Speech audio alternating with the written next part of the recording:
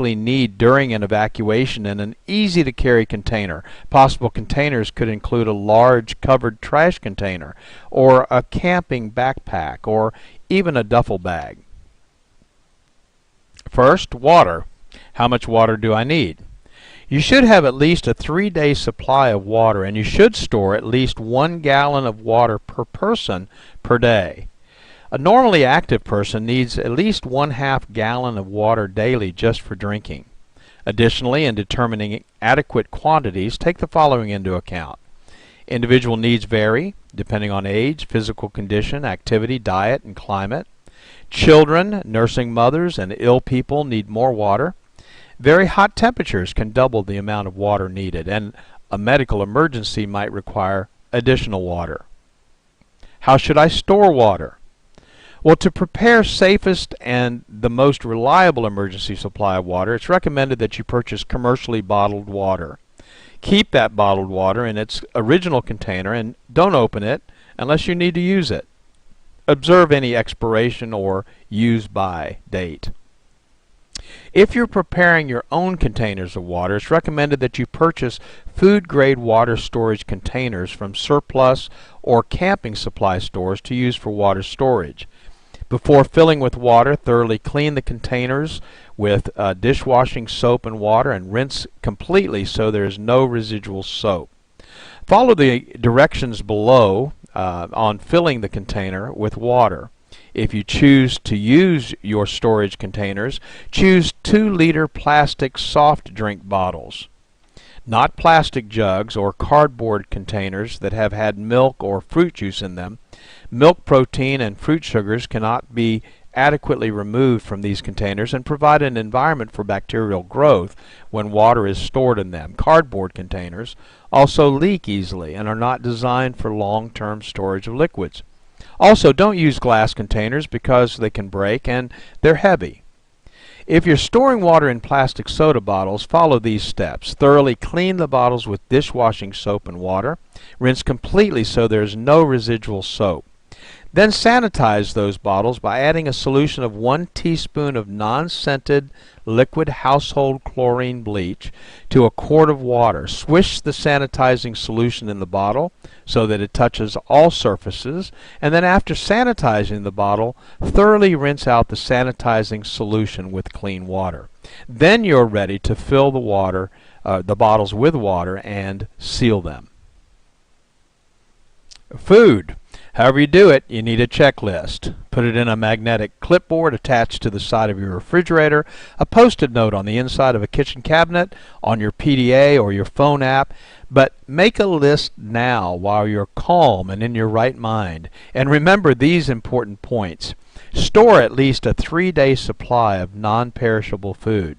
Select foods that require no refrigeration, preparation, or cooking, and little or no water. If you must heat food, pack a can of Sterno and matches. Select food items that are compact and lightweight. Avoid foods that will make you thirsty. Choose salt-free crackers, whole grain cereals, and canned foods with high liquid content. Be sure to include a manual can opener. That might come in very handy. And include a selection of the following foods in your disaster supply kit and put them in a waterproof container. Foods like ready-to-eat meats, fruits, and vegetables, canned fruits, juices, milk, soup, staples like sugar, salt, and pepper, high-energy foods like peanut butter, jelly, crackers, granola bars, trail mix, vitamins and minerals, foods for infants, the elderly, or special dietary needs. And don't forget comfort stress foods like cookies, hard candy, sweetened cereals, instant tea, or coffee. First aid supplies.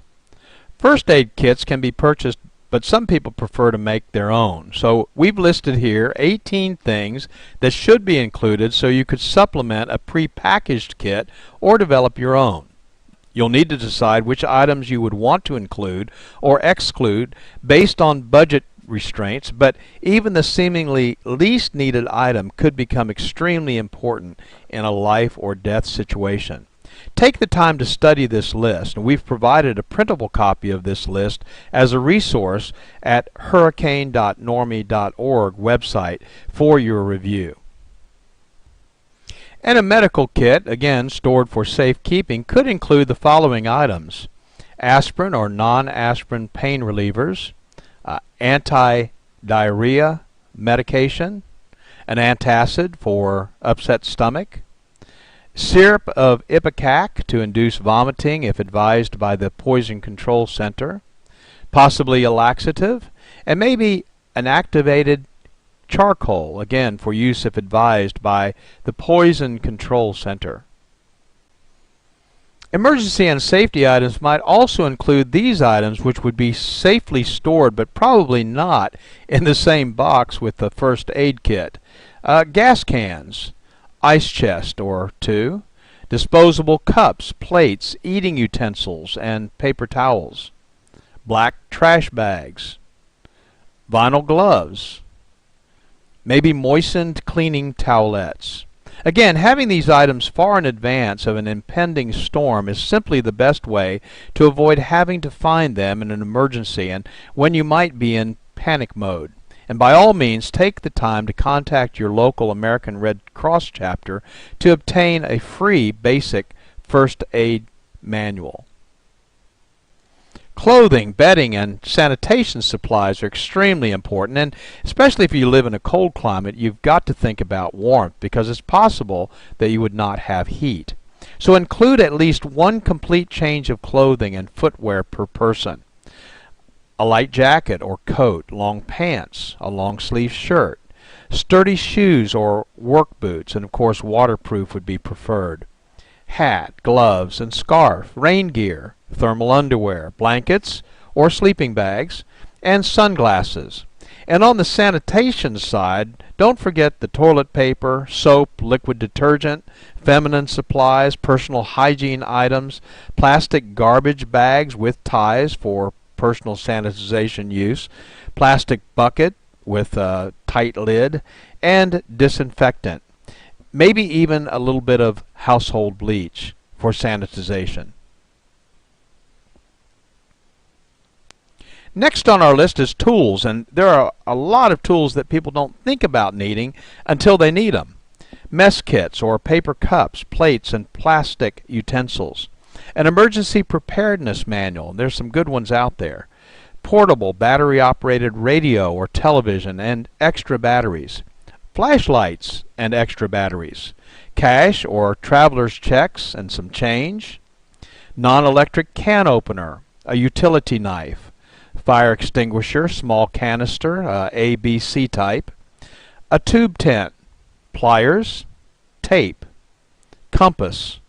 Matches in a waterproof container, aluminum foil, plastic storage containers, rabbit ears for your TV, signal flare, paper, pencil, needles, thread, a medicine dropper, a shut-off wrench to turn off household gas and water, a whistle, an axe, plastic sheeting, and a map of the area for locating shelters.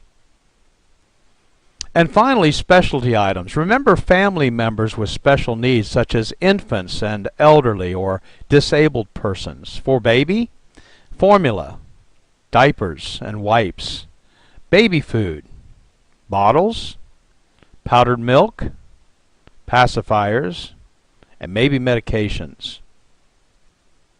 And don't forget the adults. Heart and high blood pressure medication, insulin, prescription drugs, denture needs, contact lenses and supplies, extra eyeglasses, hearing aid batteries. That's a lot of stuff to remember.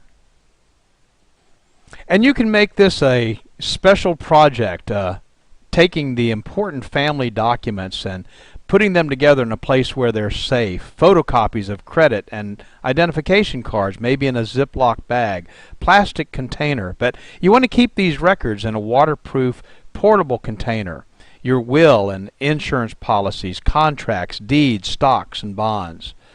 Photo IDs, passports, social security cards, immunization records, bank account numbers, credit card account numbers and companies, inventory of valuable household goods or important telephone numbers, family records like birth and marriage and death certificates, your checkbook, cash and coins, and then of course some entertainment, games, and books that you might need while you're away.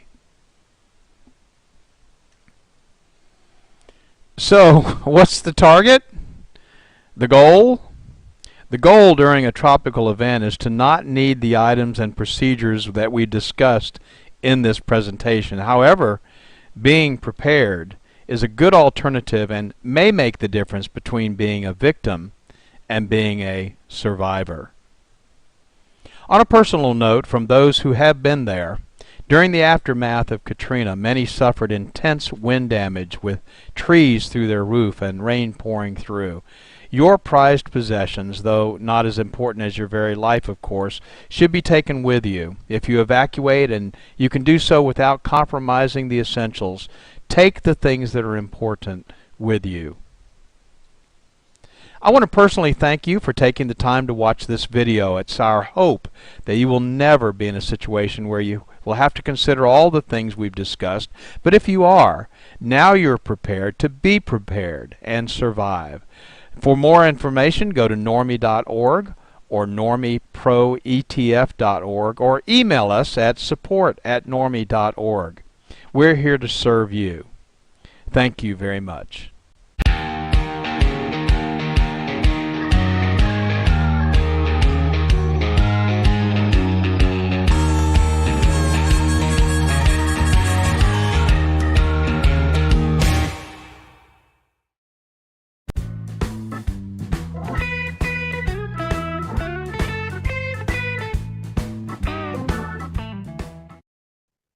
We hear about it in the news. It's an issue that we all want to be aware of. We need to be aware of it, especially in the cleaning industry. What are we talking about? Meth contamination in facilities. We know what happens. Today's episode is going to spotlight what we need to know right now in the cleaning industry. With me today is Dr. Gavin McGregor Skinner, the Senior Director of GBAC, and also Scott Vogel, the Chief Operations Officer with EmergiClean in New Jersey. And I'll say this before I let them talk. They have a lot of initials after their names. I don't have any, so I'll just ask the questions. So, Gavin, Scott, welcome. Thanks, Jeff. Thank you, Jeff. Thanks for having me. Well, let's get right into this because we want to help the industry. Gavin, let's start with you. Why is meth contamination cleanup in facilities, that topic, so important for us? It's back in the media, Jeff. Drug use in public spaces is everywhere. It happens, we know that. But more importantly, exposure to drug residues is a known risk for every cleaning professional. And I just wanted to highlight, Jeff, what's happened in the news this week. And again, I'm going to start off by saying this is not a problem in public libraries. It's a problem everywhere, in every space that we in the built environment. So in the news this week, the Englewood Public Library in Colorado was temporarily closed due to meth contamination after tests showed exhaust vents were contaminated with meth. Now, this is important, above the Colorado state threshold levels. So you might think, why was this library tested? Well, because another library in Boulder a few weeks ago, about 35 miles from Englewood, was recently closed due to meth contamination. Now, the tests that were done on January the 6th at Englewood Library were done as a proactive measure. The results showed the restrooms exceeded state thresholds for methamphetamine contamination, but there are other spaces in the library that reflected lower levels of contamination, but they were still contaminated with meth. And I just wanted to highlight for everyone, Jeff, but in 2021 and now 2022, in 2021 specifically, more people died in the US from drug-induced deaths. Most were overdoses from meth and fentanyl. And if you look closely at this data, yes, you see meth increased and there were more deaths in those cases where it's always been used, but it also appeared in other parts of the country where it was previously unheard of. So again, I want to emphasize, Jeff, it's not a problem just for libraries. It's a drug use is in public spaces everywhere. And this is a known hazard for every cleaning professional in the cleaning industry. You know, when someone goes to a library, you would think it's safe. Who would have thought that they would find this there? Other facilities as well. Scott, let's go to you. Those watching this might wonder, well, I can clean it up. You know, I can go in and I'm a cleaning company. Do you need to be certified to clean this type of issue, meth contamination or other issues like this? Well, the answer is kind of complicated. It's a yes and no. In the United States, there's currently no federal regulations regarding the cleanup. There's only instructions like support that the government has given us. So in 2007, the Meth Remediation Act was passed by Congress, and that empowered the EPA to put volunteer guidelines in place. Since that, a lot of states have adapted standards or some type of certification, but there's a lot of states lacking.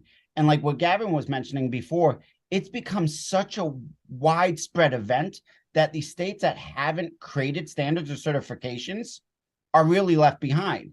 And in that document from the EPA that was released in 2013, what it says is if you don't have that state guideline or certification, then you have to resort back to the occupational health and safety for the 40-hour HAZWOPER, which is a hazardous waste and emergency preparedness and response.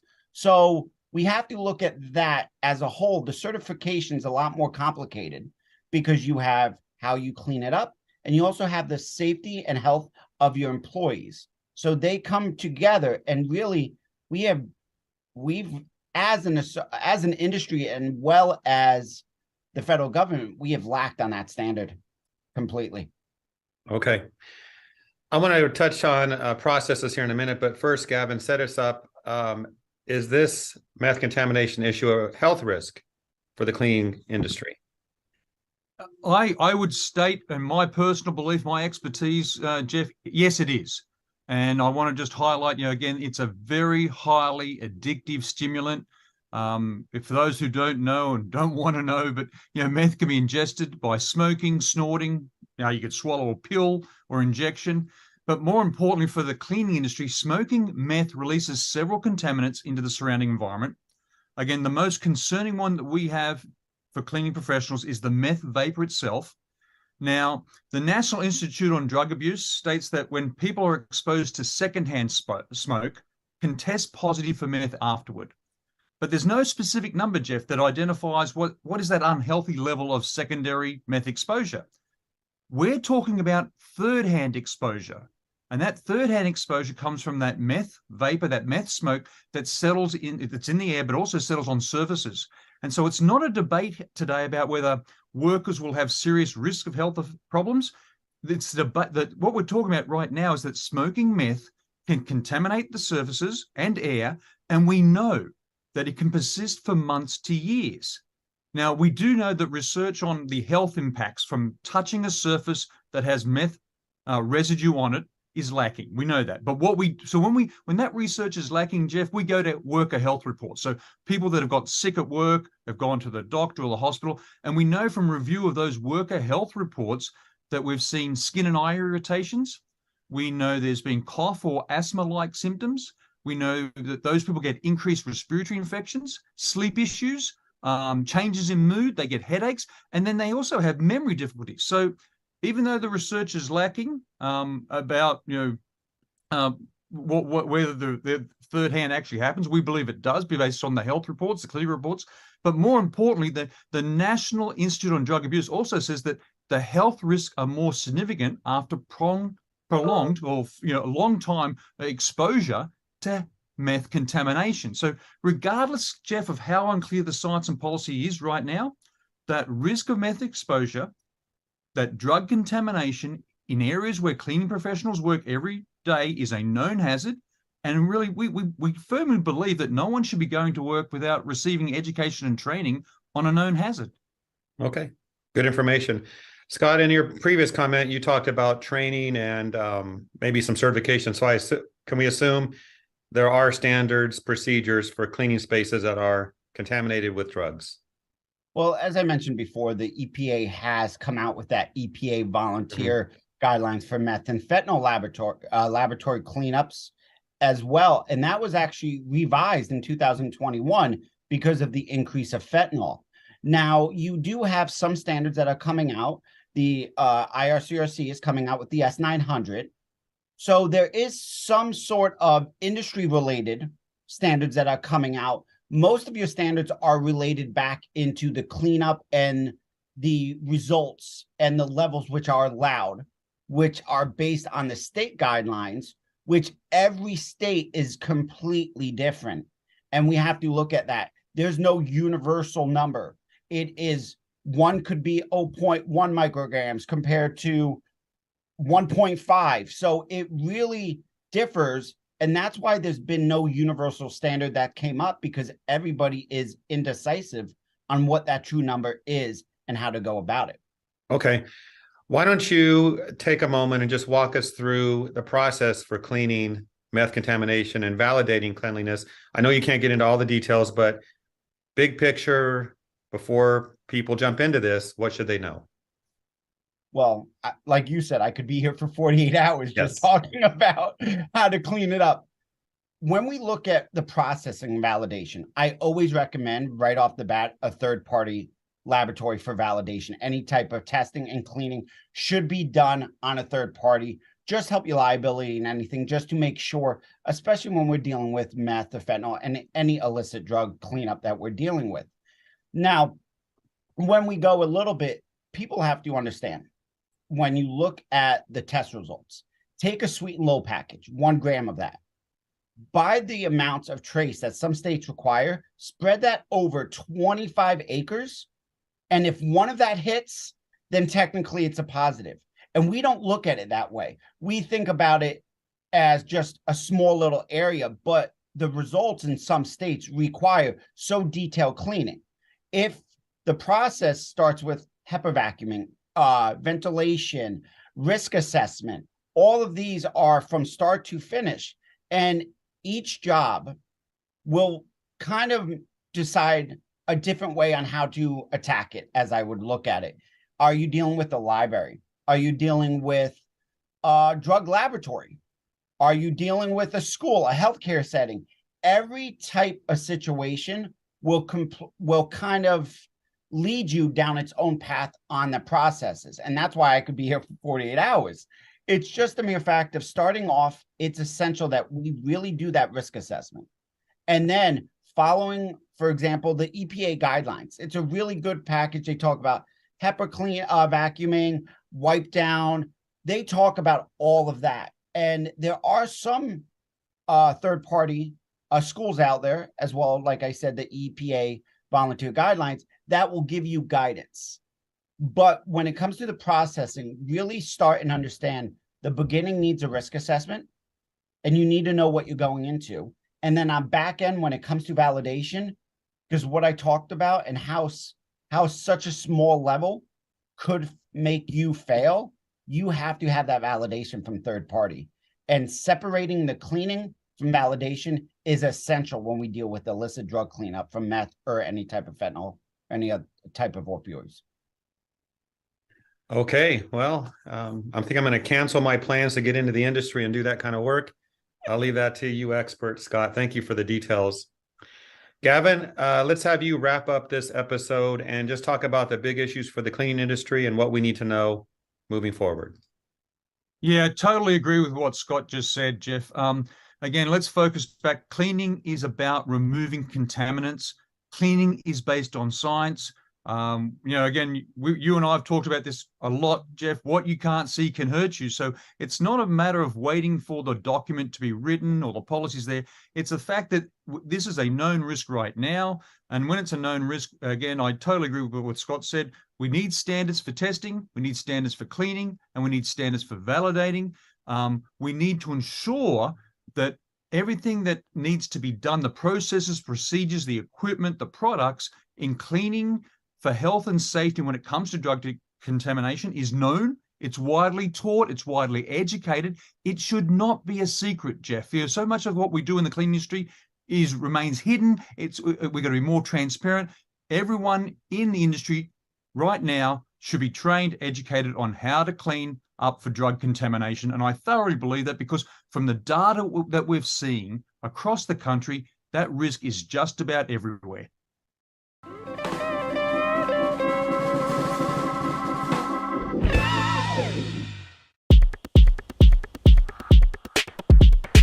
On today's program, this GBAC TV Industry Alert, I am pleased to welcome Dr. Gavin McGregor Skinner, the Senior Director of GBAC, the Division of ISSA. Gavin, you look healthy. How are you today? Oh, Jeff, couldn't be better. It's spring and we're doing great. Yes. Now, Gavin, I wonder if you're so healthy because you know how to use cleaning products appropriately. Well, Jeff, what if I told you that I knew that 90% of the cleaning workers that we trained through our Cleaning for Health workshops last year could not recall one cleaning ingredient that was in the cleaning product they used? I would say that's not too surprising, but here's the thing, Gavin. I think our cleaning professionals, they do their work, they know what they're doing. They might not think about those products, they trust the manufacturer, or they know the products work and they want simple. Tell us, I know you have an article coming up in a publication ISSA produces about this topic. Why is this important? Because I think, Jeff, in the industry, the cleaning industry, when we learn something, when we have real data, real information, we just can't ignore it. We've got to act on it. And, Doug Hoffman, Dave Mora, Jim Manus, and myself, we ran 54 in-person Cleaning for Health workshops in 2023. We trained 893 essential cleaning professionals, and 90% or 804 workers could tell us the cleaning product they use. That's where that's really important. But they could not tell us, Jeff, the ingredients, the chemicals in those products. And that's a real big health and safety issue, but also an efficacy issue. What products, and due to their ingredients, work on what surfaces. I agree with that. I'm looking at your article now that people will be soon reading. You talk about surfactants, solvents, builders, enzymes, biological additives. Sounds like a science class to me. So tell us what the cleaner should know about the products they're using and where to get that information. That's a great question, Jeff, because, the use of cleaning products, not just by the industry, the cleaning professionals, but by everyone, it's ubiquitous. It's everywhere. Cleaning products work because they contain certain chemical ingredients.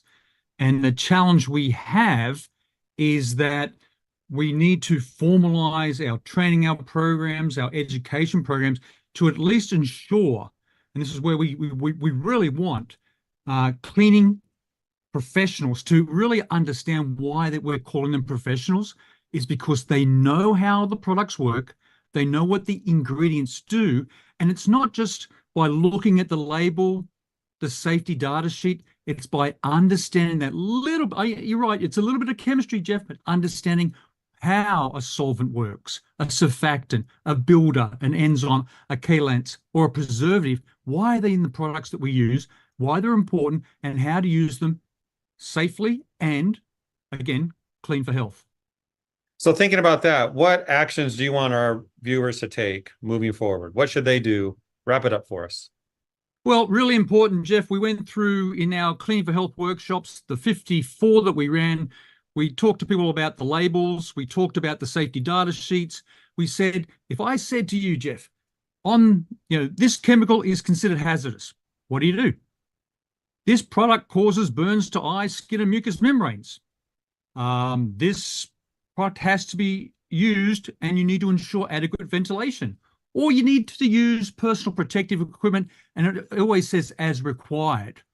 Or maybe, for example, it's very toxic to aquatic life with long-lasting effects. All that needs to be understood. What are the actions we take when we know a little bit more knowledge than what we've got now on the cleaning ingredients we have in cleaning products? And then more importantly, Jeff, that critical next step, how to make informed choices. And that's where the ISSA has partnered with Penn State College of Medicine, with Dr. Rebecca Bascom, with the City of New York School of Medicine, Dr. Omrana Pashat Razak, on a 2-year project on making safer choices, where we're going to develop a practical toolkit to ensure that we can increase the knowledge, the demand, and use of cleaning products, and so that people understand how the ingredients work, how to use them safely, how to use them effectively, but also how to talk about the ingredients we use in cleaning products as professionals.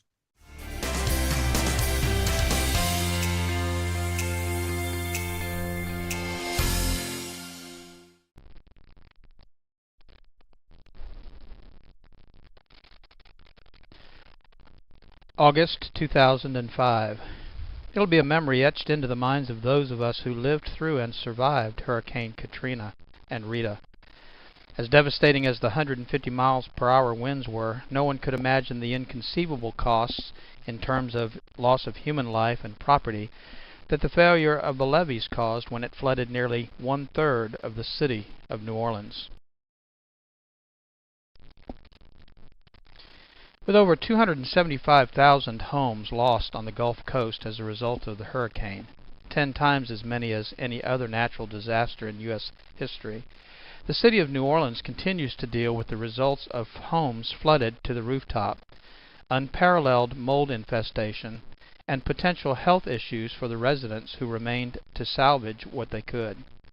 Information and misinformation has been mixed together, and vulnerable property owners have been faced with the daunting task of trying to sort out the truth. And so the lessons are clear. Prepare when you can for whatever flooding might occur, not only for the potential, but for the aftermath. And whether a natural disaster or the result of someone's mistake, anyone and everyone can suffer the devastating effects of flooding.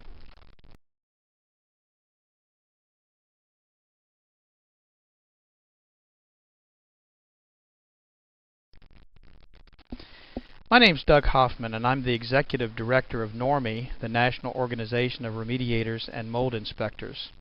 The information you're about to hear is designed to provide steps, guidance, and assistance for reacting to flood conditions in your structure.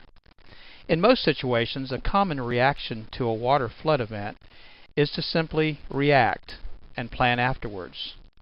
Tunnel vision or over-focusing on the emergency can, at times, distract or omit safety concerns, and poor planning can leave you to fend for yourself after the storm is over.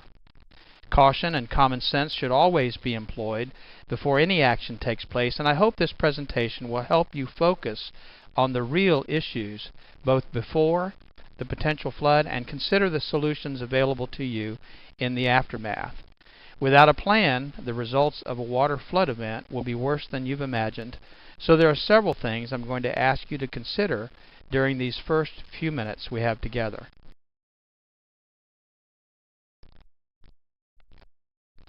The integrity of the structural systems may have been compromised depending on the nature and degree of the event. In all cases, if you are unsure of how to proceed or to create a safe environment to work in, contact a professional to assist you. A major concern in flooding situations are the utility services.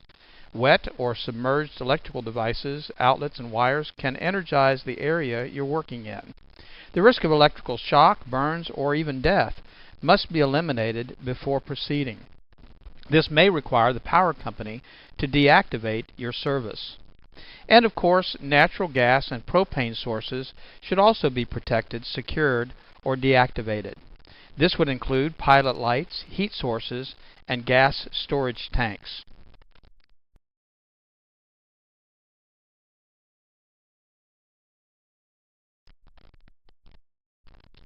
Depending on the severity of the water event, structural integrity should be considered in regards to the foundations.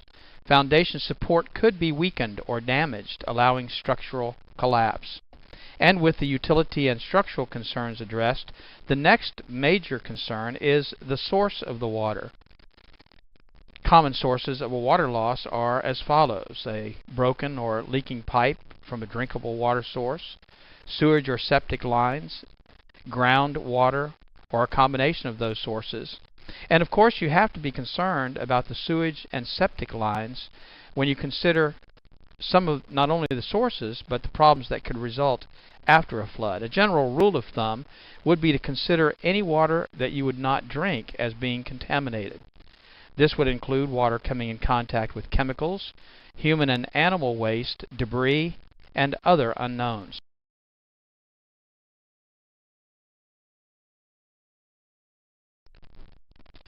Protecting yourself is one of the important first steps post some water event. Exposing your skin, your eyes, your lungs, your nose, even your throat to contaminated water can create a wide range of health issues that may not appear for days after the exposure. I want to talk about personal protection equipment because that should be used while you are in the contaminated environment.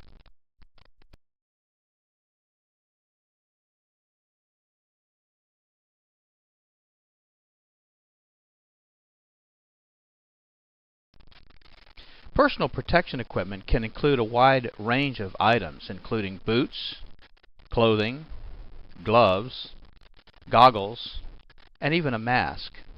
We recommend, under normal conditions, a N95 or dust mask that you can find pretty much anywhere.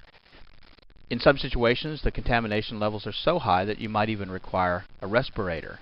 But each situation would require different types or combination of these types of protection. With safety and health concerns addressed, corrective action can then be taken.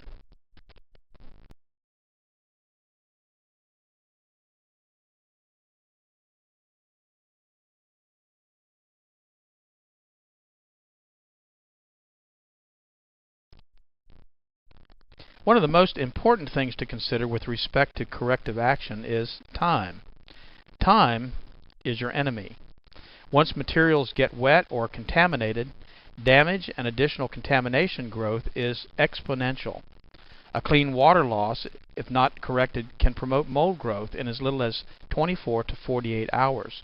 And contaminations due to sewage or unknown water sources will simply exacerbate the problem.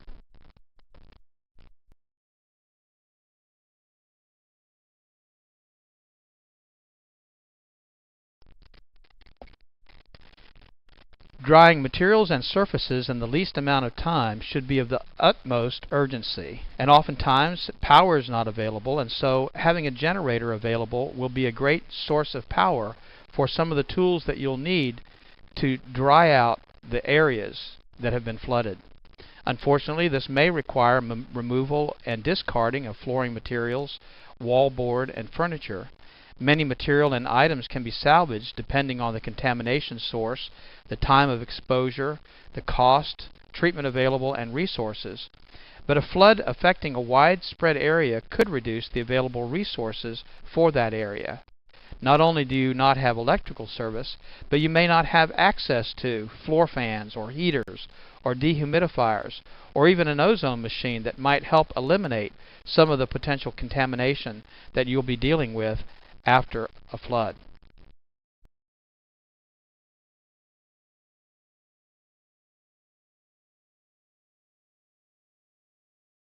The following suggestions may not be appropriate in all situations. However, in all situations, safety must be the primary concern. Prior to or during a developing flood condition, remove any movable items, at least as many as you can, to higher ground and secure those locations if possible. Of course, the order in which those items should be removed is a personal decision, but things to consider are the cost of that item, the sentimental value, proximity to the flood, maybe the ability for it to be moved and the practicality of it. Removing items such as furniture and floor coverings prior to getting saturated will make the cleanup process, of course, much easier. Structural and decorative materials such as wallboard and carpeting are a major problem once they get wet. Most of these materials absorb moisture and can expand the damage beyond the water level. Wallboard and other materials such as pressboard or OSB oriented strand board allow water to travel in an upward direction well above the water line. An example would be wallboard in as little as 1 inch of water can wick or draw moisture upward several feet. This also creates a problem inside the wall cavity which cannot be reached or cleaned. The rule of thumb is to remove the wallboard a foot to a foot and a half above the highest identified wet area of the wall. This will allow access for drying and cleaning building materials in the wall cavities. Up to this point, we've described different conditions, causes, and precautions. In the next section, we want to describe pre-planning and corrective measures.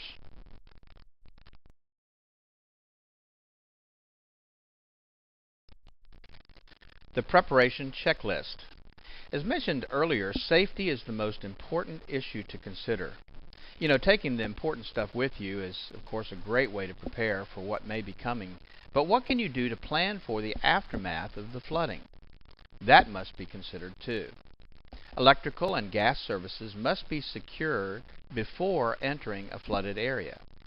You know, as a side note, an improperly connected generator at a neighbor's home could energize service at your home even if the utility company has cut power in the area. This type of situation could cause an unknown and unexpected risk. With the utilities secured, standing and running water should also be avoided. The health effects from unknown contaminants against your skin is a concern in addition to the power of moving water. Did you know that just 6 inches of rushing water is capable of moving a parked vehicle? Losing your footing or being struck by debris, these are risks you need to consider. Assuming that the water is receding or the water source leak has been stopped, the next phase of the process can be started. Drying is one of the most important things you can do to reduce your loss. Contacting a remediation or drying company should be your first option. Pre-planning and contacting a restoration company before an imminent flood may place you on a response list if a wide area has been affected. Other options could include contacting the local fire department to have your basement or lower levels pumped out, renting pump equipment and generators prior to the flood while they're still available, and arranging for alternate lodging in the event your building becomes uninhabitable. Remember, the larger the area that's affected by the flood, the less resources will be available to you or your contractor.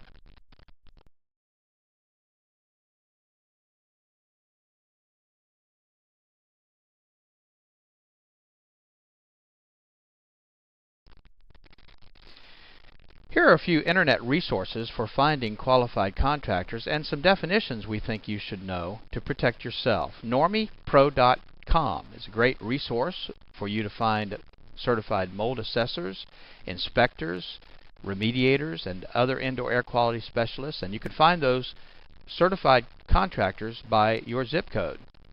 ServiceMagic.com is another great resource for construction contractors throughout the United States, and you can find them by the type of work they do and by your zip code. And then, of course, EnvironmentalExpert.com.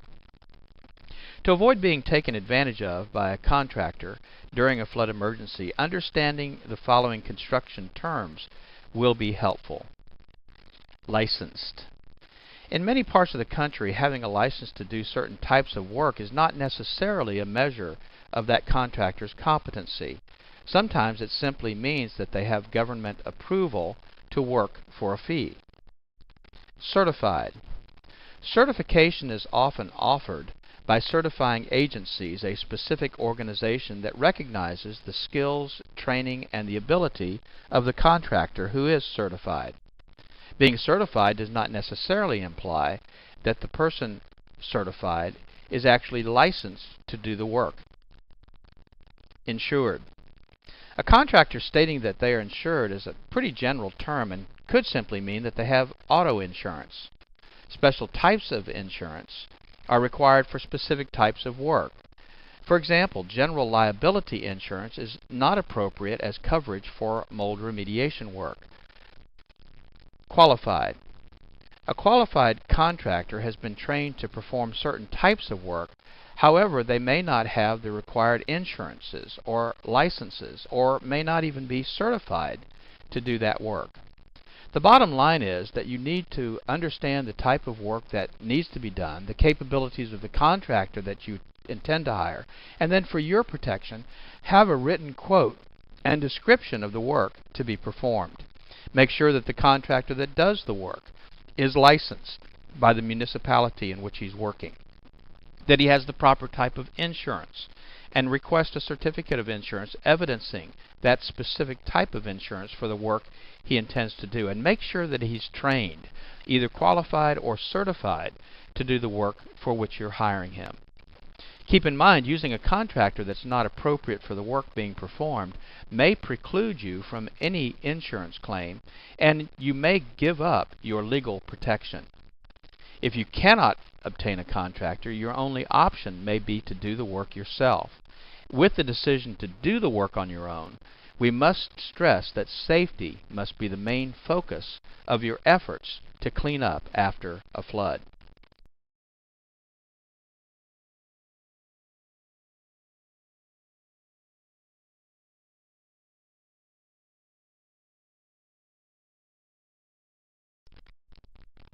So let's talk about doing it yourself. While working in a safe environment, using the proper protective tools and equipment, water removal becomes the main priority.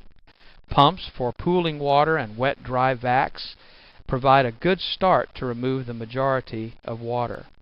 Rugs and carpeting and padding, if saturated or contaminated by an unknown water source, should be removed to allow drying of the subflooring.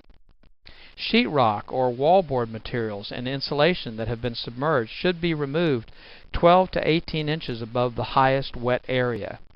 As a hint, removing 4 feet of wallboard is easier to replace with a 4 foot by 8 foot sheet of material. It's easier to do that than to try to cut and fit in smaller pieces.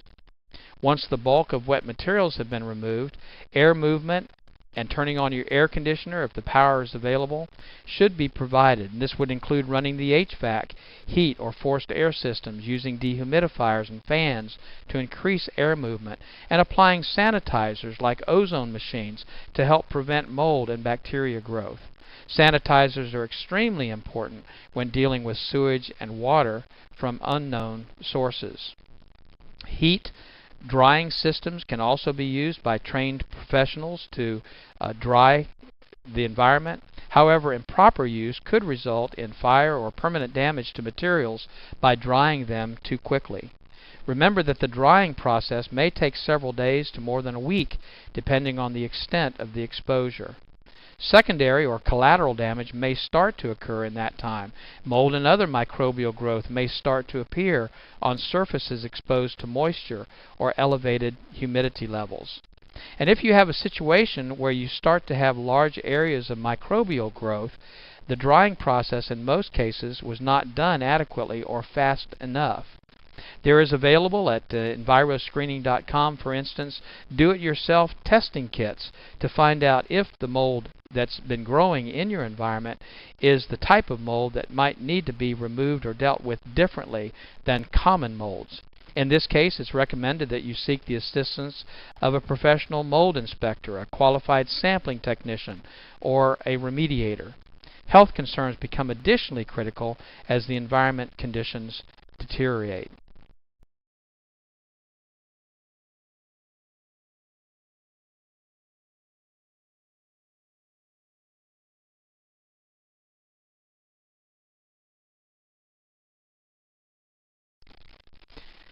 In regards to mold licensing laws, there are currently only 4 states that have mold licensing laws in place. Texas and Louisiana, of course, have their mold licensing laws in place. Florida has their licensing law in place, but it doesn't go into effect until 2010. And then just this year, the state of Maryland put in place their mold licensing law. The important thing is that you check the qualification of the indoor air quality specialist or the mold inspector or the mold remediator or assessor in your state to make sure that they are licensed, certified, and insured before they begin any work.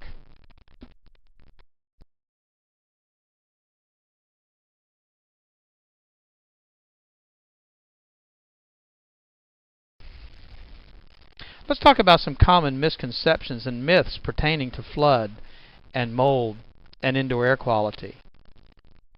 Oh, bleach kills mold. How many times have you heard that?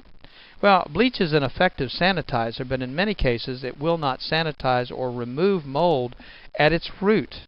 It will bleach out the color, of course, so that it goes clear, giving the appearance that the problem's been removed, but it cannot, in many cases, get down into the microflora and destroy the mold at its root. Oh, just get rid of the water. Everything will be fine. Well, that's not always enough to protect your property. Most of the affected materials do have the ability to retain moisture, and elevated moisture levels are the main cause of much of the residual damage from flooding. Well, lots of air fresheners, that'll help. Well, that's not true. In actuality, most air fresheners only attempt to mask the odors. The odors are an indication that moisture, contamination, or growth still exist. And the chemicals in those fresheners can also be a source of indoor air quality contamination. Well, your insurance company is going to take care of the problem. Don't worry about it. Well, of course, insurance companies are not always quick to respond because of the heavy workloads, the emergency claims that bog things down and delay payments. Many homeowner insurance policies have exclusions that limit or exempt the insurance company from paying a claim. An example would be a claim to an insurance company for water damage from, say, groundwater intrusion. In most cases, the claim could not be covered unless you had flood insurance and the area that you're in was declared a disaster area by some government agency.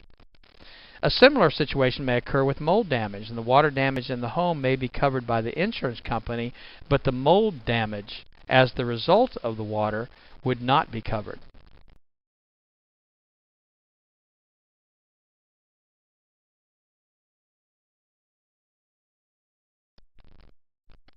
Here are several resources that may provide you with some additional assistance. Of course, the FEMA and the EPA government websites are good resources for more information about how to contact those agencies in an emergency. And also at the normie.org website, we've located a lot of resources for you, articles in regards to antimicrobials, information about mold screening kits, and other things that we feel will be helpful to you. We highly recommend that you seek professional assistance when dealing with a flood, mold, or indoor air quality issue. And please remember that the information that we have been providing to you is really for your information and not intended to replace professional training and assistance. I want to personally thank you for taking the time to listen to this overview. I am hoping that you will benefit from the resources we've made available to you, but also from the training that we offer industry professionals to help you through the process of getting things back to normal. It's my hope that you will never be faced with the issues we've discussed, but if you are, you will now be better prepared. Thank you.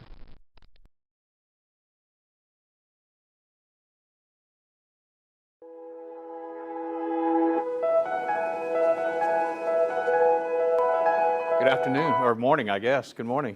Good morning. Yeah, so I'm sure that Mo told you when we created Normie in 2004, one of the interesting things was what we created it primarily for the Louisiana licensing law.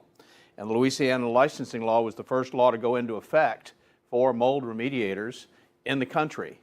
So it was the first licensing law, and then what happened in 2005? Katrina. And so we were right there able to help, I think, a lot of people with some of the issues that were of a concern to us. I'm not sure if he talked about the difference between the IICRC and us, but they come from the business more from we're not competitors, by the way. As you know, if you're an IICRC person, you get continuing education credits off of this class. So we work together. We just look at the industry differently. They come from the water restoration side of the business. We come from the building side of the business. And one of the reasons why we do that is not just my background with my licensing, but the main reason we do that is because we try to look at the house and the problem that they're experiencing in terms of a mold issue as a holistic kind of problem, not just fix this problem and everything is great, but think in terms of how we can actually improve their indoor air quality. So when I was moved to New Orleans in 2002, Two, I was actually doing some of the things that you guys are doing now and some of the things that we would recommend that you do in terms of ongoing IAQ management, which is what we call our sanitization protocol. How you create an environment in which mold won't grow. And that was really based on my book, Mold-Free Construction, which you have access to if you have the Normie app. We do have an audio version there, so you can just listen to it. Might put you to sleep, but you can listen to it if you like, because it's on iTunes and on Audible as an audio book. But the sanitization protocol really does improve people's indoor environments, so you have the ability to do that. And I just want to tell you about somebody that I met when I was in New Orleans. I was doing some trade shows, and a radio program, and I got a call from a lady. Her name was Laura DeRocher, and she had 4 children. And her youngest child, who was 8, had some very severe sinus issues. In fact, as she was talking to me, she had, of all 4 of her children, the other 3 had constantly been to the allergist every month. Now think about that for a second. Every month, for years, they had been to this allergy doctor. And she had found some mold up in the kitchen area over one of the cabinets, and she was concerned about how that might be affecting their kids, because she heard me on the radio and she knew that mold was an indoor air quality problem. She'd never really thought about that before. It's mold, how could it affect my children's health? But she was putting 2 and 2 together. She was saying, maybe there is a problem here with this mold that I'm seeing. So I went out there and I did the assessment. It took the sanitization protocol. It was not the amount of mold or the type of mold, or there wasn't a moisture problem that actually was causing the mold. It was actually a HVAC problem with the relative humidity. So we did the sanitization protocol, put it in place just like you see it today, exactly the same protocol. And she was really excited because in about a week she was feeling better. Her kids seemed to be feeling better. She wasn't sure. But the interesting thing that she told me when I was there visiting her was that her little child, the one that was just a few months old, they had scheduled that baby for surgery, sinus surgery. And she said, we've decided to kind of put it off because things seem to be going better. We'll see how this goes. Well, interesting story to kind of shorten everything up. About 1.5 years later, maybe 2 years later, I got a call from her and she said, I got to tell you an interesting story. She said, first of all, I got a phone call from my pediatric physician, the allergist. He was concerned that we had switched doctors because I haven't taken my kids to the allergist in almost a year. We decided not to do surgery for the baby, and the baby is doing great. Now, a couple of years old, doesn't seem to have any allergies to the environment and what's going on. She said, I think you really solved a bigger problem than you maybe think you solved. The reason I'm telling you that story is because we hear that story over and over and over and over again. Maybe not quite as dramatic, but we hear that story over and over and over again. You are in a very, very important industry. You may not realize it, but one of the reasons why it's regulated is because you're dealing with people's health.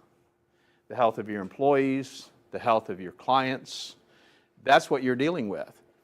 And rather than thinking about just being a mold assessor or just being a mold remediator, as Mo's probably told you, we want you to think in terms of being an indoor air quality professional, because that's really what you're doing. I'm sure Mo told you already that when you start cleaning up mold problems in an environment, it's almost like a surrogate of other things that are going on in the environment. If you're reducing the mold, you're also reducing some of the other contaminants, the bacteria, the viruses, the particulates, some of the other stuff that's going on in the environment. So you can make a gigantic change to the environment. So our goal is for you to really think in terms of becoming an indoor air quality professional. And this is really the first step. If you haven't thought about that before, this is really the first step in that direction. And I'll tell you the other thing it'll do for you. I've been in business a very long time. I used to tell people I was unemployed in the construction industry. Been in business a really long time. And what you want is you want an edge in the market that makes you different from everybody else. And it's not about price, let me tell you.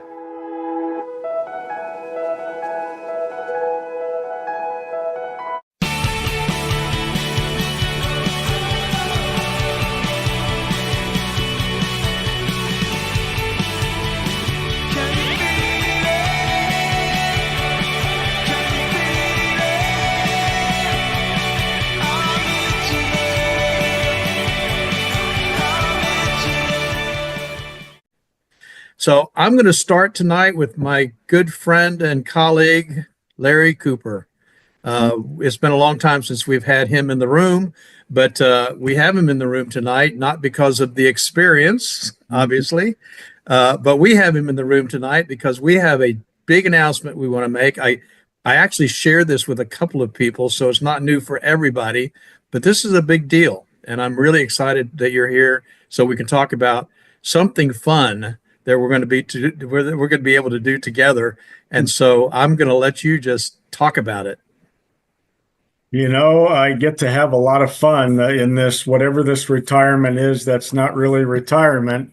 We're putting on a lot of other events in different industries, but working with Normie is always one of our favorite things that we get to do over the years, and working with Doug and Lance and the whole team, and it's just wonderful. We have been producing events all over the world through Restoration Journeys and with Normie. And Normie hosted our last event in Puerto Vallarta, which was amazing. And then we also did a river cruise that was really amazing down the Danube River. And I wanted to talk tonight. Doug and I have been collaborating and coming up with ways that we could go have fun and actually do education at the same time. And we came up with a cruise that I don't know how you could not say yes to. So let me tell you some of the details. It's an 8-day Southern Caribbean cruise, and it's going to the 3 islands that I always wanted to go to: Aruba, Bonaire, which is amazing, and then Curacao. And it's the ABC Islands. And those 3 islands will be fabulous. And our dates are February 28th through March 8th, 2026. So you can join Normie and a whole group of friends as we get together. We're going to have 7 nights, 8 days on the Carnival Horizon Cruise, again, to those ABC Islands. You can relax and enjoy exciting days at sea and 3 amazing tropical island destinations. Of course, you'll be pampered by the pool, entertained with many theaters and outdoor games, eating so that we all gain weight.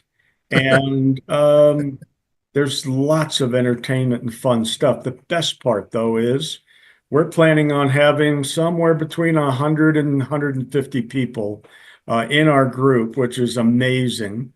And you'll get to network with those people, become new friends or old friends, getting together again, and just having a fabulous time. Each one of these events just always seems to grow and get better each time. Yeah. Well, during that time also, we scheduled some half-day classes in a classroom on the ship, doing the Normie Certified Microbial Inspector training course. And that'll be held 4 mornings during the cruise, so you can enjoy the rest of the day with your wife, family, friends, whoever it is that you're traveling with. So there's no better way to enjoy training, enjoying time in paradise, and just really having a time of your life. So what's included in this is you'll fly into Miami, and we will board the ship the next day, and we will be at sea for a couple of days. We'll then go to the ABC Islands. That's 3 days in a row out in incredible locations, and then 2 days returning. So lots of time just to relax and enjoy yourself. You know what? One thing I realized, and I'll shut up and let you talk then, is that we work our butts off. This industry is intense, and we're out there on the line all the time. You got to take the time, smell the roses, and enjoy yourself. This is a wonderful opportunity, and getting to spend time with that guy is always fun anyway. So I'm going to shut up and let you talk. Well, I was just thinking as you were talking, some of the benefits that we're going to get from this, besides being able to spend a bunch of people with really good time with a bunch of really good people, we've opened this up. So you've got contacts all over the world, people that you've talked to for years. I think you said we've got maybe a couple of dozen people already wanting to sign up for this that are just basically industry leaders. So this is not Right. just about Normie. We're also opening the door for our relationship with ISSA, a strategic alliance we have there. And so I have a feeling that it's going to fill up pretty quickly. I think we could probably do over 200 when it's all said and done. And that's just going to be a great, great opportunity for us to network with industry leaders, learn a lot about what's going on in the industry, get some training, some special training for your continuing education training. And that training also will qualify for Florida's continuing education licensing requirement. So there's just a great opportunity, I think, to spend some great time with some fun folks. We had a great time in Puerto Vallarta. It was just really, really cool, and I'm looking forward to this. I mean, who doesn't want to be in the Caribbean the first week in March? Hello. You know, I had a great time with all the Normie folks that came. They were really great people. Well, what happened over the last week was kind of crazy because my daughters, especially Jillian, who organizes all of this, and Jennifer started just calling all the friends in the industry, and everybody said yes. So these are all industry leaders across the board that you'll get to network with, but we're going to party and have a great time. So you got to get ready for that. Here's something else that's really amazing. Do you remember the river cruise we did? Mm-hmm. It was $12,000 for a couple. $12,000, and we filled it, of course. Yeah. But this one is a little better price than that. So I'll say the base cabin goes for $1,372 per person, and that includes the training. Yeah. That's amazing. So Yeah. you can upgrade your cabins. I'm really spoiled, man. I like balconies, so I can go out and sit on the balcony and have coffee and just forget the world. Well, those cabins are only $1,862 per person. Yeah. So this is a great opportunity. Now, also, if you were to come and bring your wife and she's not attending the class, there's a discounted rate for her also. So you can go to our website, see the prices. You can call us. We'll work with you to get everything booked up. You just need to make sure you have a passport and be ready to have a great time. Bring a lot of shorts and swimsuits because that's the attire for the day, man. You know what we also didn't mention was if you're a business owner and because you're taking classes, I would say that this could be written off. Absolutely. So that's exactly why we're doing the 4 days, the mornings. We need to do 12 to 14 hours of education, and this becomes a tax deductible credit for you on your business. And we've been doing this for 14 years, so we know that works pretty well. Yeah, we're going to corral some people in. We haven't done finalized the plan yet for the training. You mentioned the certified microbial inspector course. Of course, that's going to be offered, but I think I heard today that there's another room that we could use if we wanted to do more training. Yes. And we're looking at other people that are in the industry that could offer some training. We'll be getting that kind of formalized here in the next week or so. But it's going to be an opportunity for not just a training, but maybe multiple different types of training, which is kind of exciting as well. So it's going to be a super time that we're going to be able to spend together.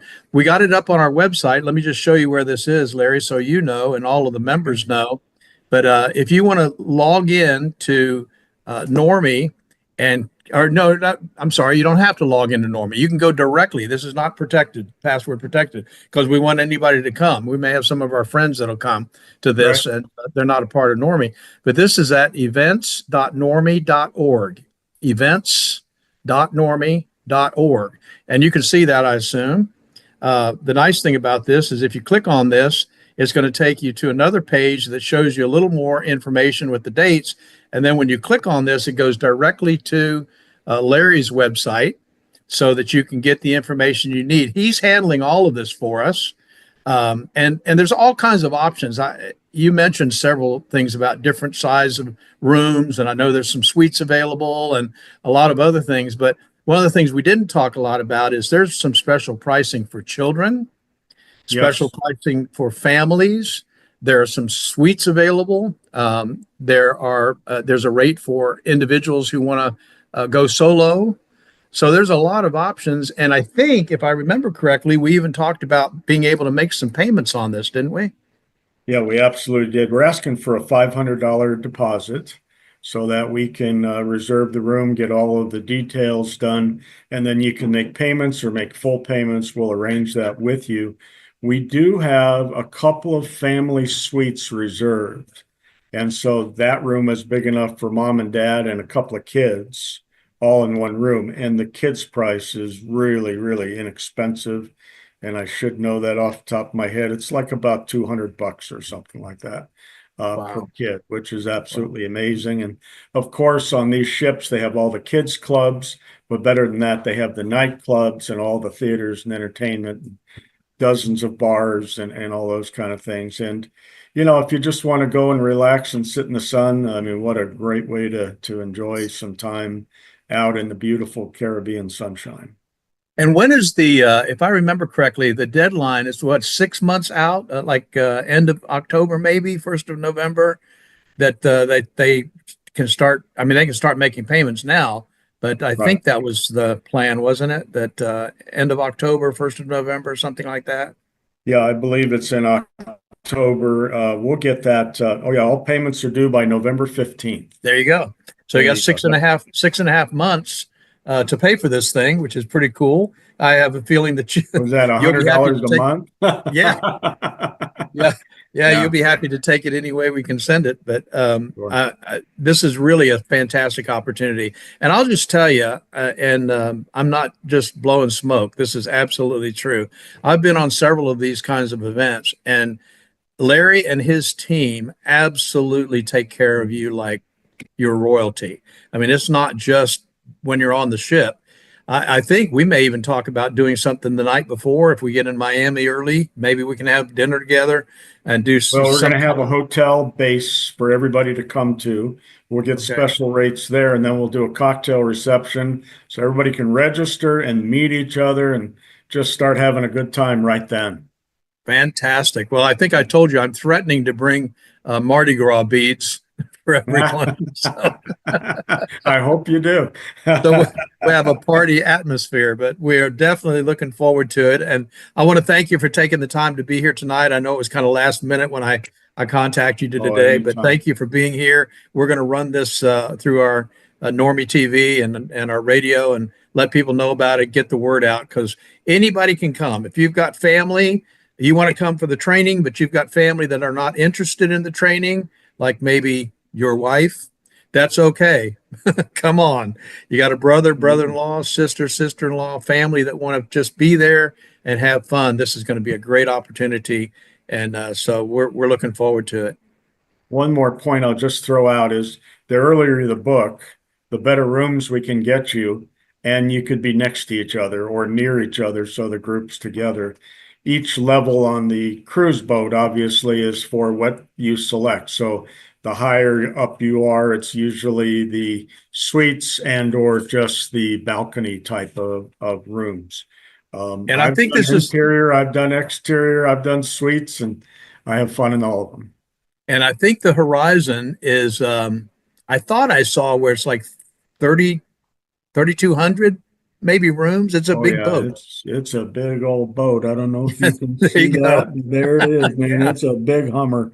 So it'll be plenty of fun. There'll be plenty of things to do and activities, and we just are really looking forward to it. On board also, we'll have some cocktail receptions. We'll have a dinner for the whole group, so everybody can really network and get to know each other a lot better. Yeah, you know, when you and Jill started looking for these different cruises, and you came back with this one, all I could think was Aruba, Jamaica. Ooh, I want to take you. I think that could be our theme song. We'd be okay. It's going to be a great time. Thank you so much for being here, Larry. I really appreciate it. Tell Jill I said hi, and we'll get on this right away, start promoting it. Thanks for getting that website done. Absolutely. You guys take care. It's great to be with all of you, and I'm really looking forward to seeing you on board. All right, man. Bye-bye. Bye-bye. Have a good week.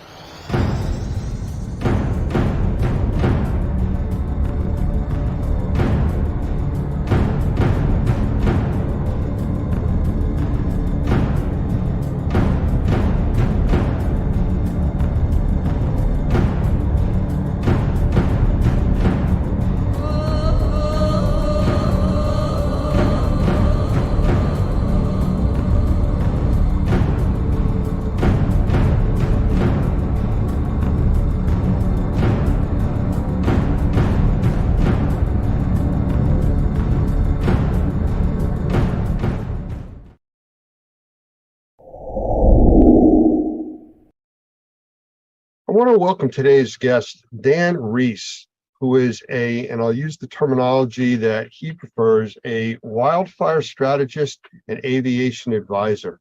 So I'm going to say, Dan, say hello to everybody, and I'm going to follow it up with, could you explain what that is? Because it's a big set of terms, and I really want to understand it. Sure, got it. Well, thank you for having me here today, Lance. So in my career, I finished out mostly in tactical air operations for wildfire events. And after I left, I started a consulting firm, International Wildfire Consulting Group. And that was shortly after I finished running Global Supertanker Services, which ran the 747 Global Supertanker, which was an air tanker, aerial firefighter with a 747. So I help people who call me engage with questions regarding wildfire. Oftentimes it's technology, or it's chemicals, or it's process. It might be, something along the lines of NASA presentations for people who want to engage with NASA, or new equipment like, say, a fire nozzle. People who want to understand what it takes to engage in the wildfire community is pretty much what I do. Well, it's interesting. I actually, before we went live here, did a quick research on you with LinkedIn and a few other sources. And just what you're mentioning, it's kind of interesting, where I saw an article that you were involved with for water conservation and firefighting, just by changing the shape of the nozzle and the stream of the water flow. It cuts it like in a third. So right. I mean, that's kind of interesting stuff. I'll tell you what, though, some really sharp images and photos of those big planes dropping the fire retardant, on the site. So it's pretty impressive. Anybody watching this, you may want to take a look and find him on LinkedIn. Pretty interesting stuff out there.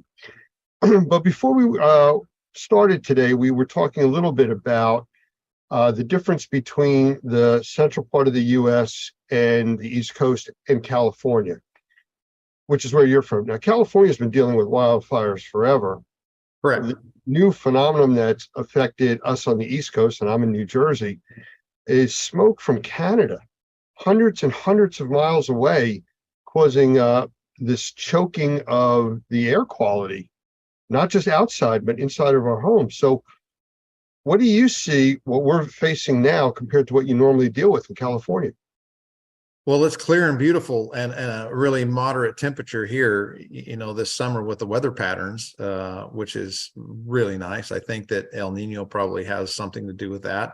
As I watch the news sources and the science research with the polar vortex, collapsing somewhat and changing the airflow and the cooler weather, it's really nice here in California. And we've not had the fires, this year that we've had in the last several years, and the air's been clear. So it's been really nice. A little agonizing to see what's happening on the East Coast and the Eastern Seaboard and in Canada, where we don't typically see that. And ironically, we see a lot of fire on the West Coast, and it's highly publicized, but in the Southeast of the United States, there's a huge number of fires there that occur typically annually. Although I don't think in scope and size of what we see here with the integration of the population in what we call the wildland urban interface. But the smoke conditions definitely will get people's attention. And when we start seeing entire towns, being razed, like Paradise and Greenville and the towns up in Oregon and now Canada, it definitely starts to get people's attention. Well, I've seen a big change in, I don't want to say weather patterns, but just because of the way we've been for the last, I'd say 3-4 weeks here in the Northeast, we haven't had rain. I mean, everything's extremely dry. Now, normally for us, June, we usually run that week or 2 or 3 of, we'll run those 85, 90 plus degree temperatures, and they start calling it the heat wave and everything else. We haven't had that, which I'm not complaining about.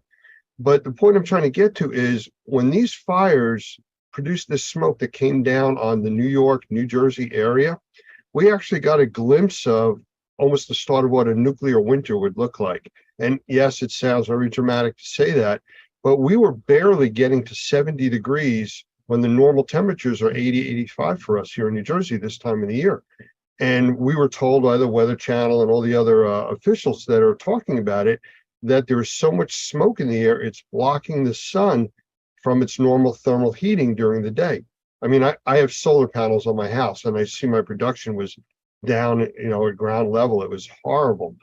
So this is what you deal with out in California. We're only getting a glimpse of it now. And truthfully, we've been spoiled, out of sight, out of mind. We hear about the fires in California and okay, on with our business. I mean, this brings it home to us. And I think it's an opportunity for you to explain to us what we should be expecting and, what happens, because this may not be just a short-term thing. It may continue. No, unfortunately, I would say that for the people on the East Coast, you're in it for the long haul until such time that the weather patterns change and these fires are naturally mitigated. We can make a difference. When I say we, and the fire service can make a difference when these fires are smaller, when they are in their incipient stages, when we get on and we can handle aggressive initial attack, and we've got the weather, in our favor to be able to make that attack successful. Unfortunately, what most people don't realize is once these fires become of that magnitude and size to where they're calling them mega fires, we can black the sky out with aluminum, meaning air tankers and aircraft. And that's all limited. And the bigger they get in scope, the more resources they demand. And we have a finite number of resources internationally and nationally, whether it's in Canada or the United States. No one agency can be fully prepared for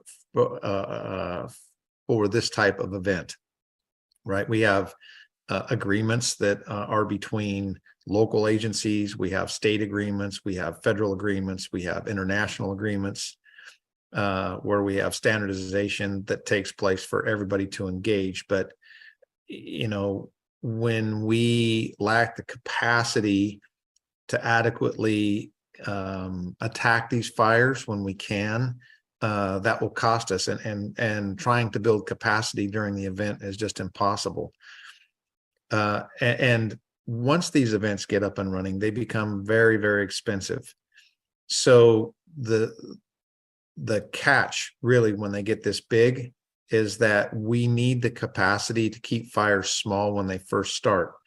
And when they get this big and they draw this many resources, we have in the fire service what we call drawdown, meaning we've drawn the resources so thin that now our ability to rapidly and successfully initial attack fires becomes compromised because we just don't have the resources there to do it. So for, my small part of life here on Earth and the fires that I've, had to deal with in these quote nuclear winters, and my first experience with that really was in 1987.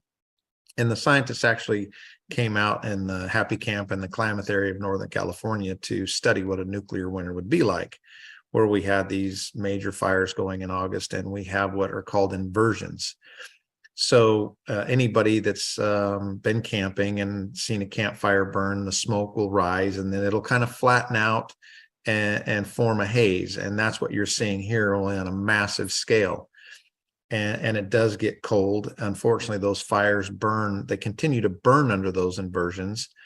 And then when the inversion gets hot enough, we have what we call an inversion break, where all of a sudden the air will escape up through the inversion and the fire takes off madly for several hours under the inversion. But once they get to that point, it makes it very difficult for aviation resources to be successful to even get in to help the people on the ground, because it's just so smoky. We can't safely operate those aircraft in those spaces. So unfortunately, I think right now it's going to be enduring, right? The population that's being impacted there on the East Coast and the central United States and Canada are at a point, unfortunately, where they're going to have to endure until Mother Nature changes her mind. what you're talking about resource wise, is this what's caused some of the problems in Canada not being able to get a handle on these fires? Well, I think it's important to put a couple of things in perspective. Fires traditionally need to burn. I mean, that's one way that Mother Nature, takes care of dead and dying material, beetle kill. There's a lot of reasons for fire to burn. That's good. Managing fire during peak burning conditions is almost virtually impossible. It only takes a few degrees of relative humidity, meaning the moisture in the air, or a change in wind to really affect what a fire does. So when we talk about resources and capacity, it becomes part of a matter of perspective. It's kind of like insurance, right? Do we want to spend money to build capacity so that when these events happen, we can really go after them? Or do we bet on the come that it's not going to happen? And unfortunately, when we listen to climatologists and scientists around the world and we experience what we're experiencing, where we see years and years and years of dry weather, where we see reservoirs drying up, where we see millions of trees dying, that just all adds to the fuel, no pun intended, for these fires to really take hold and go. And there's two ways fires are put out.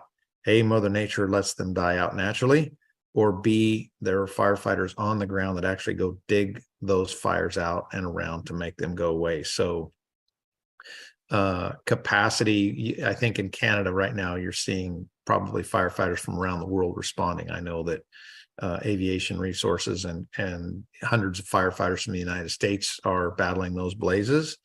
And I'm sure that there are people from Australia and probably many other countries engaging to help, Canada. And it's not just a regional North American problem right now. We're having this problem. We don't see it, in Siberia, in Asia, in Europe, where you see fires, burning in Germany, where they don't typically burn.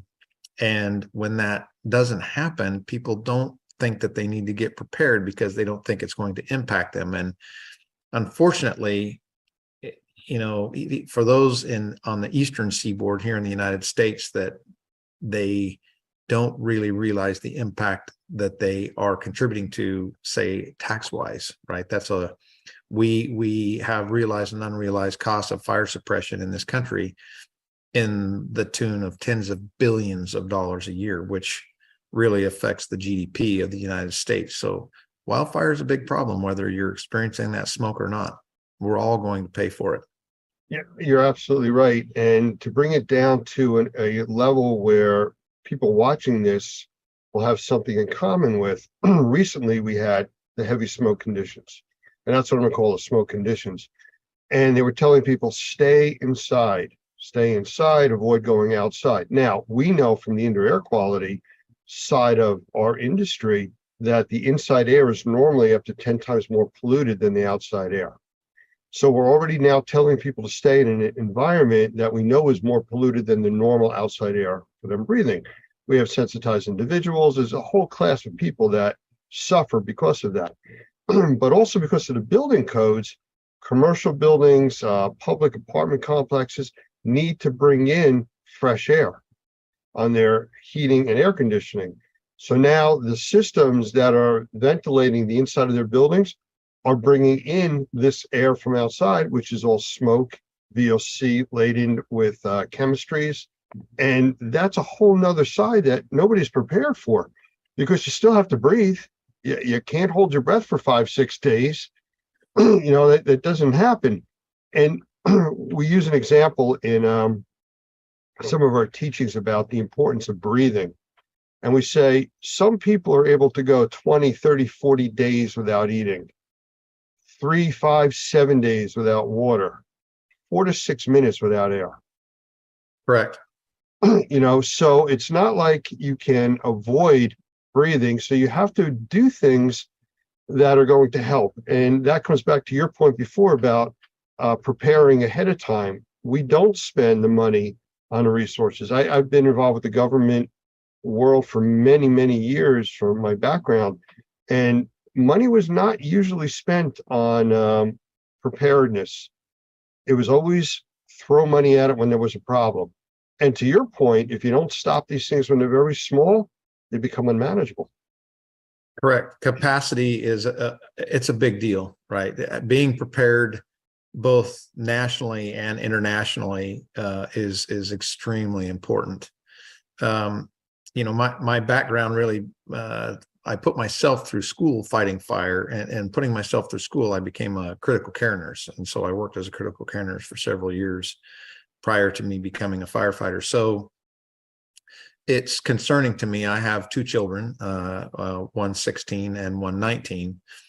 And we were impacted, for instance, by the Camp Fire, which burned the town of Paradise down. And in that fire, I think there were upwards of 20,000 structures that were burned to the ground and 80 some odd lives lost. And that fire burned into my town. That's where it stopped. But my children were exposed to something that I chose to expose myself to as a professional firefighter. And that's unnerving, because it's not just the smoke that you burn, that one breathes in the minute. It's the side effects many years down the road that impact, firefighters. And firefighters are notoriously prone to all different kinds of cancers, and they're called assumptive conditions that the government pays for when we get it, and oftentimes our lives are cut short. So that's what goes through my mind. And personally, when we were inundated with that kind of smoke, I did limit my children going out, because the air, like it or not, was worse outside. I did ensure that they were wearing N95 masks, similar to what people did, and I'm sure have in their possession as a result of COVID. Anything to be able to catch that particulate, changing out the filters, regularly in my home. Those were all things that were, top on my mind, just from my medical background and being conscientious of my firefighters when I was in the station, as it related to, diesel exhaust fumes in the bays when we were pulling engines out or pulling engines in, right? That wasn't a place to idle, because we just didn't want to be breathing that. Same for the public. There's an educational component that is missing in many industries. And in our industry, again, out of sight, out of mind, because you don't see the microscopic particulate and organisms and everything else that you inhale, people don't think about it. But when you're dealing with the fires, again, when it's in California, here on the East Coast, we don't think about it. We don't see it. It's not affecting us on a daily basis. But the submicron particles that are in these smoke plumes that are going out, they go straight into your lungs, and they pass right into your blood system and all the chemistries that are associated with them. And there's thousands. What's that? There's thousands of these, even just from a burning pine tree. Well, and I've heard people even talk about, well, it's a campfire or it's a fire pit. We do this all the time. Well, that's true. But the factory up the street that burned with ethyl methyl nasty stuff in it, that's now aerosolized in the flames, that's the stuff that's involved in what you're breathing, because of the homes that burn, the factories that burn, and all the things that are inside of it. Just the glues that are in the furniture, that you're sitting on, is all poisonous to inhale. And again, to me, it's an educational piece that people don't understand about emergency medical services, about law enforcement, about firefighting, that I look at this as an opportunity to provide awareness. Something as simple as a firefighter coming out of a burning building, the last thing you would want to do is cool him down by hosing off his turnout gear while he's wearing it. Or give him a hug. Or give him a hug. That jacket could be 300, 400, 500 degrees. As soon as you hose it down with water, you've created instant steam and you've scalded that individual. Well, the technology has changed drastically, from the time when I was a young firefighter. Nomex was just coming out, and that's the protective clothing that wildland firefighters wear. And my first several years of fighting fire, I did not wear Nomex. And then when I was in the structure world, in the municipal world, I had one set of turnouts, and those turnouts were by my bed, by my bunk.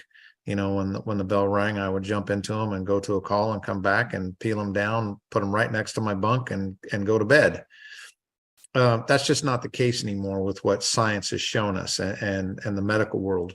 Now, firefighters typically have 2 sets of turnouts, and they rotate them through structure fires, and they go right to the extraction machine, and they have to go out and be professionally extracted if you're following an FPA every now and then. I used to go do school programs with the kids, and I'd have my turnouts and let them get in it. Turnouts are the gear, that we wear, and let them touch and feel and see. And now that's even been outlawed, where, nothing that's been in a fire like that can go into a school. It's new turnouts that have never been exposed to smoke.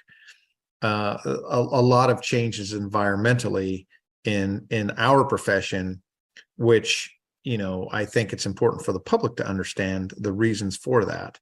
And it's important for the public to protect themselves as well, such as the things we just talked about: changing filters, not going outside, having your kids wear a mask. I mean, if I have 2 masks and I'm going out with, 2 kids, well, the kids are going to wear the mask, not me. I'm going to endure that change. But,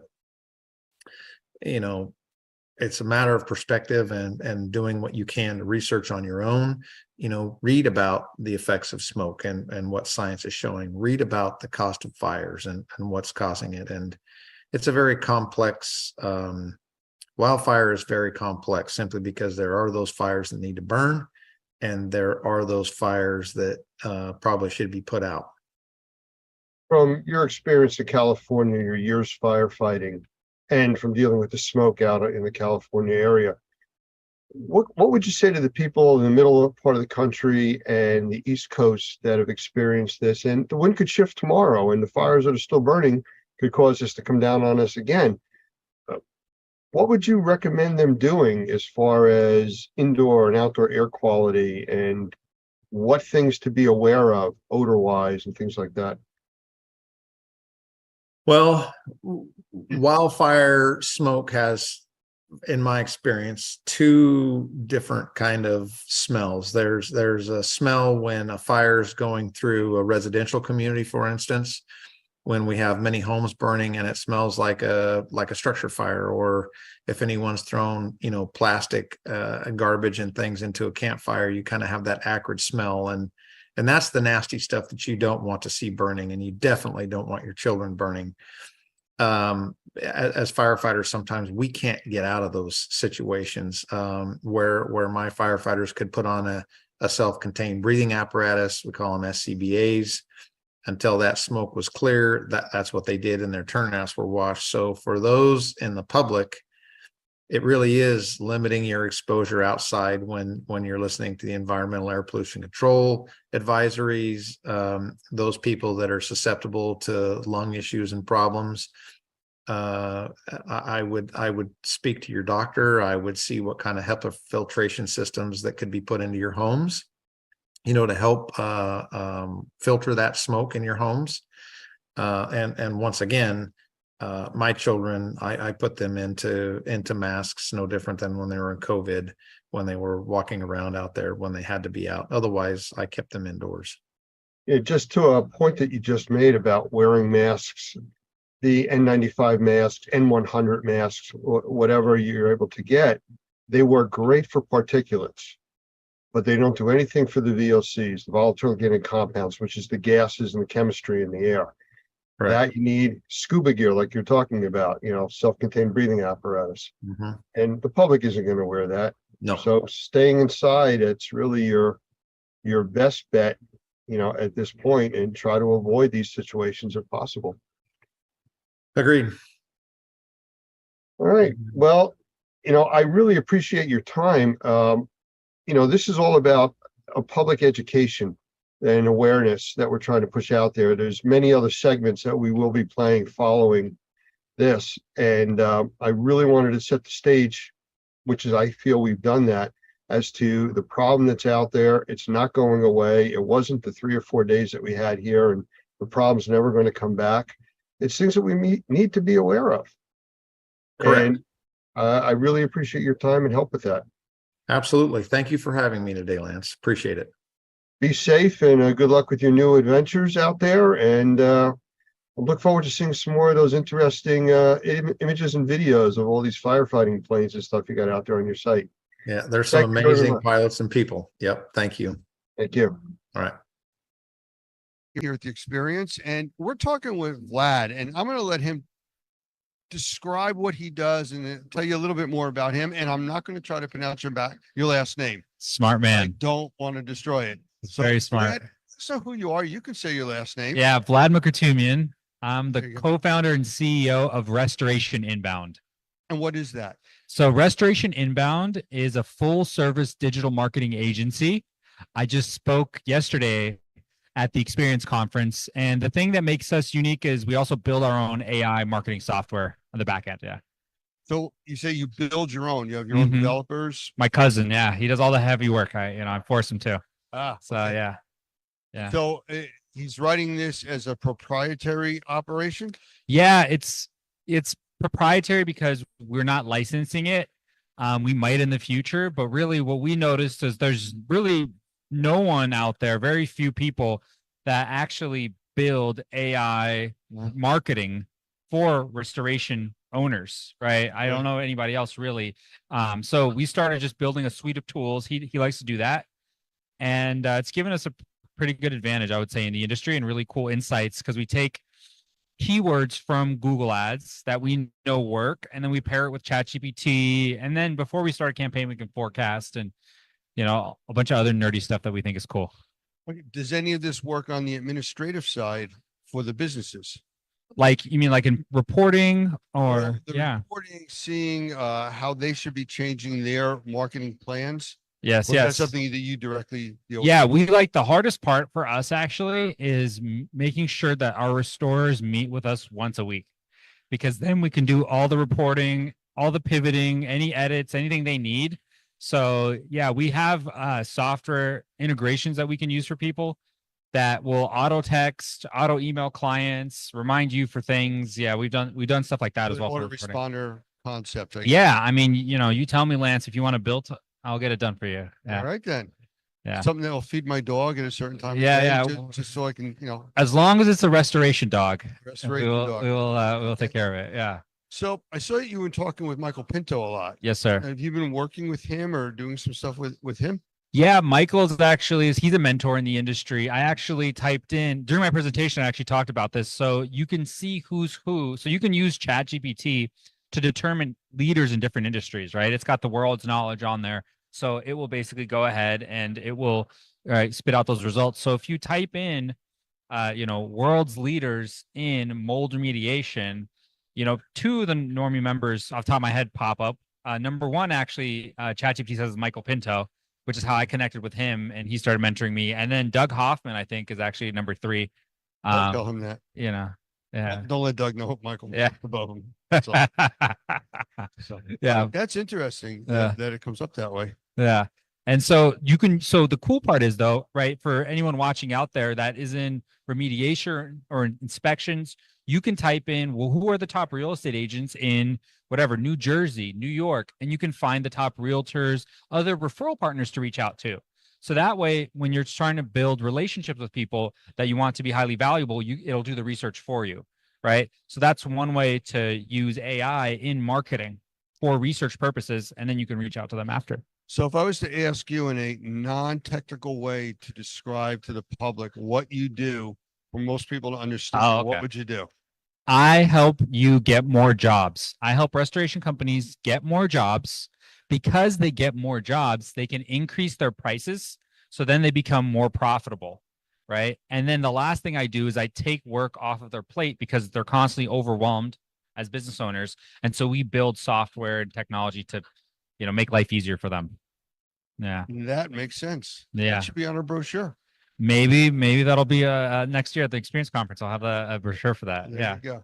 All right. So, yeah. So is there anything else you want to tell us about your company or what you've been doing? Yeah, I mean, I think the one thing we spoke about yesterday, I can get into that, which is social media and how a lot of these restoration owners, they're not on social media because they think, oh, well, my clients aren't on Facebook when they get water damage job, which is very true because obviously Google is king. You want to be on Google first.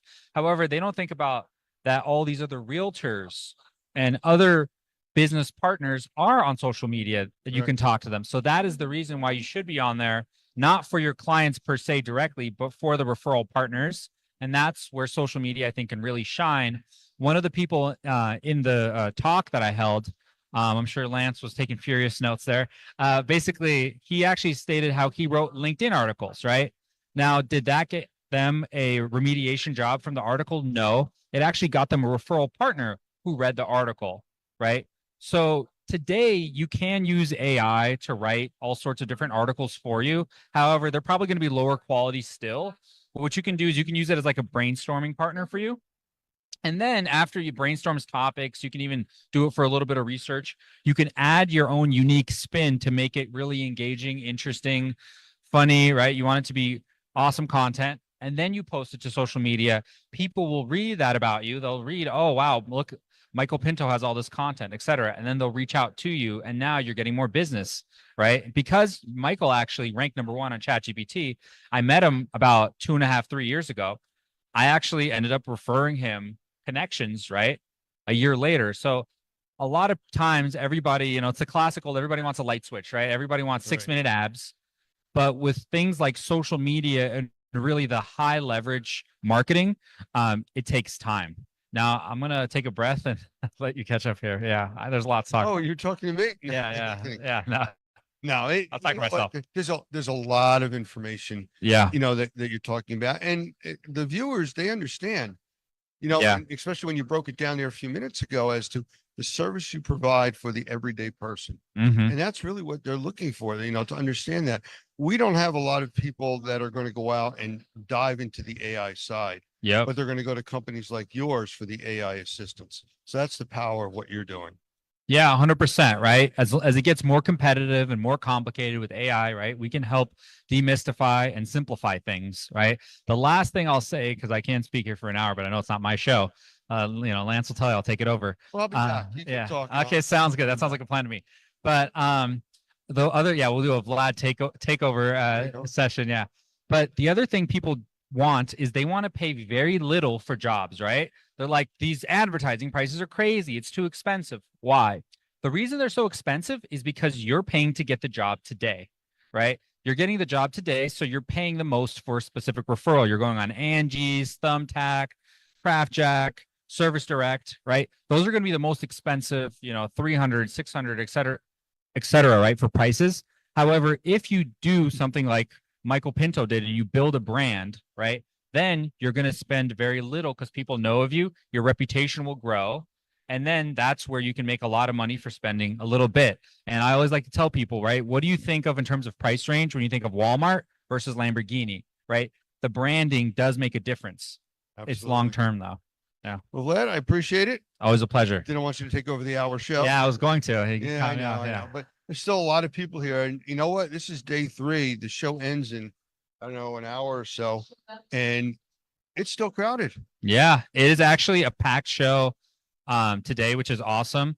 I actually will have to say I've been to other conferences. The Experience Conference is a wonderful one, and people are really engaging. They're friendly, and if people haven't attended, I highly recommend you guys check out the scene and come say hello to me if you do.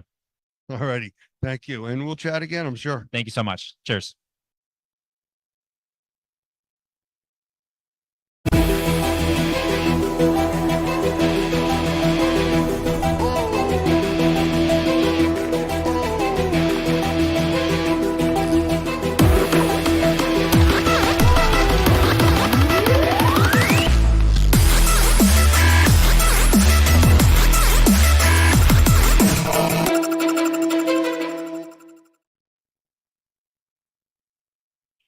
Okay, everybody, one more time before the end of the day, and then we have all day tomorrow to do some more interviews. But for now, I want to end the day talking to, and I'm just going to say, Becky, I mean, we've done trainings together.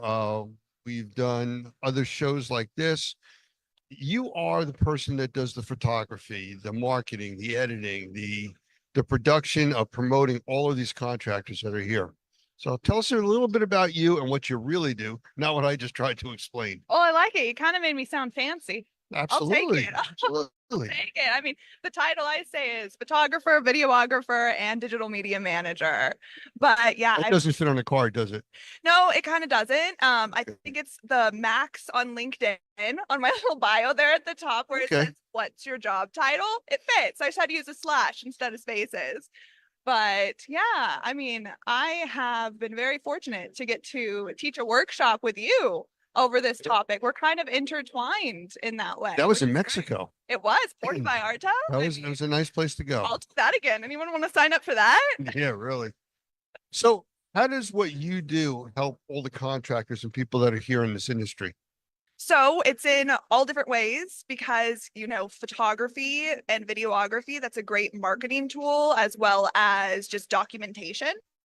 And then when it comes to digital media management, that's your social media. Are you telling me to hold it up closer? Yeah, a Okay. little I closer. saw it. I saw it. Was that a little better, you Just a think? little. Okay. And then digital media marketing is, getting yourself in front of the right people, right? With marketing, you talk about marketing as well. But what I focus on is organic reach. So yes, I do ads as well, but I focus on what's going to be free for you. How are you going to get stuff out for free without having The organic stuff. Yeah, Just organic basically. reach. Exactly. And there's people here in all different verticals from carpet manufacturers and cleaners, plumbers, electricians. I mean, everybody is here with all kinds of technical tools and things that they do, but they all need to market, Oh, yes. and I think the way that you approach the industry and being able to help them is a little unique. Oh, thank you. It just is, and I've seen you do the training and the uniqueness is one that you care and you take each company on as an individual, not just, all right, here's the routine. This is what Oh, you I'm do. glad you see that because yeah, that's the biggest goal is getting to help the company and getting to see the company evolve. That's the most rewarding thing for me is just getting to see, hey, we started from here, we started from the ground, or maybe we started from high up, but how can I take you to that next level? So Any special tricks or things that are favorite of yours in that area? well, it depends on because like you said, there's all different types of companies in this industry across the board. So it does depend on kind of where you're at, but I recommend engaging with your audience in any way that you can, whether it be posting a live video very often because those pop up first on everyone's feed. Or am I holding it close enough? You're fun. Or, just engaging with your audience as much as you can, posting as often as you can, and even posting stuff that you think people wouldn't care about. People care more than you think. I did a training the other day and I talked about talking to your audience, but not for things that you like, because they may like something completely different. You Yeah. can't just tell them what you like. You got to tell them what they like. Yeah. Yeah. And even asking your audience what they like and then talking about that is a great way to approach it. And that's too. the idea. It's really changing it to the direction of what their needs and wants are. Oh, yeah. So yeah, no, I like the whole marketing side of this. I like the way that you did your presentation when we did it in Mexico. I And, appreciate yours as well. That's why I wanted to talk to you here. So if anybody out there wants to get your type of help with promoting their business, how do they reach you? Well, I mean, you can reach me directly if you want to. What do we want to give You them? can give them your website, you can give whatever email, whatever contact you Well, want to I'm do. Becky Tomeno. You can reach me through anything, honestly. I'll give you the fun one. So I'm on Instagram as Gotta Love Monkeys. This is my personal page, GOTTALOVEMONKEYS. Yes, that's my name on Instagram. You can reach me there. You can find me on Facebook as Becky Tomeno. And my last name is kind of tricky because it sounds like an A sometimes, but it's TOMAINO, Tomeno. Sometimes I say it tomato, tomato, however you want to say it. Doesn't really matter. Like Okay. we were saying earlier, we answer to anything, right? But yeah, and then I own Rebecca Lauren Photography and Rebecca Lauren Media. So a great way to look at that is just RebeccaLaurenPhotography.com. But I'm on everything. I'm on LinkedIn, as you all should be. Facebook, Instagram, all of the things. So And now you're on Normie TV. I'm on Normie TV. I'm famous now. Yes, you are. So, well, I appreciate you stopping by. I know that you've been running around Sure. talking to people all day too, and my voice is just about gone. So Do you have any left for tomorrow? I'll try not to talk much tonight. Okay, good. So, a little sabbatical and then we're chatting. Absolutely. So thank you Yeah. again for stopping by. We appreciate it. And hopefully the people out there, if they need your services, will reach out. Well, awesome. Reach out. Thank you. Thanks, Lance. This was fun. And I'm going to turn it over to you. This is Skip Jankowski.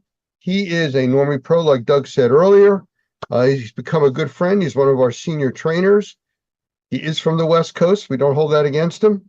And Skip, I'm going to turn it over to you for your presentation. Share your screen, and we'll be here if you need any assistance. All right. Thank you very much. By the way, this presentation, I didn't get the memo. It was sent out to all of attendees that I would be talking about mycotoxins. I'm actually taking a different pathway tonight. In the future, I can talk about it, but I wanted to give something a little bit more of an overview. It'll make sense. Hang with me. Nobody has to take notes.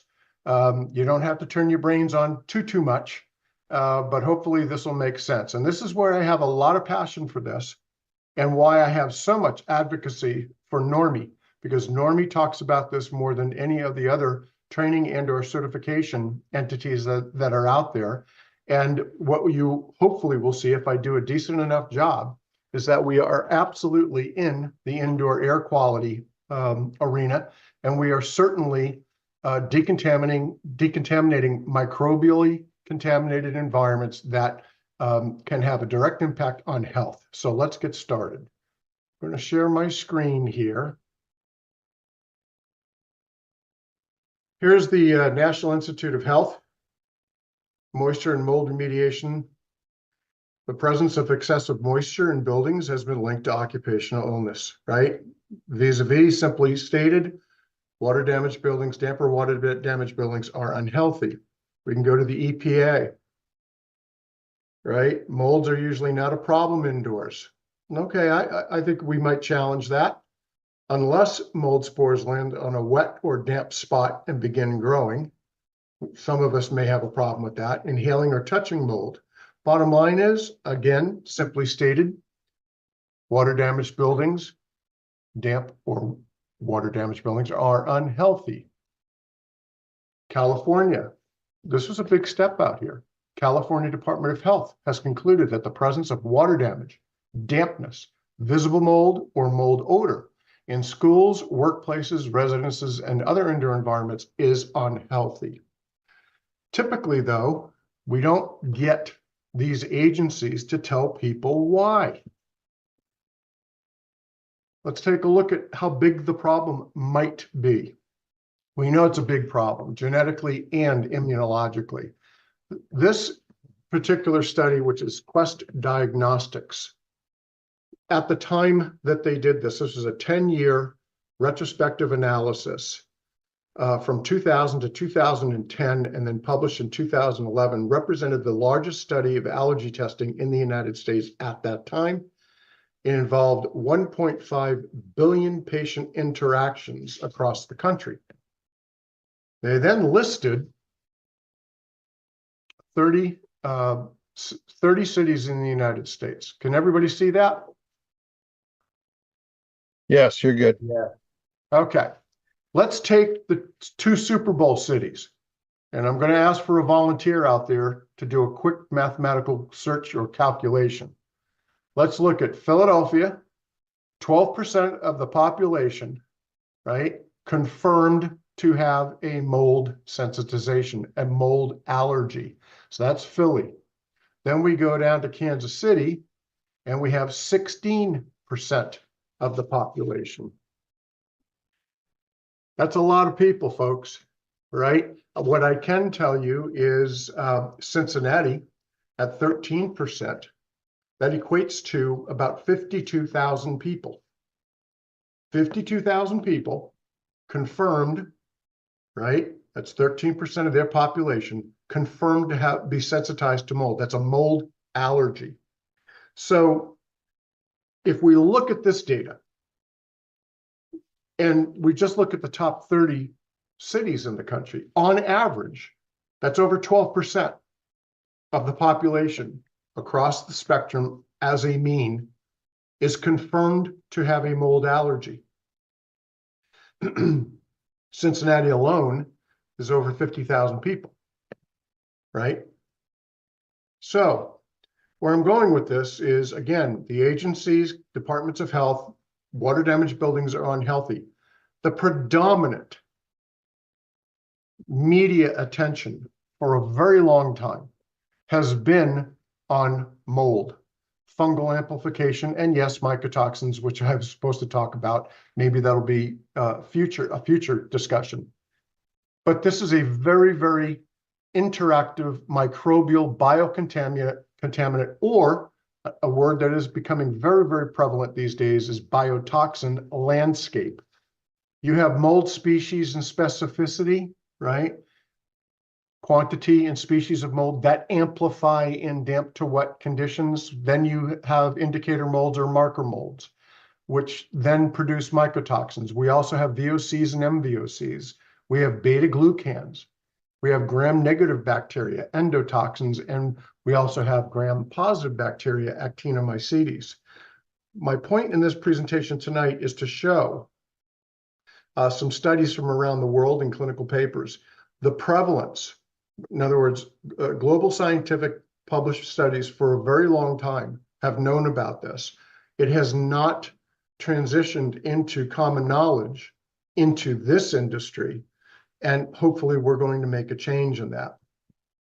Bacteria, right? Note about bacteria, don't take notes. There's not going to be a test. It's either gram positive or gram negative, right? And that's a function of staining. Each cell membrane allows for a certain stain to take, either red if you're gram negative or purple if you're gram positive. Gram positive are typically associated with Actinomycetes, right? Actinomycetes research recently, which we now know that CIRS, chronic inflammatory response syndrome, is now a medically accepted diagnosis, right? It characterized by a chronic inflammatory response which is triggered by predominantly a genetic predisposition. HLA-DRDQ gene doesn't function properly. Gram-negative bacteria, we're pretty much talking about endotoxins, both of which, again, actinobacteria, right? Actinomycetes, actinos for short. Endotoxins is an actual part of the membrane of that bacteria, both of which start to grow on buildings along with mold and everything else, but they too, just like mold spores, become aerosolized. And at that point in time, they are now a bioaerosol. And the principal pathway or the triggering mechanism for someone's immune system to respond either immunologically, like what's represented in the Quest study, or for CIRS patient genetically, it's through inhalation. This particular study, the Environmental Health Unit, the National Institute of Health in Finland, talked about indoor microbiota and severely moisture damaged homes and the impact of interventions. Interesting. Again, I so apologize. I've got one screen here which is very large. This is very short. If I'm so fortunate to be able to do this again, I will have solved this technical glitch. The point of this particular study, published in 2017, had everything to do with trying to find microbial contaminant indicators or flags associated with an occupant's illness or prevalence of illness, and to be able to rank that house. We've talked about this in our normie classes, especially the sensitized individual. What is the issue, the health issue of that occupant? And then what are you looking for in the form of a source contaminant? In short, this particular study, that's exactly what they were looking for. What is the occupant illness? How can we assess the various biocontaminants, whether they be mold, mycotoxins, or bacteria, to rank the house a certain way, which then leads to a remediation protocol that may be a better approach to reverse the contamination. So a couple of aspects of the paper.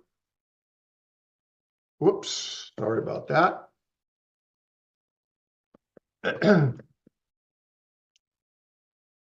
So they're using novel sequencing.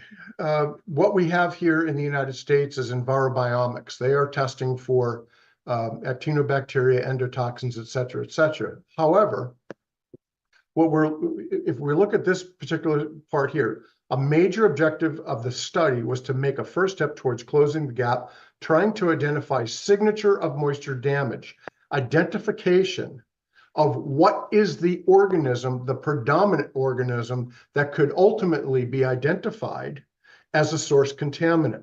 It's pretty cool to me that science is working down that pathway, right? And it's going to be transitional into the industry.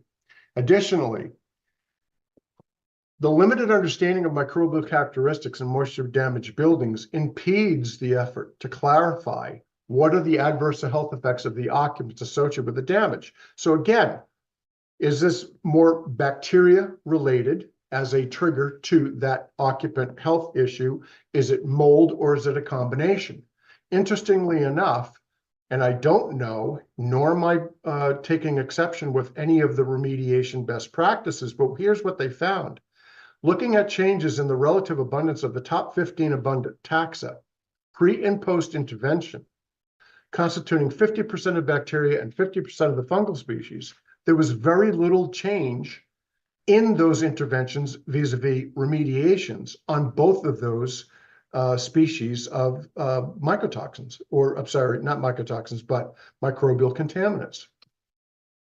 And then the absence of clear fungal signals in the buildings that they were assessing was really dumbfounded to them, because the mindset has always been that this is a mold problem in damp and water damaged buildings, regardless of the fact that for decades now we've understood that bacteria plays a major role. Additionally, this is very interesting, Frontiers in Bioscience, published in 2011, again in Finland.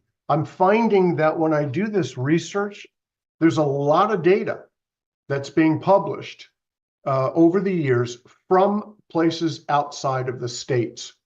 If I were to have talked about it in the future in talking about mycotoxins specifically, Dr. Erika Blom, Lund University in Sweden, did some groundbreaking work in testing air and surface samples in water damaged buildings, not only in Sweden, where she found and confirmed in multiple tests that 80% of the aerosolized samples that she was testing were positive for mycotoxins. And she did the same thing in Katrina, where she found upwards of 60% of Katrina homes had aerosolized mycotoxins that they were able to capture. But here's the thing that was really interesting to me. Yes, we know that things take place on surfaces. Yes, we know that building materials, if they're damp and wet long enough, you get the colonization of mold, mycotoxins, bacteria. But take a look at this. Even back in 2002, actinomycetes in indoor air were higher in buildings that have this contamination in their inner wall insulation material of these damp and wet structures. And they found that because of the size of the actinobacteria, they were more readily migratory from the inner wall cavity into the habitable space based on their size, more so than mold spores. Pretty interesting stuff. When we get into some of the aerosolization potential of, in this case, mold, as reported by Thrasher and Crowley in Industrial Health 2009, how many spores can be aerosolized? So they did a bench study. First and foremost, one of the things that I found interesting by these authors or these researchers was that when mold species exceed those outdoors in an indoor environment, they're already deducing contamination has taken place. What does that mean if you've got 3,700 Aspergillus penicillium outside, you get 5,200 inside, it's contaminated, even though you have a relative similarity in quantity of those species, right? Okay, so they do a bench study and they set up a biosafety cabinet and they introduce some laminar airflow in there representative of what you would see in a home. And here's what they found. Different species of mold become dislodged, move from a surface into the air in different amounts per species. So as they were testing Cladosporium, and by the way, this is 1 centimeter, which is the equivalent of your fingernail on your index finger. Under 500 spores for Cladosporium type, Stachybotrys 4,000, Aspergillus penicillium 10,000 spores each. Now, one way that I look at this and go, wow, that's like your HVAC system is on. You have a fan on in a room. You're walking past a wall, right? And then all of a sudden, this is by virtue of changes in air pressure differentials. You're pulling these spores or they're being released into the atmosphere. Oftentimes when we're doing spore trap sample testing or assessing companies that do perform this, we're not capturing everything. So this type of background knowledge, whether it be bacteria, or in this case, mold spores and other byproducts of these microbial contaminants, to understand that this has been proven, this has been tested, this has been found elsewhere, gives us some knowledge about what we're really looking at, and if we're not looking at it or for it, we should be, especially because we're talking about health issues. Also published and sent from the same paper, Thrasher and Crowley, right? What has Normie talked about? What do we talk about, unlike other certifying entities or certification or teaching bodies? 9 biocontaminants, right? We can list them. Gram-negative and positive bacteria, mycotoxins, molds, proteins, beta-glucans, endotoxins. Actinomycetes are associated with hypersensitivity pneumonitis, invasive infections, rather, blah, blah, blah, blah, blah. Other types of mycotoxins are producing things very similar to chemotherapy agents.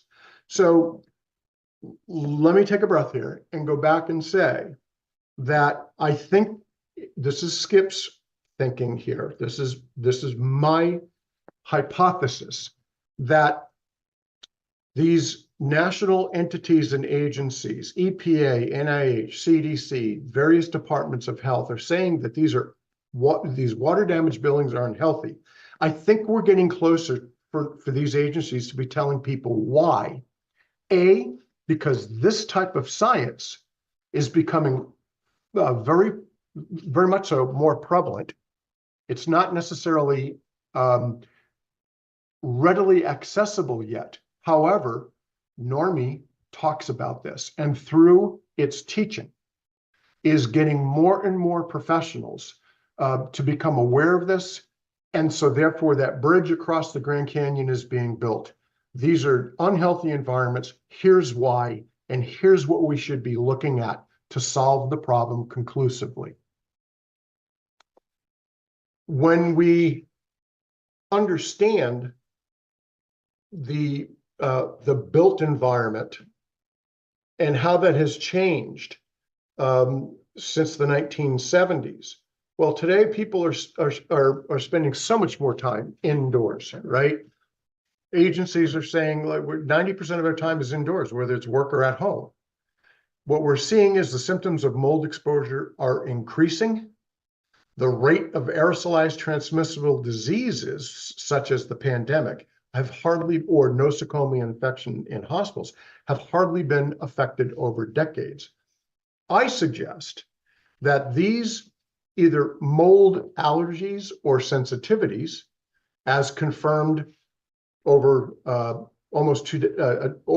over a decade ago, in fact, almost 2 decades ago by Quest with that data compilation, again, 1.5 billion. We're not talking about a study of 200 data points, right? 1.5 billion. If the symptoms of mold exposure are increasing, that means more and more people are becoming aware that something is happening.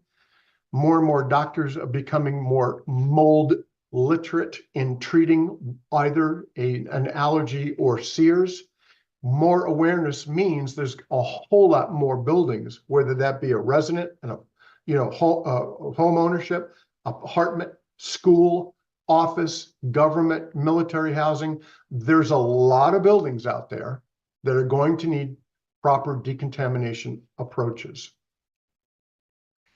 From the healthcare practitioner standpoint, there's a reason why Dr. Neil Nathan states that when it comes to the most sensitized patients, he's emphasized and will continue to emphasize mold toxicity is the single most common contributing cause of that sensitivity.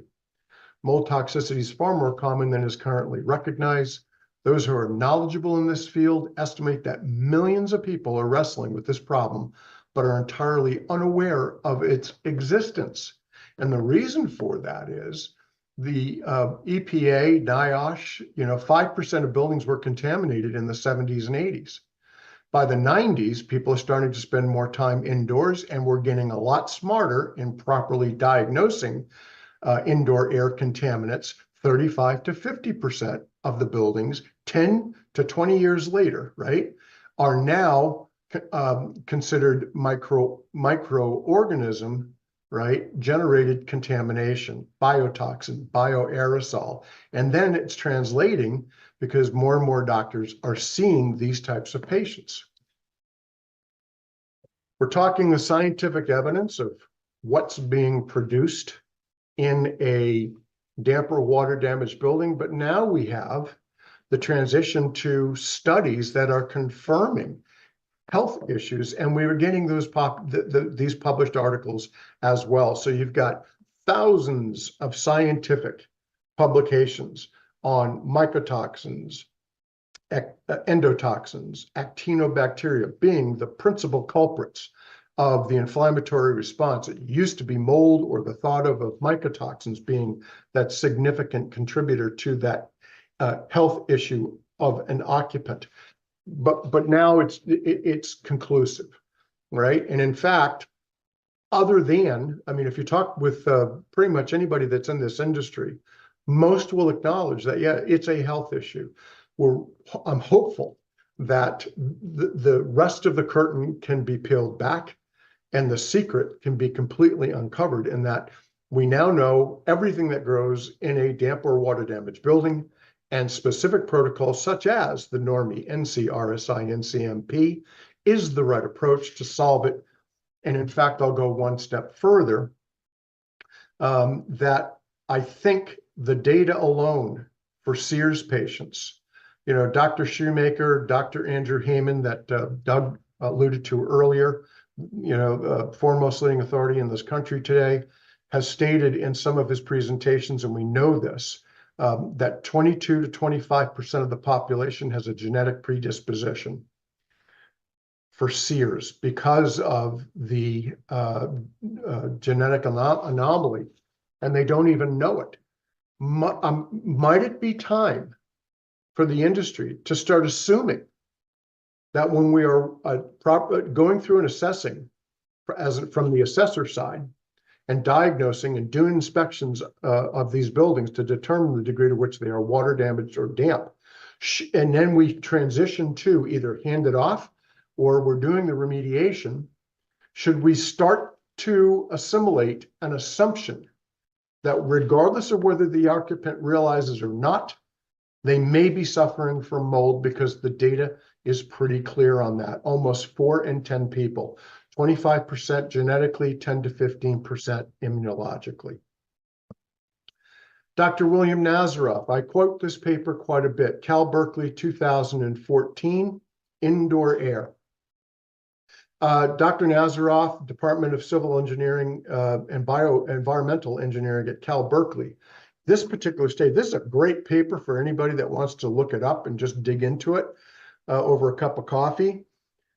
Talking about the bioaerosol behavior and its effect on human beings is is particularly coupled to the particle size in the 0.1 to 10 micron for bioaerosols. In fact, what he further goes into, which I will not hear, it is that 2 or sub 2 micron particle that is the biggest culprit, whether that is a mycotoxin or a mold species, or an actinobacteria, or an endotoxin, that is of significant concern, because sub 2 micron particles, they now know, are so easily deposited deep into the human lung and therefore into the bloodstream. Now, we don't have to be doctors, right? We don't treat people. But I think that if we can have and increase and develop our knowledge of what the medical community and the scientific community has identified, and which is now confirmed, all of us in this industry will be better served to more comprehensively and completely and thoroughly decontaminate these damp and water damaged buildings, such that the end result of our efforts leaves an environment that can support recovery and then certainly wellness long-term for the people that are living in these buildings. One of the things that we have that is frustrating to all of us, our clientele, those that we interact with on a daily basis, there are no published standards by the EPA, the NIH, the CDC, various state departments of health on what is a normal amount of mold.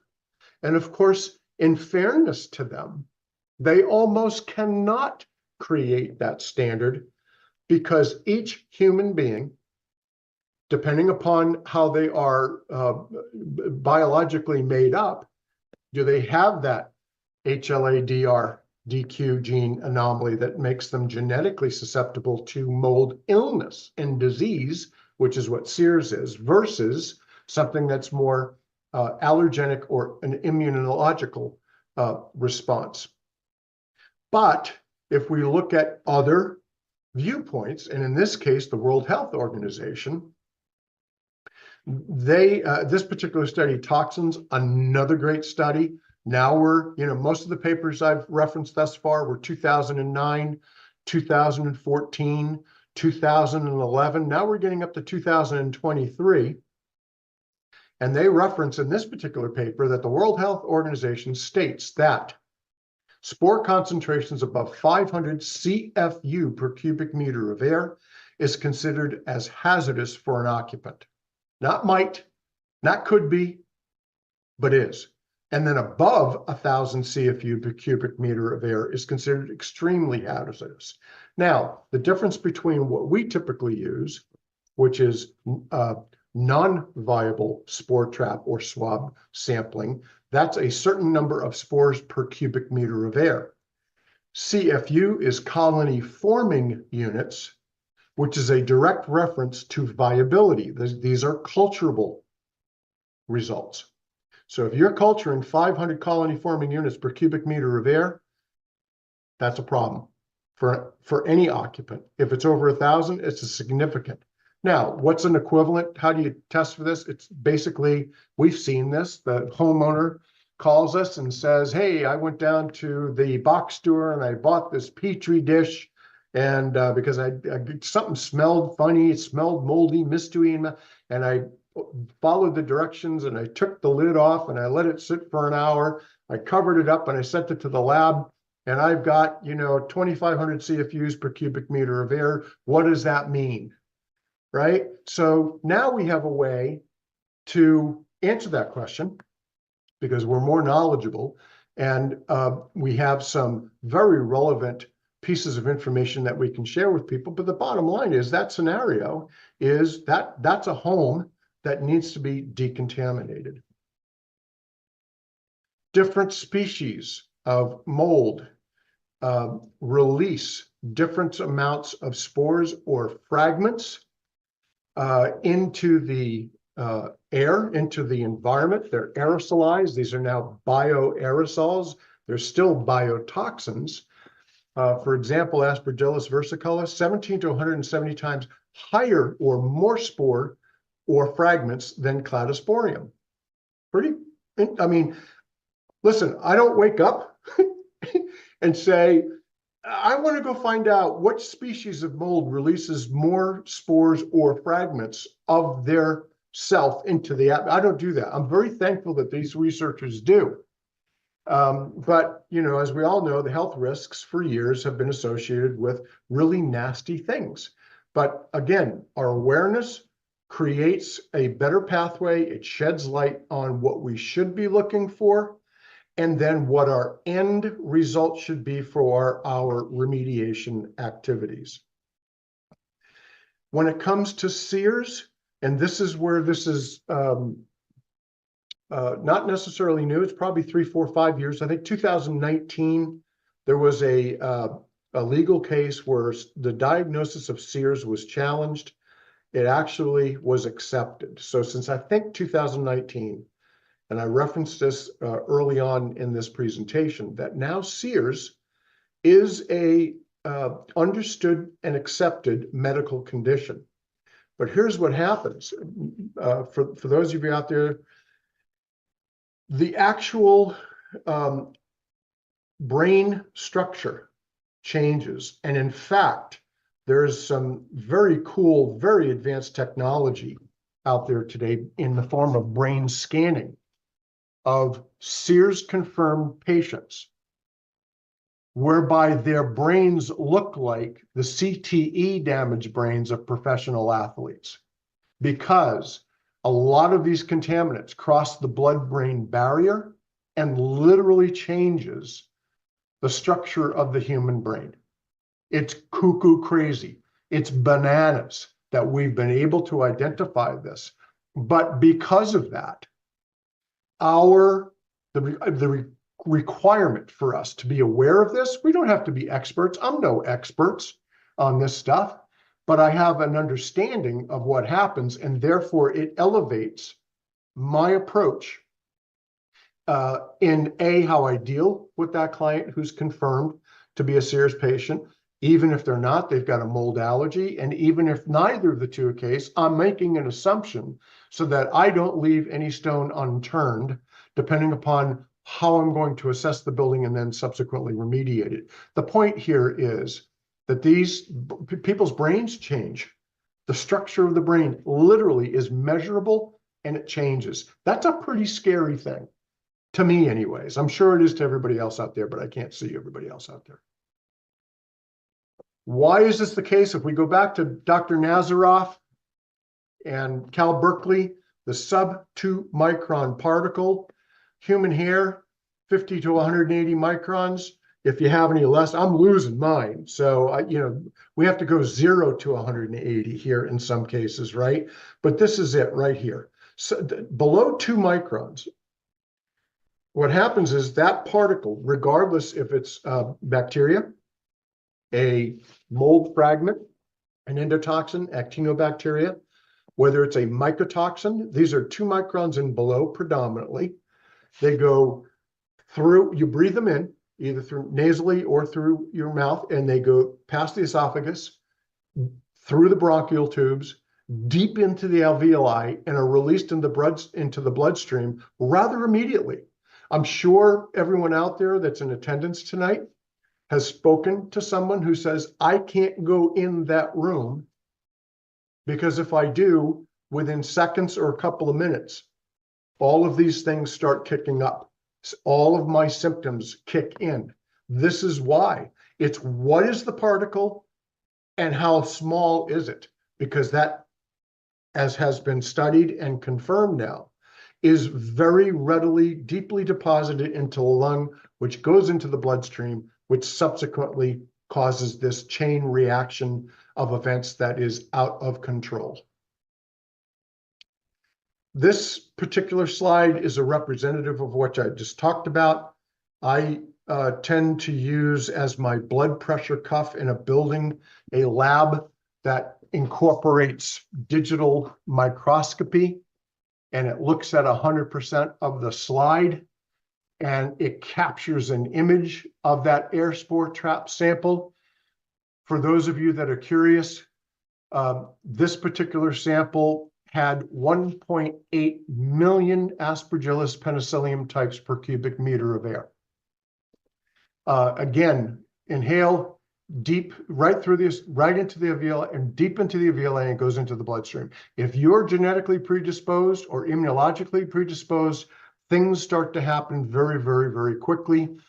And even if you're not, you know, some people are sensitized to mold. Well, we know that all mold can make anyone sick. It's a dose, duration, and over time, right? If you're in a contaminated environment long enough, you're going to have an effect. The biggest thing here that is very, very, very, very challenging happens when these patients are finally get to a doctor. The doctors have the biggest challenge here. This is crazy. I just put this up here because the physicians that treat these people, predominantly SEERs, and for that matter, those who are immunologically sensitized, an allergy type patient, they got to look at everything. There's a lot that they have to do, and it takes a long time for them to be talking to those particular patients. There's a long road to hoe. They got to look at a lot of things. So our job is critical. The physician's job is very, very complex because they have to look at so many things biologically. In the end, and I want to leave a little bit of time here, when we're dealing with people that have allergies, when we're dealing with people that are SEERs, we have all dealt with them. It's not fun. In many cases, if it's a SEERs patient, right now I'm dealing with 2 referred to me from doctors outside. These folks are at the end of their rope. We know what causes it. And then Normie, in its charter, Guidon, is here to change the world. The more we know about what this causes, or the more we can uncover and properly diagnose through the certain testing, whether it's a swab or a spore trap or a viability test, or looking at PCR type testing. What are the endotoxins found? You know, using a beta glucan, getting a comprehensive diagnosis is going to help us. And of course, the last thing here is that the entire environment, if I go back, and I don't want to have to go back and look at all these slides, but if something started growing on a wall or a floor or a ceiling, it got into the air. It's by the time this was identified, the containment barrier isn't going to contain the biotoxins, which is why it is so critical for the Normie sanitization protocol to be comprehensively enacted and done correctly, because the whole environment, if this was a problem in the kitchen, there's a biotoxin in the bedroom, and vice versa. So we owe it to these buildings to do the best we can, and there's just so much information out there today that can help us be better at what we do to reverse this contamination. I'm going to stop sharing right now. And Lance, if you want to open it up, and I hope that made sense. There was a lot of stuff there. I just hope that logically it makes sense, that we have a lot more stuff that we could be looking at. We have the tools to do it. And Normie's at the forefront of this as it relates to what should you be looking at, and here's how you correct it. Well, Skip, first thing, I want to thank you for doing that. It was a tremendous amount of information in there. And I do have a few questions I want to follow up with, and some of them were put in by some of our people here. But I want to kind of set the stage first to answer a question about why we don't, or why we haven't to this point reacted as aggressively towards these situations as some other parts of the world. Most of the people here in the room have seen somebody stung by a bee and have a reaction to it. Most of the people here have at some point seen somebody touch poison ivy, and within a very short amount of time have a reaction to it. The biggest difference is you can see what's causing the problem. in what you're talking about, we're talking about microscopic organisms that people can't see. You know, it's just like saying, when's the last time you looked up in your house? Really? They don't look, they don't see, it doesn't exist. So I think that's one of the bigger things, that we're now dealing with a world that we can't see with the naked eye, and that's causing a lot of these issues. A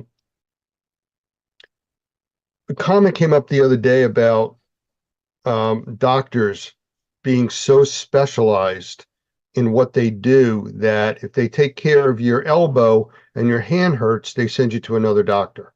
Yeah. But wait a minute, it's a few inches away. They don't do that. The double-edged sword to that, though, kind of works in our favor, because now we're having a lot of doctors actually researching this environmental medicine and getting very, very specialized into it. And these are the people doing the research and bringing this out to the forefront. So I see that as kind of working in our favor, even though we may have to run to 3 or 4 doctors because 2 different parts of our arm hurt.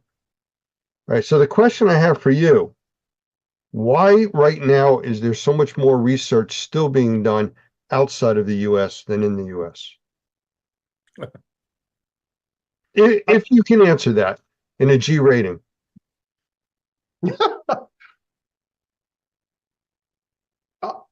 Well, number one, I would think that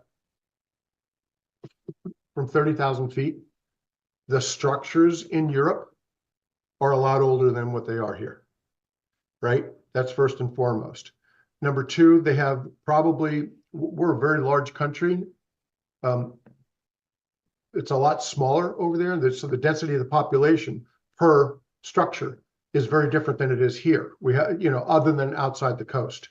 Thirdly, I think that's just been on their radar screen. For example, we can use rising damp.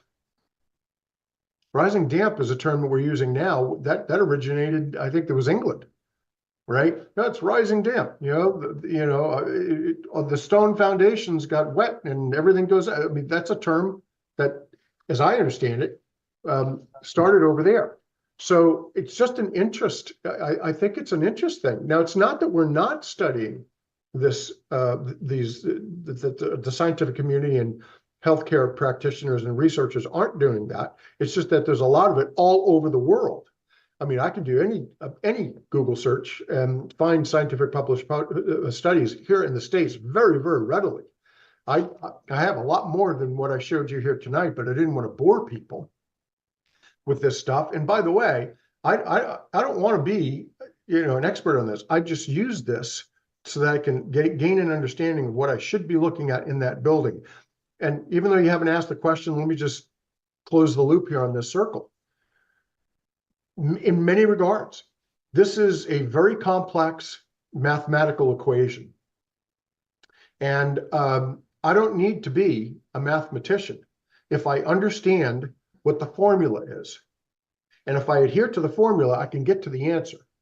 Even though we can't see this stuff, if we know we should be looking for actinobacteria, and there are labs out there that'll send us a kit that will be able to do that, where we can get an interpretive result. And I can look for beta glucans and I can look for VOCs. We have all that. These are tools that need to go into the toolbox. So can I add a fourth reason? Difference between, I think, Europe and some of these Asia, some of the other countries compared to us. And I don't want to sound too political about this, but I think generally speaking, allopaths, the doctors that we deal with from the MD side of it, in America, we're more interested in dealing with symptoms than we are causes. Yeah. And truthfully, for most of us, if we have a headache, well, we want to lose weight. It's easier to take Ozempic than it is to stop eating and exercise. Right. We've got pain somewhere. We're going to take a medicine to deal with the pain rather than the symptom, rather than finding the cause. So in 2010, I was invited to speak in Los Angeles at the Alternative Therapies Conference for cancer therapies. And there were 1,700 doctors there. I was asked there to speak on the subject of mold and how we're talking about a long time ago, Yeah. but I was there to talk about mold and the potential health effects related to mold, that what we knew then. And what was interesting was that out of these 1,700 doctors, 85% of them were from outside of the United States. And the practices that they were using, the therapies that they were using, were not approved by the FDA in the States. And the practices that they were using were as a result of exactly what you just said, Skip, that they had been looking at studies for the cause, and then they were addressing the cause. And so with cancer, for instance, they were dealing with diet, they were dealing with hyperthermia, they were dealing with different pH diets, those sorts of things. It was just a completely different approach than in the allopath world, at least back then, was if you got cancer, let's cut it out, or let's radiate it. So I think I just think that's a factor. Like I said, I don't want to sound too political about it, but I think our approach to medicine has been completely different than what we see in Europe. Yeah, a lot of these studies, the Finnish studies that I started off with, it's a holistic approach. Is that a Finnish study or is that normie? Is that a Finnish study or normie? It's a holistic approach because you will not solve the problem if you don't look at the source. Right. And then you're not going to solve the problem if you think that you only have to reduce quantitatively the amount of mold spores in a containment area. You're missing the containment areas for the most part, right? It's a fraction of the total cubic amount of air in a building. And the rest of it is contaminated, and we're only focused on what's behind the plastic. So cannot pay enough homage to the sanitization protocol and high-level disinfecting cleaning to remove these particulates. Because, hey, look, you've interacted with Dr. Remy and Dr. Heyman, right? If you don't remove the endotoxins to the extent that you can, or the actinobacteria, that person is not going to get better. They just won't, because they still are exposed. So it's a big, big, big job.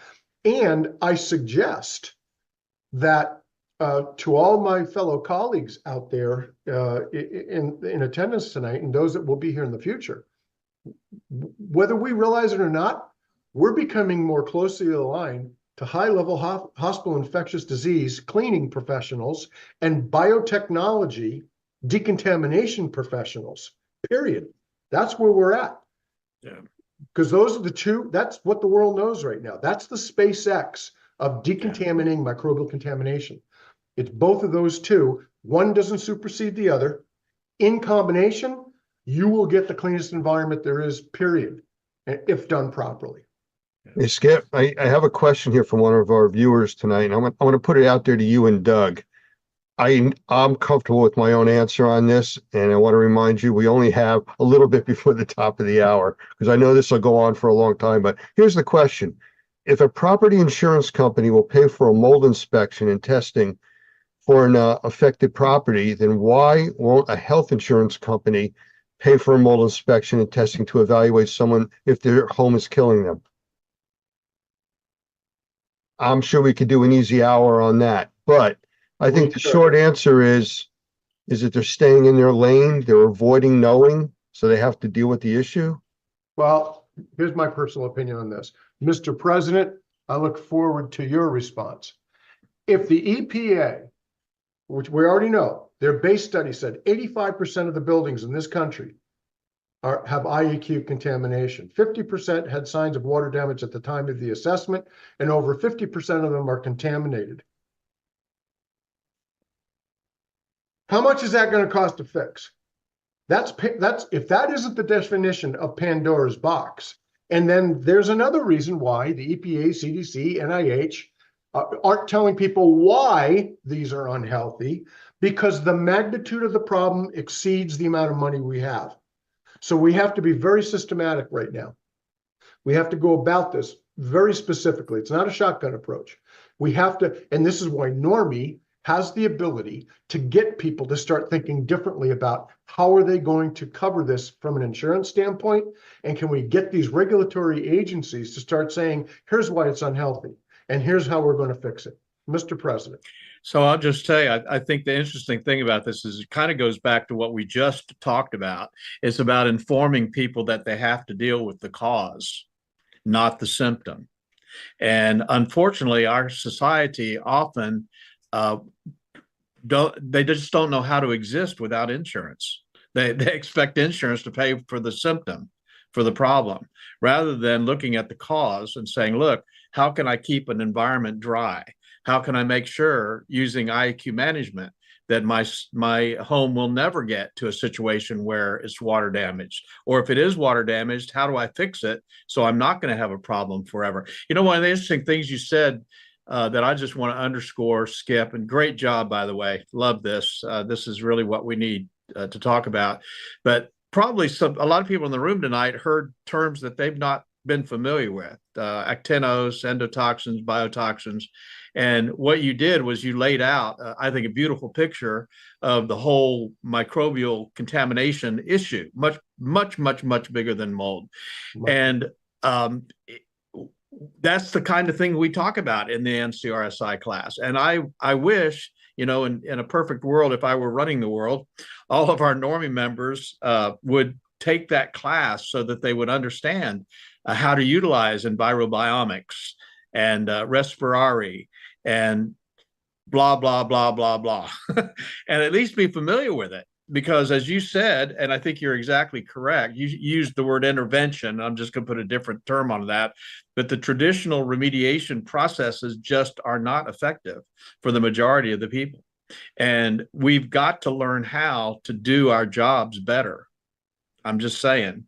Well, there's no, and in order to do so, you have to understand what is it that you're trying to solve. And that's this type of information, which you don't have to be Einstein to have a working comprehensive knowledge of what this means, right?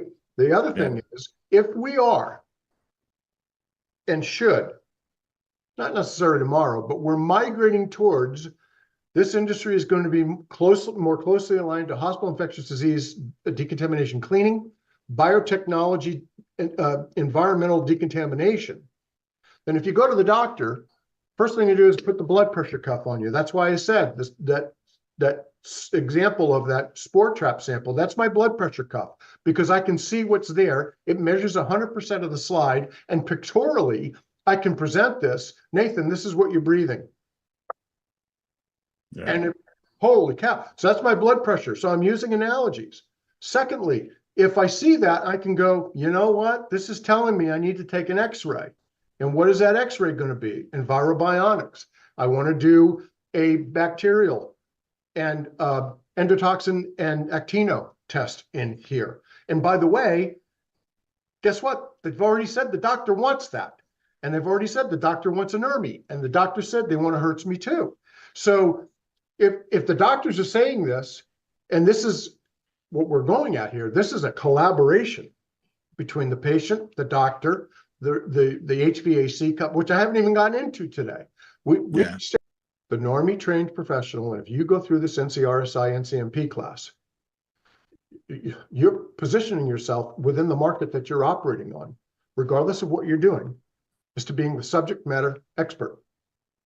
And every single market all over the world needs somebody who understands this stuff, because the people that are affected are looking for hope. They want hope that they can talk to somebody and get the right information. And when people call us, they go, that's the closest thing I've gotten to what my doctor is telling me I got to deal with. I call all these other companies, they don't know what the hell I'm talking about. And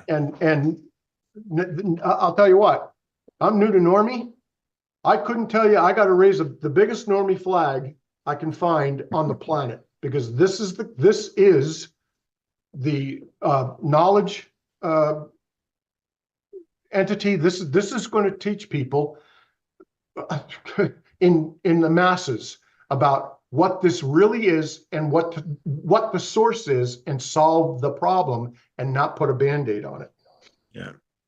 We are at the top of the hour, but I do have one comment I want to repeat from somebody in the room, and then we have a hand raised for another question. But real quick, Skip, the question I asked you earlier that you responded to, one of our members kind of responded at the same time, and they responded in a way that you physically can't. They did it in 5 words. Follow the money, big pharma. I saw that pop up on the screen. Yeah. And guess what? And Randall's in the room, and I'm going to open up his mic here. You had a question for us. Go ahead, Randall. Thank you. There you go. Great stuff. Yes, go ahead. Well, let me just say this again, just to balance that off. Big pharma exists because we want the drugs. Right. Yep. Yeah. Yep. Hey, there's a confirmation happening tomorrow, perhaps. We'll see. Might make a difference. Yes. So my question was, but I'll make a quick comment. You talked about the client patient, not patient for us, but the client can't see things. I will, we've already talked, some of us have already talked a little bit about the Immunolytics gravity plate concept. That my job with that, when I was talking with friends, family, and neighbors, is, hey, it's not as bad as you think. Many times it looks worse. They can see that. And now you have to help interpret what is a concern and what is not based on what the criteria that's been developed over decades of several doctors analyzing the data. It's very visually powerful, and it's really critical to not overstate it, because people can easily jump to oh no, this looks horrible, when it's not. And so on, but sometimes it is horrible. But my question is on the treatments, and I think you kind of touched on this, like you say, with the sanitization protocol. The things I've seen, mold spores tend to be one of the hardest things to kill. The bacteria, viruses, and lots of other stuff tend to get done earlier. So we're already focusing on the technologies and methods that will kill the stuff we haven't tested for. If we just test for some of the, we don't have to test for everything on that list, and we're still using technologies that will cleanse a whole bunch of it. But then I'm going to add some things I've heard that I'm using. I've heard, and I need to research further, that they may neutralize mycotoxins, some citrus-based things and some other things to some degree on the more powerful things. That seems like a path of us pursuing what methods can go after the whole ball of wax, even if you haven't tested for the whole ball of wax, or more of the ball of wax, I should say, that will help neutralize more of the things in the environment, even if you went after the most obvious ones. Does that make sense?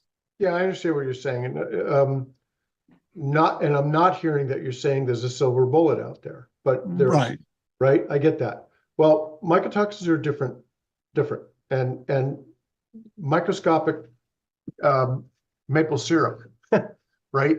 They can be aerosolized, they're attached, they're sticky, they stick to surfaces. I haven't seen anything yet that's been in a reproducible way with statistical relevancy that says XYZ process solves the problem.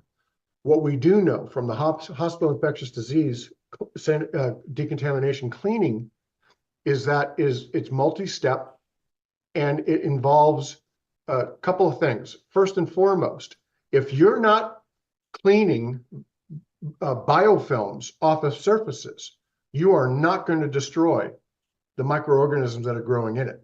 So you have to clean first in order to remove the biofilms before you even disinfect and decontaminate and sanitize. There's a very specific process. Again, I defer back to hospital infectious disease cleaning, and what I'm referring to is the difference between cleaning, sanitization, and sterilization. That's a 99.9, 99.99, 99.999 log reduction. But you can't disinfect if you haven't cleaned first, because you're not going to get those reductions. And I can prove that every which way from Sunday with an ATP monitor. So I think that we don't have to reinvent the wheel. We just got to see how other people do it that have been tried and true for a very long time. Every time you go into an operating room, or you know somebody that's gone into an operating room, that has been high-level decontamination, disinfecting, cleaning. And it does a good job, but it's manual cleaning isn't the only thing that gets you 100%. It can't. Human error. Can I? I'm sorry. Let me just add something, if I can, about testing. And Randy, I think this is to your point. We are so much further ahead of the game than we were 10 years ago, 15 years ago, 20 years ago, which is just exciting to me about where we're headed. And some of the things that we're going to be learning and finding out about how to deal with mycotoxins is really, I think, on the horizon, pretty close to us. But I can tell you, when I started selling air purifiers in 1996, I knew that ozone killed mold. We didn't have testing for it, but anecdotally, you could see it. You could put an ozone machine in a place where there was visible mold growing on the wall, and it would turn to powder, and you could wipe it off the wall. But then came testing, which was really interesting, not only on ozone, but on PCO technology, on ionization, on the DBI. All of a sudden, they were able to prove clinically and in field studies that it was dealing with Stachybotrys, which is one of the hardest molds to actually eliminate. There was actually then we found that testing was done on methicillin-resistant Staphylococcus aureus, one of the hardest bacteria to kill. And so what I'm saying is we're moving in the right direction. Hang on. Eventually the science is going to be there. And that's why it's so important for us to be constantly learning and staying in touch with, just as Skip has done tonight, looking at the studies, looking at clinical studies, looking at field studies, doing case studies. All of that is so important because we can only know what we know, but we're learning more and more every single day. And that's just an exciting place to be. You know, I want to quote Gavin real quick, Dr. Gavin McGregor Skinner, because he said it numerous times, follow the science. Yes. And that's where we're really heading right now. And truthfully, and it's something that you just said, Doug, that just keeps something in my mind. You said about, killing different organisms. It's easy to kill the organisms, but you have to do it in a way where you don't kill the host, if it's a person infected by it, or create an environment that's so toxic people can't go into it. The whole concept of use bleach because it kills Ebola. Oh, if it kills Ebola, it'll take care of everything. Ebola is described as a wimpy virus or bacteria or whatever it is because it's easy to kill. But when you're dealing with envelope, non-envelope, positive, negative gram bacteria, what scares the scientists the most are spores. Yeah. It's the hardest thing for them to deal with. And that's what we're dealing with. Yeah. Yeah, and there are technologies out there. There are chemicals that do eradicate all of it. Period. There are sporicidals out there that, by virtue of their definition, as for example, cold sterilants. I'm not going to go down that. By virtue of the definition, U.S. Pharmacopoeia 1072, a sterilant is an agent that destroys all forms of microbial life and their spores in either its liquid or vapor format. But the problem is, right, endotoxins are a fragment of that bacterial wall. And if you kill it and you leave it in the environment, we all know now, after today, everybody's smarter because I did a great job tonight showing that if it was on the surface, it got in the air, it goes back on the floor, you walk past the floor, it goes back and you breathe it, you've left a contaminant in there.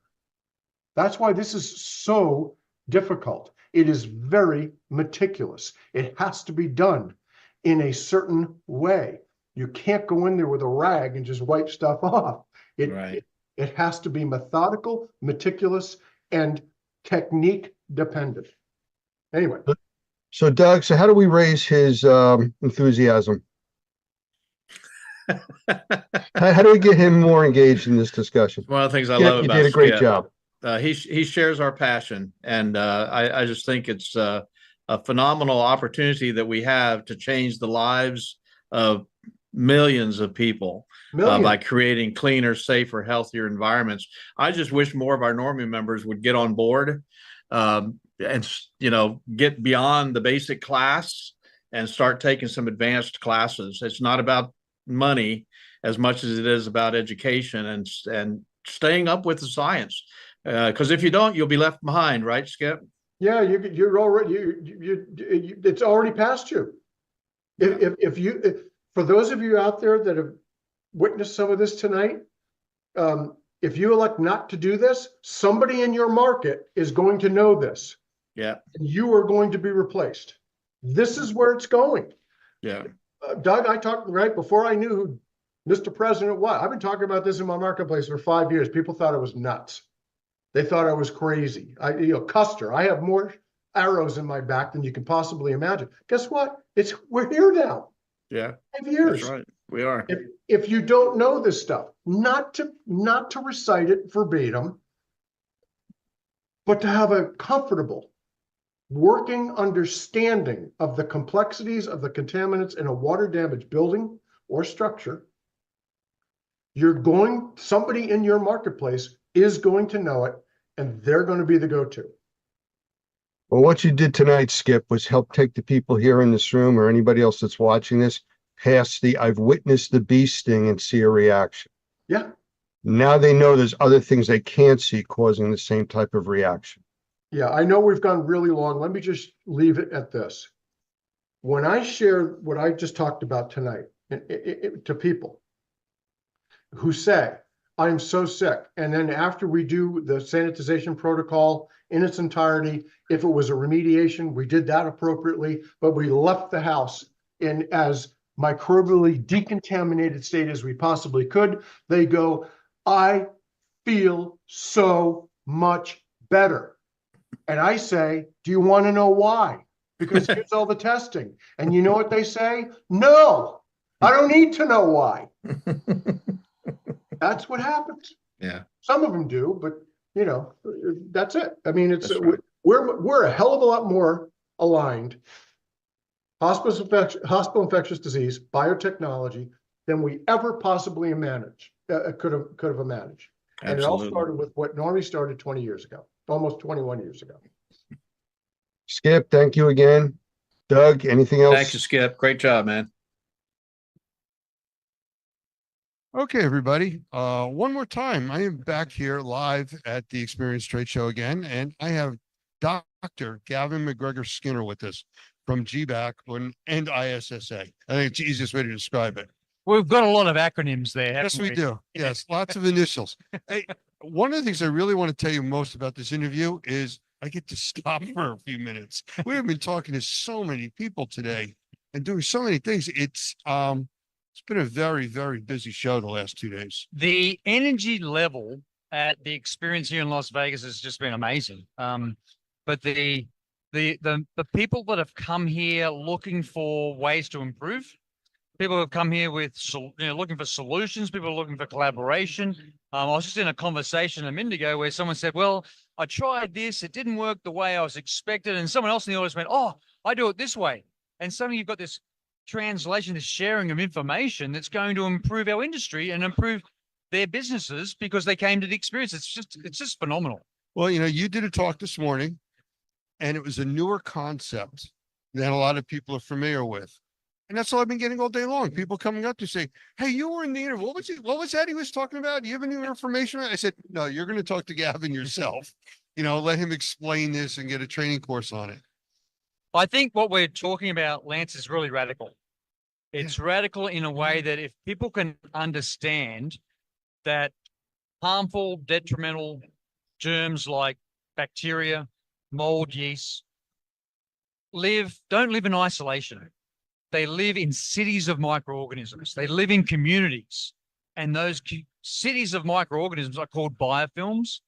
But our whole approach to remediation, restoration, cleaning has been one bacteria at a time. The way that we look at our cleaning products, our disinfectants, where we should be more focused on how does a community of bacteria survive on a surface? How do they help each other? And how does that make our job more challenging? And what processes and products and tools and equipment do we use to create a healthier and safe environment? But more importantly, show it by data, show it by information. One of the conversations I had with somebody after your talk was they were asking about, well, I'm not quite sure. About seeing a bacteria in a city. And I said, well, look at it this way. Your eyes aren't good enough to see a bacteria. When you see something growing there, that's a city of bacteria. Yeah. Oh, that makes sense. Yeah, and this is really important that bacteria will grow on surfaces and it's colorless, it's invisible, and there might be 3 to 4 cell layers thick, and we won't see that.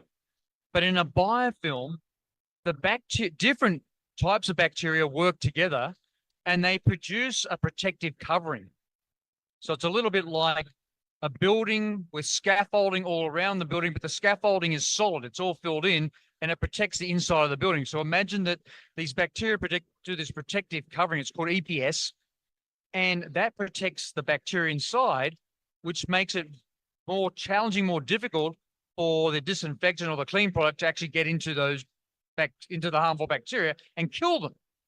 And we find that because we're not focusing on that, we tend to go back and go, oh, I removed this, or I thought I cleaned it, but now the problem's even worse, or it came back. And so we've got to actually change our processes, look at it, revisit our products and tools, and look at this more as we are dealing with cities of microorganisms, not just one or two.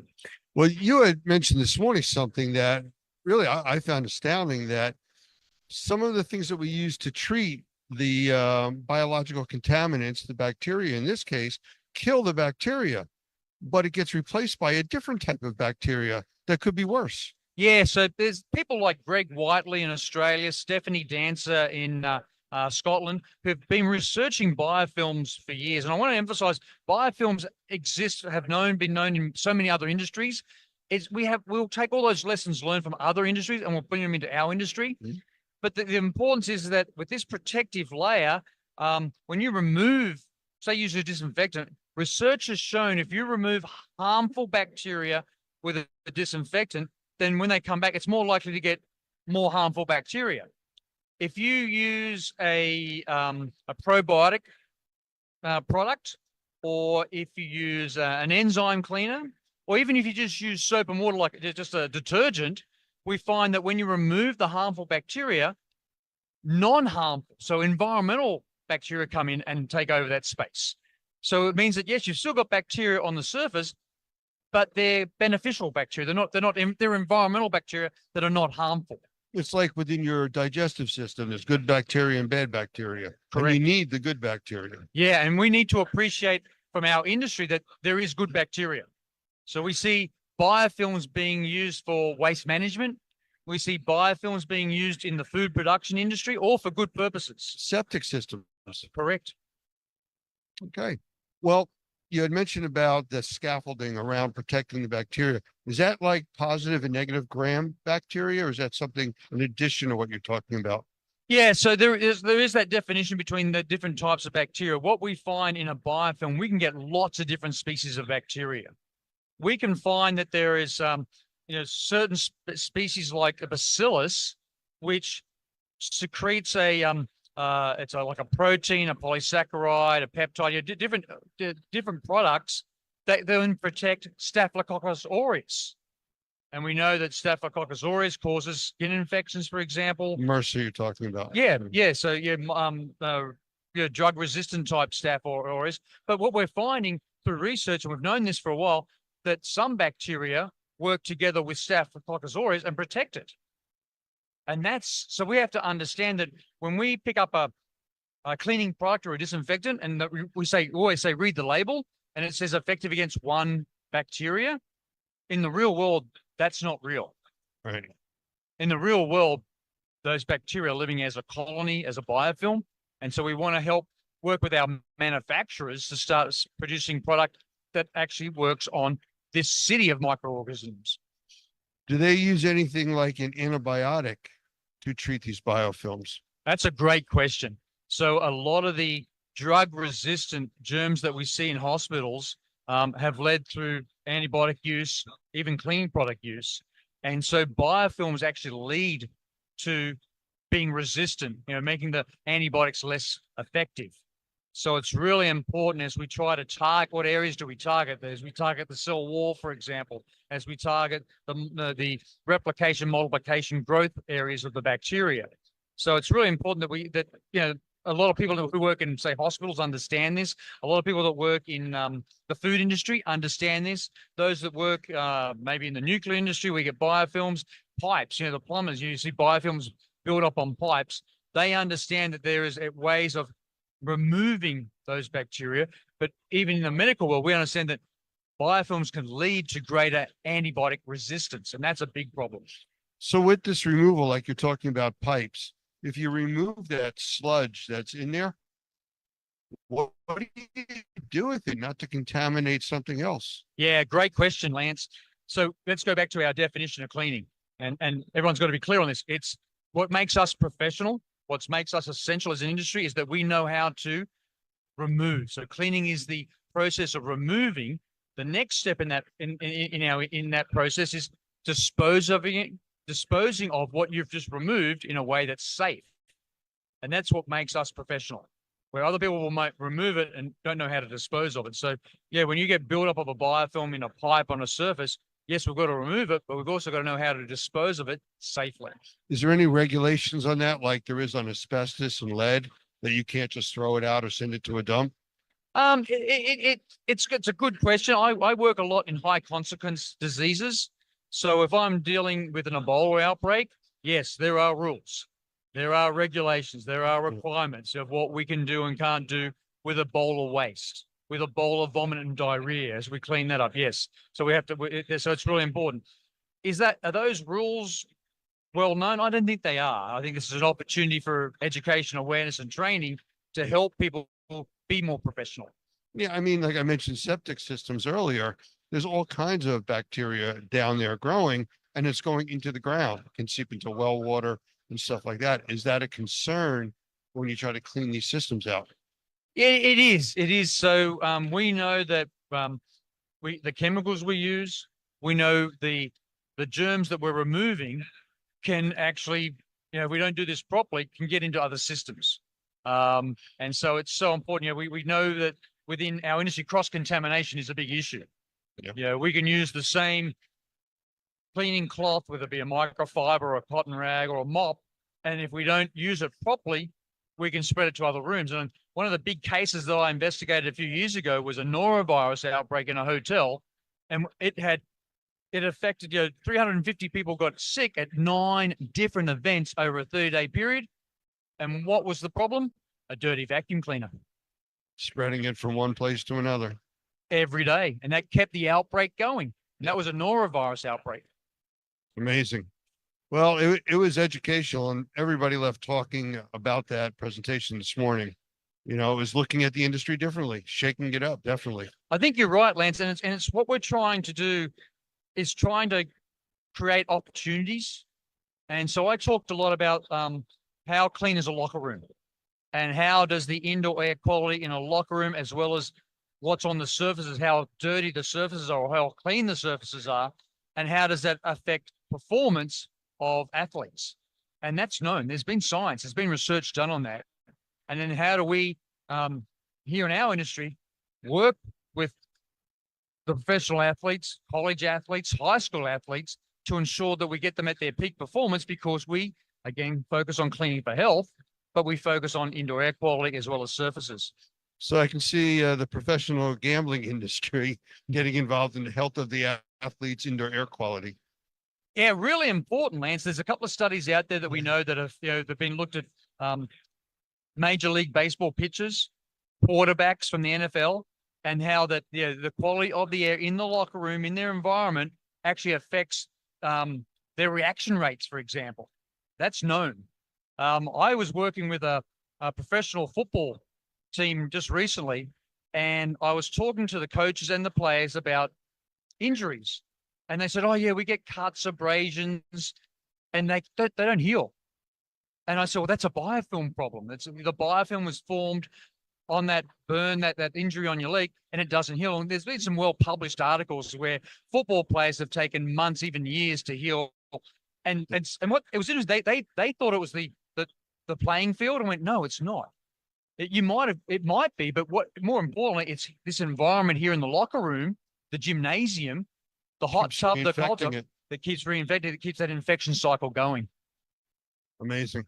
Absolutely amazing stuff. Which I hope is opportunities. I hope people can see this as, if we start doing what other industries are doing when it comes to biofilm. So like the food industry, dairy farms, if you start looking at biofilm in the way they have those conversations in hospitals, for example, on medical equipment, if we take those lessons learned, apply them to our industry, and put that in a way that, yes, we can increase performance of professional athletes, we can create safer and healthier indoor spaces, because we understand how microorganisms, how germs live in the environment.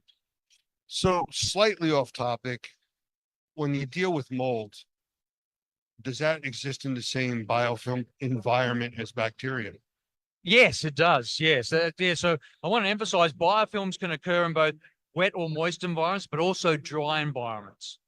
And so when we look at mold, and I think, I was just asked about some social media postings and what my opinion was on the way that they were addressing mold. And I said, yeah, I appreciate they're trying, but what they're not doing is cleaning the mold, removing the mold based on science or what we know, what Normie knows, what you teach in the Normie courses. And wouldn't it be great if we could take that passion, that enthusiasm of the social media, the TikTok people, and actually give them a solution that's known to be proven by science to work, because they're trying to educate a greater audience, and they're doing their best, but not everything they're doing is 100% correct. And unfortunately, some of the people putting information out there are putting out, if not all of the correct information, a slanted view of the information to make sales and for other reasons. And that's unfortunate. It is, but it's what makes our industry so special, because we deal with passionate people. And when you have passionate, enthusiastic people, you have opinions. And unfortunately, some of those opinions, even in the year of 2024, are still, not just decades old, centuries old. That's last year's that was the information we had in the 1800s.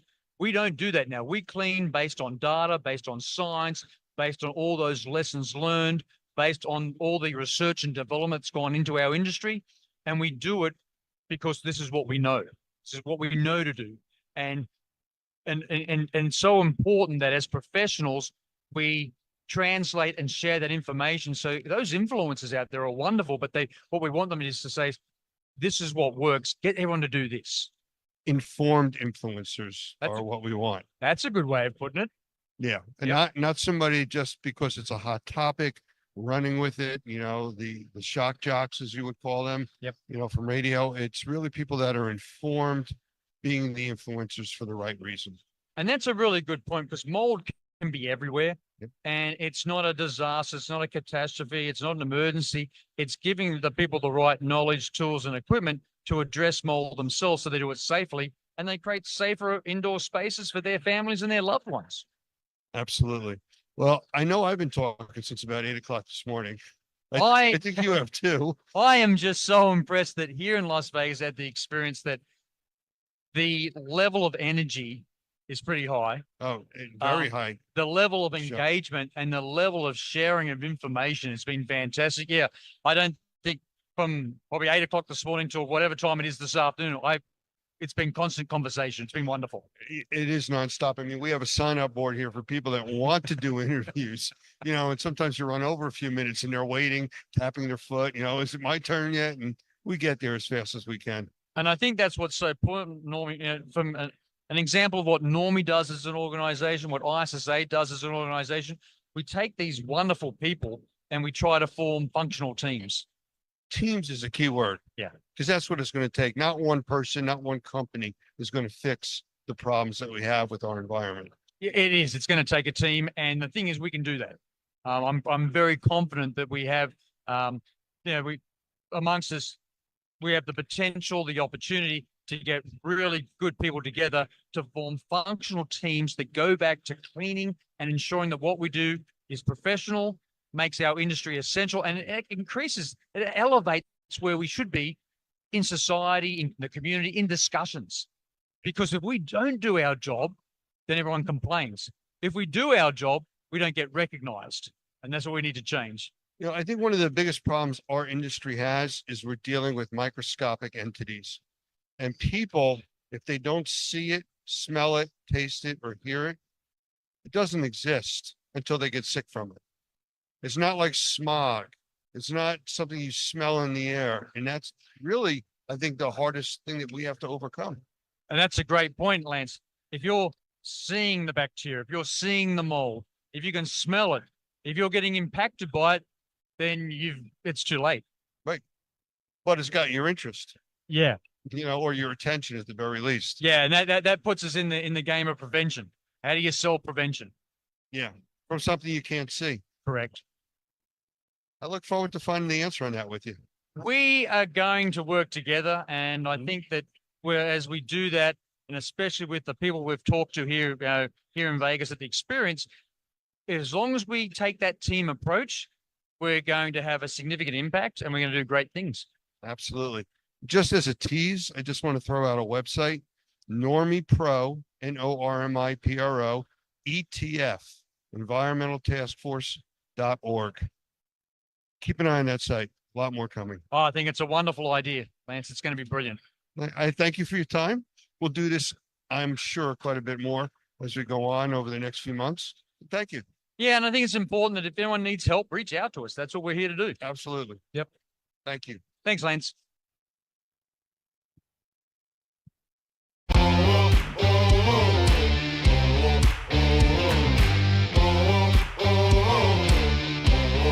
Welcome to episode 23 of Trade Talks, Unlocking the Experience. My name is Kayla McGowan. I'm R&R's editor-in-chief and responsible for the educational tracks at The Experience. Today, my special guest is a very special friend of mine, former publisher and lifelong Ohio native. Today's special guest is Michael Balzano. Not only is he a native, he's an avid sports fan, a graduate of Kent State, and now resides in Naples, Florida. Please welcome Michael Balzano. Hey, Kayla, how you doing? Good. How are you? Welcome. Good. Thank you. I love what you've done with the place. It looks great. We had that crazy ass song still as the opening, which is great. It's a set I know and love, and I'm so happy that you're resurrecting this podcast, which meant so much to me. Thank you. You are so welcome. I don't know if I'm going to be able to follow in your footsteps. You set expectations there with the fun facts, the music, your personality. So I'm excited to have you as the first guest. I think this is very much deserved, and no other way I'd want to start this podcast series for the upcoming year. Well, thank you very much. It was, we started this because we as everybody knows, BNP Media purchased the experience a few years ago. And I thought, well, we're not really marrying R&R in the event. We got to find some way individually to do it. And what I found instantly was, and I've said this on a few other podcasts, everybody that was on this show, all the restoration leaders, all the cleaning leaders, marketing leaders, I asked them, why did you get in the industry? And every one of them said, I wanted to help people. And it always stuck with me. And I thought, well, what a cool industry this is. It's kind of beautiful when you think about it, Kayla, right? It really is. I think it really, truly takes special people, right? We are helping people on a regular basis. I like to call ourselves the first responders of our industry, right? Because we're oftentimes there in times of crisis. And just meeting with everybody and hearing their story is so beautiful because you don't know. You see people at face value. Most times you've met them in the middle of their career and you just think, wow, they've been here for 20, 30 years. And that's not necessarily the case. So, looking back at this and really talking about all the people we have and, who's part of who are part of the programs and everything like that, who do you think had the most memorable intro to the industry? What do you mean? I mean, as far as for me, as your guest, as the guest that you've had on this, who was the most unique? Maybe they just happened to stumble upon it. Maybe they actually had a disaster themselves, right? Yeah, they all had. I started asking questions too of everybody about halfway through, saying, tell me something unique about yourself that no one would know. And some of the answers were amazing. But as far as interviews go, I mean, first thing that comes to mind is Ed Cross was great. He always is, and everybody knows he was a rocker and a drummer. And he yelled at me because I called him a percussionist. He goes, I'm a drummer, man. I'm not a percussionist. All right. Easy. Very proper. Yes. So he was fun. I get some good stories about Barry Costa right off the bat. Was amazing. He maybe in a little bit we'll talk about that because I had something specifically so that I still think about to this day. And it's just every one of them. And I think that maybe not just this industry, but any industry in general, you peel back the onion a little bit. It's kind of cool. All the lives these people have had in the past and how they've somehow wound up here. Randy Gandara, of course, was a Michael Jackson impersonator. Like, what? Where did that come from? And now he's doing great things with Goldmore. And Our friends from Normie, and it goes on and on. Even was fortunate to talk to Tag Henderson, who's the CEO of our company, BNP Media, because it's funny. The sale was almost 3 years ago now, and still people don't realize that BNP owns the experience. I said, "Hey, boss, would you mind coming on?" And I was happy and terrified when he said, "Yeah, sure, you can interview me." I'm like, "Oh, crap. All right, great." You're like, no, wait, I was hoping you would say no. No, I don't have time for that, Mike. Okay, I understand, sir. But he was amazing. He was amazing. Our guy, it's a family-run organization, almost 100 years old. And I think the title of that episode was the family media company purchased the family event of the restoration industry. And, I learned so much from so many people. I always like to say I'm not the new Larry Cooper. And Larry got mad at me for saying that until I explained to him. I go, no, man, what I mean is, for a number of reasons. Most importantly, you've been in the cleaning and restoration industry for 30 years. I've been in B2B media for 30 years, but I don't know anything about this. When I first walked in, I know some now, but let's get the people who know what they're talking about on here. And if you're going to come to me about truck mounts and stuff, I have no idea what you're talking about. Yeah. That at the time. So I took this as a learning opportunity. I didn't pretend I was real technical with the people because I couldn't be. And we learned about them. And as you're finding out, I'm going to let you talk in a minute. As you're finding out right now, people love talking about themselves, and it just kind of flows. And that was a lot of fun. It was a lot of fun. I'm so happy you're doing this. By the way, this is we forgot. I'm so excited about starting. This is our Christmas episode. Yes. Your background looks great. I got my red Christmas jacket on, and I wish everybody a Merry Christmas. So now I'll shut up. Yeah. Merry Christmas and happy holidays to everybody. Honestly, I think we knew this was going to be a very talkative episode. We are both very social people. We love to talk, and working together is always a great time. But I think there's so much to learn about all of this. What was the reasoning or motivation to have trade talks? I think that's really important for people to understand as well. Well, R&R is restoration and remediation, and I tried to say, okay, we need to boost our cleaning. We need to boost our cleaning because we own the experience now, and it's just we were R&R for so long. It just felt like a round peg in a square hole, whatever the expression is. And let's just be who we are. We're good friends with so many cleaning organizations and trade shows. Let's just let them be great at that. But we definitely need a bridge to the show. And I felt that this was a good thing. Our editor at the time was doing, as you are now, Ask the Experts and all sorts of different videos. And we have some great people like Ben Riccardi. I'm not going to mention any names. A lot of great contributors sending their videos in. Yeah. But I said, I could be the one, since I'm the publisher, even though editors are supposed to do this, I could be the one that we're supposed to be the business people. I'm the one guy that kind of is on both sides of this. I'd be the one to do this. I'm happy to try. I'll be the guinea pig. And it worked out. And it worked out great, I think. I think you did a great job. I think also, there's nerves and anxiety about, hosting podcasts, especially when we're talking to industry experts. It can be a little intimidating. But I think the beautiful thing with the positions you and I hold is we know we have so much to learn, right? I've been in the industry for quite some time, but I feel like I still learn.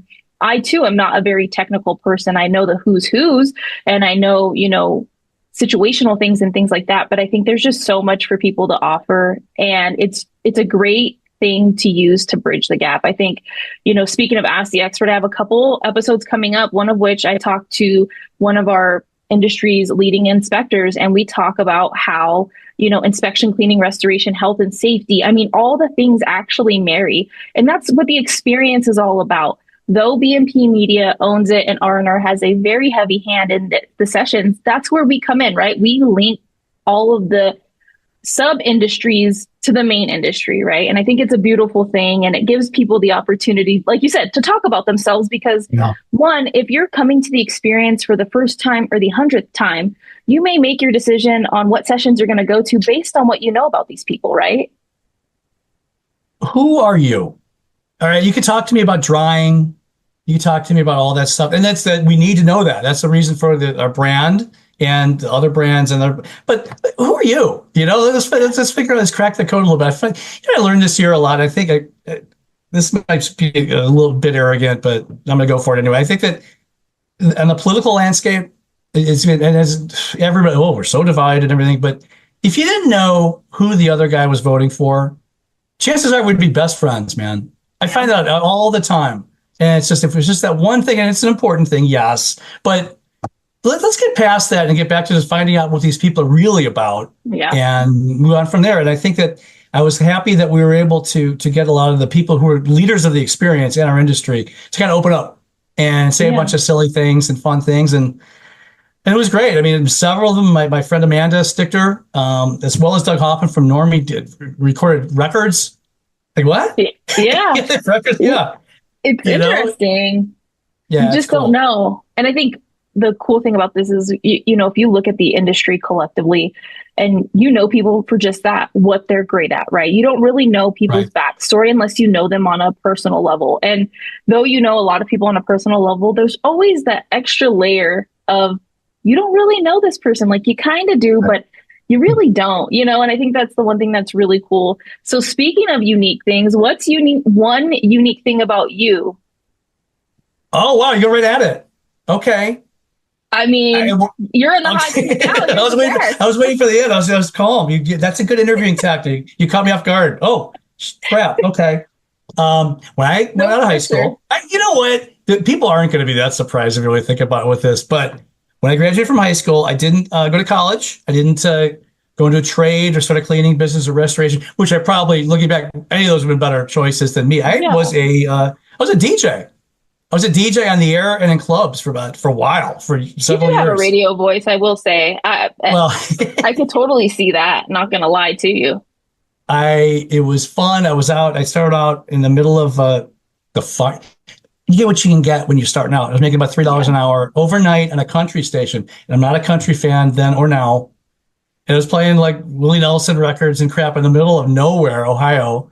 You know, but it was fun. It was just fun. It was interesting and sometimes you look back and think, man, I wish I'd have stuck it out, you know, but it was the money thing and went incredible stories, nutty stories. I was able to eventually decided to go back to school and went to Kent State. And actually the DJing in the bars put myself through that. So that helped out financially. Interesting? Yeah. You know, do you still have a love for, you know, spinning records? Have you done it recently? No, that's not even a thing anymore. But I mean, it's spun into, as far as the radio kind, now it's things like this, podcasting and whatnot, and it emerges and evolves and whatnot. But everybody loves music. I do too. But yeah, I remember distinctly when I was about 19 at a bar. I used to work for when I was in the club scene. I worked for a company who put us at different bars, okay, to do it. And one of them was just the flat out mob bars, a mafia bar, right? I was just a little kid. They had the same vowel on the end of my name that they did. Not to besmirch my Italian friends, but I went up to the guy's office. You know, we talked to new DJ. He came up and he had a big gun right there on the table in the middle of us. He said, "Why don't you play this and this and this?" I said, "You got it."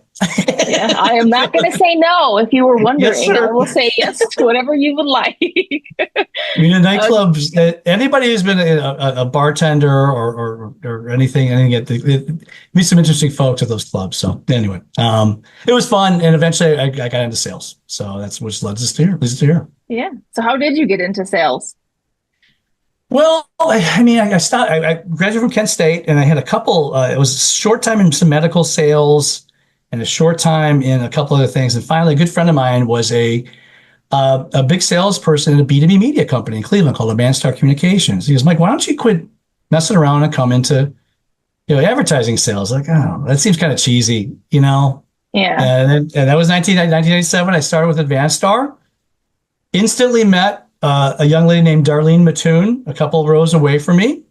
People are looking ahead at this, who that is. Yeah. And I remember I went over, I thought she kept trying to use my phone in my office. And I was like, okay, she must be, she's a couple of years older than me, not much. And I was like, oh, she's dressed real sharp. She must be a manager or something. She happened to be just a rep like me. And I would go over there and kind of accidentally go walk by her. I think she was good looking too. I thought. So I'd accidentally go by her office at lunch. "Oh, Darlene, I didn't know you're here. You mind if I come in and talk?" And blah, blah, blah. And I asked her out, and she said no, because we work together. And they said, "Okay, well, I'll pick you up at 8," which you can't do now. I would probably go to HR. I was going to say red flags everywhere. But in 97, it was a lot looser. And Yeah. she said yes. And she'll hate me for telling this story, but the first thing we went on a date to, it was a movie. I can't remember the movie. It was a bad movie. And we also went to Houlihan's. And we saw the movie. Then we went out to dinner. and I planned one on her. And she instantly, and I'm not saying, look, I'm not I don't brag about my prowess in kissing, but I planned one on her, and she instantly walked through an emergency exit and set the alarm off. So I think it was a good kiss. Perfect. I was going to say, hey, it was a celebratory walkout alarm sound. It was. We got married a couple years later. We're still now. Everybody knows she's been with R&R on and off for a long time, and I'm very lucky to be with her still to this day. So, two stories. Yeah, I was going to say, you guys are definitely two peas in a pod. Definitely, I will definitely say, and that's what I love about you guys. I've known you guys for quite some time, and being able to work along one another and just build another relationship. Outside of just kind of vendor relationship. It's a lot different when we're on the same team. I think it's so cool. It's just full circle moment, right? And I didn't know that about you. I know you guys are married and everything, but I didn't know your whole background. And I think that that's so cool. I too met my husband at work, so I totally get it. And I think there's like some wild stat, like 70 or 80% of people actually meet their spouse at work. But I think it's a good way to actually see somebody for who they are, their work ethic, how they put themselves together. Do they show up to work? Do they not show up to work? So I think it's a really beautiful thing at the end of the day, Yeah, I understand why companies don't want fraternization at work. I get it completely.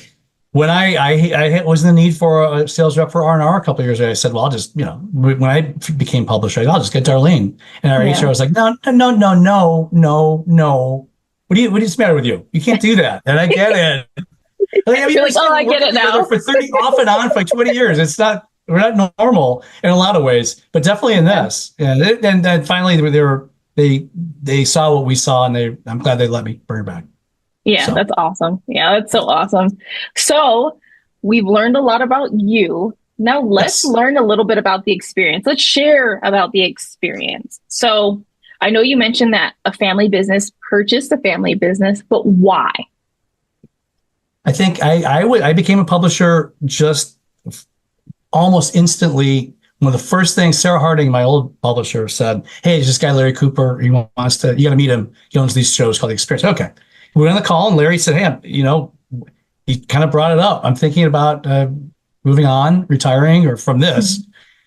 And started. I was like, "Wow, I didn't expect that." And we just, I think that I took that information. Sarah and I took the information to our corporate, and they worked on it for a long time, and finally decided to pull the trigger. The reason was to marry. I believe that as we move ahead, and it's almost 2025, we know that we all know that you just evolves. Everything evolves, definitely in B2B media. Yeah. I think the print medium was a blast. Everybody loved reading magazines, and that's great, but it's just not where we're going. Everything's digital now. Everything's moving on. And BNP made the decision to just, the future, the model for BNP is a brand, a digital brand, and an event to back it up. And they saw that this was an excellent brand, an excellent event or events to tie in with R&R. And it made sense. I mean, it was available. It was the show in Las Vegas is still the largest show every year, as far as attendance and everything. So that's why it was done. And a lot of sweat and tears the last couple of years trying to turn this around, turn it over, I should say. But I'm happy they did it. I wouldn't trade it for anything the last few years. I would definitely say too, right? Evolution, everything evolves over time. And I think even when Larry and his family had the show, right, it evolved over time. And now that it's a BNP event, it will evolve too. Some of the same key pieces will stay, right? Like the hands-on sessions, the in-court, class sessions, tracks occasionally, and I think we will evolve it over time because the industry is evolving. That's the other thing, right? The industry drives how our event acts, feels, and looks at the end of the day, because that's who the event's for. And I think it's cool going from family to family because there's just a different meaning and a different drive, around that. Because anybody could have purchased it at the end of the day, right? Anybody could have purchased it. Yeah. My hat's off to the Henderson family and our company for pulling the trigger. And it wasn't $20 either. There was a nice amount of money they spent on this. So I think it was worth it, and I'm glad they did. If somebody asked me, what is a lot of people ask me what's different between spring and fall. Everybody asks that, but I prefer to talk about what sets the whole experience apart. And it's just the sheer dense amount of content we provide. It's just so many tracks, so many sessions, so many speakers. Restoration Pavilion, Cleaning Pavilion, they have sessions with Lisa Lavender and Sean Bission doing their thing back there. I've been to a bunch of trade shows in our industry. They're all great. I'm not going to badmouth any of them because I always have a great time and learn a lot when I go. We have so much more. We have so much more content than all of them, not combined, but all of them. And that's simply what sets it apart. If you want to learn something, if you want to get your hands dirty and figure out how to do this and that, you go to the experience. If you want to learn at a higher level how we're going to help my business grow by doing better marketing and business management, go to the experience. And I think that that's always going to be that way. Yeah, I definitely think too, the beauty of all this is every event has something to offer, right? Yeah. And just like you said, every event has pros and cons and all of that. But I think the beauty of what we do is what you just said. There is a variety of educational opportunities in session. Not only are we in the classroom setting, we're actually hands-on, right? You get that opportunity to watch, learn, and maybe even participate in some hands-on stuff, right? I think that's the other thing. Some people learn by having hands-on opportunities, and that's how connections are made too, right? I think the name is the experience, and we want you to have a great experience, right? It's all about your experience when you're attending. Yeah. Barry, I'm gonna go back to a question you asked about 15 minutes ago, but it's fitting here too. So when I went to the experience in September 2023, we weren't taking it over as Larry's last event, being in charge. We were there, we owned it, but they were running it. And I was sitting in the team room, and Barry Costa, the legendary Barry Costa, walks in, and he had about a 2x2 carpet rug sample with a bunch of fake dog poop on it. I go, Larry, Barry, you're so funny. Where'd you get that fake dog poop? He goes, this is my dog's poop. What do you mean? You're waiting with Barry. He's walking around. And then you think about it, actually, he's going to do a session on cleaning your rugs, and that's, pets do that. It happens. Yeah. Right. But so he was the second guest on Unlocking the Experience and Trade Talks almost a year ago to the day right now. And we had him on, and I said, hey, you have any interesting experience stories you got for me? Because I was hoping he'd say something. I would say, I'll tell you what my favorite experience story was. I was talking about the poop, right? Yeah. It was a setup. But Barry went on to say, and I'm sure he doesn't mind, this is public, so he doesn't mind me saying this. He goes, no, when I do have a very good experience. This is about 15 years ago. His child, who was younger, got cancer and died. And they went to Larry, to his credit, gave him an agenda spot on the agenda, a speaking spot. And Barry came out and did the entire eulogy he did at the funeral for that. And he said, I don't know if any other show would allowed me to do that, but the experience did. And then I realized that we all have our families. This is Barry talking. We all have our families, but the experience and the people that come to the experience, this industry, those are my family too. And I don't want to not see them 2 times a year. I want to see them every time I get. And I was like, I was really. It's so sad. It's so heartwarming at the same day. Yeah. I tell you this, I didn't tell my stupid poop joke. I know that after that, but I mean, you're like, I cannot follow that with that. Gosh. But he hit the nail right on the head, and that's it. And that's the family thing, the aspect of this. And everybody knows each other, and everybody comes, and it's a big party. We have a good time, and I think that is one thing that this will always be about. We don't, we don't charge millions of dollars to buy a booth. The rates are reasonable. The rates are this and that. So we don't have a bunch of flashy stuff. But we have a party. It's fun, and it's a good time, and people learn stuff. And at the end of the day, I think that's the most important thing when you're going to business or living. You got to keep learning, right, Kayla? Yeah, 100%. And I think you said it best. We do have show time, we do have education, we do have a party, but most importantly, that party celebrates everybody in the industry, right? I think we give away some fun awards both in the spring and the fall, right? There's some key awards. Women in Restoration will be awarded at the Spring Experience in Punta Gorda. So Punta Gorda, back in Florida. Oh, I rhymed. Yep. Definitely not a rapper by any means. But why should somebody come to the show in Punta Gorda? Well, we did I'm working with you to get started on the agenda this year. And I'm assisting you. Is what I'm doing. You did a great job. And by the way, is another Florida thing. Yeah, it sounds like Punta Gorda. You think it's Punta Gorda because Florida, and I'm a Floridian, so I could make fun of us. Yeah. So come to Punta Gorda because this is good. I tell you what, this is a new session. We have 3 tracks this time. It's going to be condensed and it's going to be targeted on nothing but education. Get down here. It's about a half-hour flight drive from Fort Myers Airport, where I fly into it all the time. It's as we discussed a few minutes ago, you're not going to get the education anywhere else as you're going to get at this event right now. And that goes for all experience events, but this one's going to be even more micro and targeted, which is exciting. Well, I was going to say too, I think that's the beauty of this, right? It's very focused. We know what's going on in the industry. We know where the pain points are in the industry, and we have the ability to capitalize on that and help one another. And not only that, we know that things evolve. And so we're able to learn from everybody who attends the experience. Like, hey, we need to have more of this, or hey, this was great. Maybe it should be a longer session. I think that's the other thing that really differentiates us as well. It's a very personal experience. We're able to take the feedback. And of course, that's how we evolve. That's how we make the event worthwhile, worth attending. And again, evolution. And not to mention, it's a very family-friendly spot, right? It's going to be a beautiful time of the year. Spring break might even be falling around that time, and I want to circle back to, you said it's Punta Gorda, and I think that's one of those things. Wherever you live, right? I live in Nevada. When people say Nevada, people here go absolutely bonkers, but again, in the South, I think there's a Nevada, Missouri, if I'm not mistaken. I lived in Arkansas, but that's how they pronounce it. Nevada. It's not Nevada. Yeah. So I think, everybody has their quirks, and I have been saying Punta Gorda because, well, I'm from the West Coast. So, that's how we enunciate here.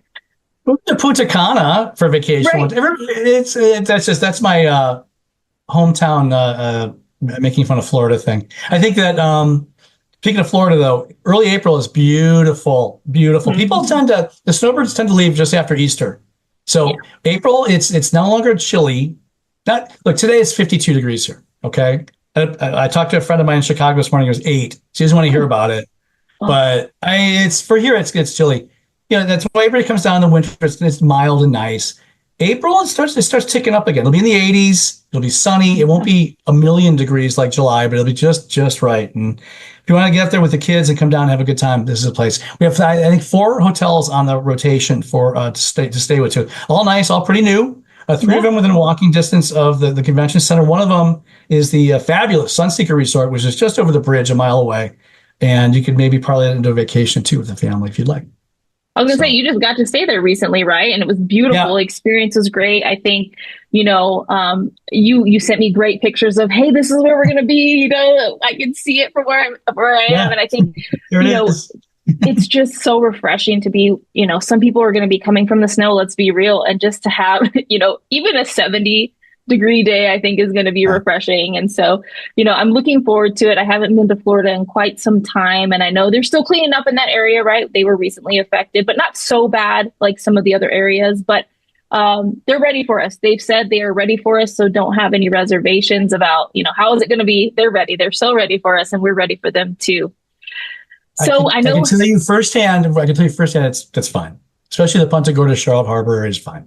Yeah. You were out there right after and right before too, weren't you? So, you can fly in and out and all of that. And I think that's the beauty of Florida, right? They are ready and they know, okay, we have to turn this around, right? I think that's the one thing. Like, if something like that hit like California or Nevada, it'd be a different story. We're not ready for that, Yeah, it's a way of life down here. And I'll briefly tell a quick story. I was at the Violand event from our friends from Violand Management, and there's this old saying down here in Florida. It's a way of life, unfortunately, in the summertime. You don't panic about hurricanes until I can't remember his name, but I'm looking until Jim Cantore shows up and the Waffle House closes, right? Then we got problems. It's serious. So I remember the last hurricane came through, and I saw this is Jim Cantore recording live from Sunseeker Resort. I'm like, oh no, this isn't ideal at all. And luckily, it was fine. Cool restoration story about that. And we talked about that. It was built last year, but it's built to withstand a Category 5, and it did just that. This big storm came through, and a little flooding in the garage, but who cares? So anyway, side note.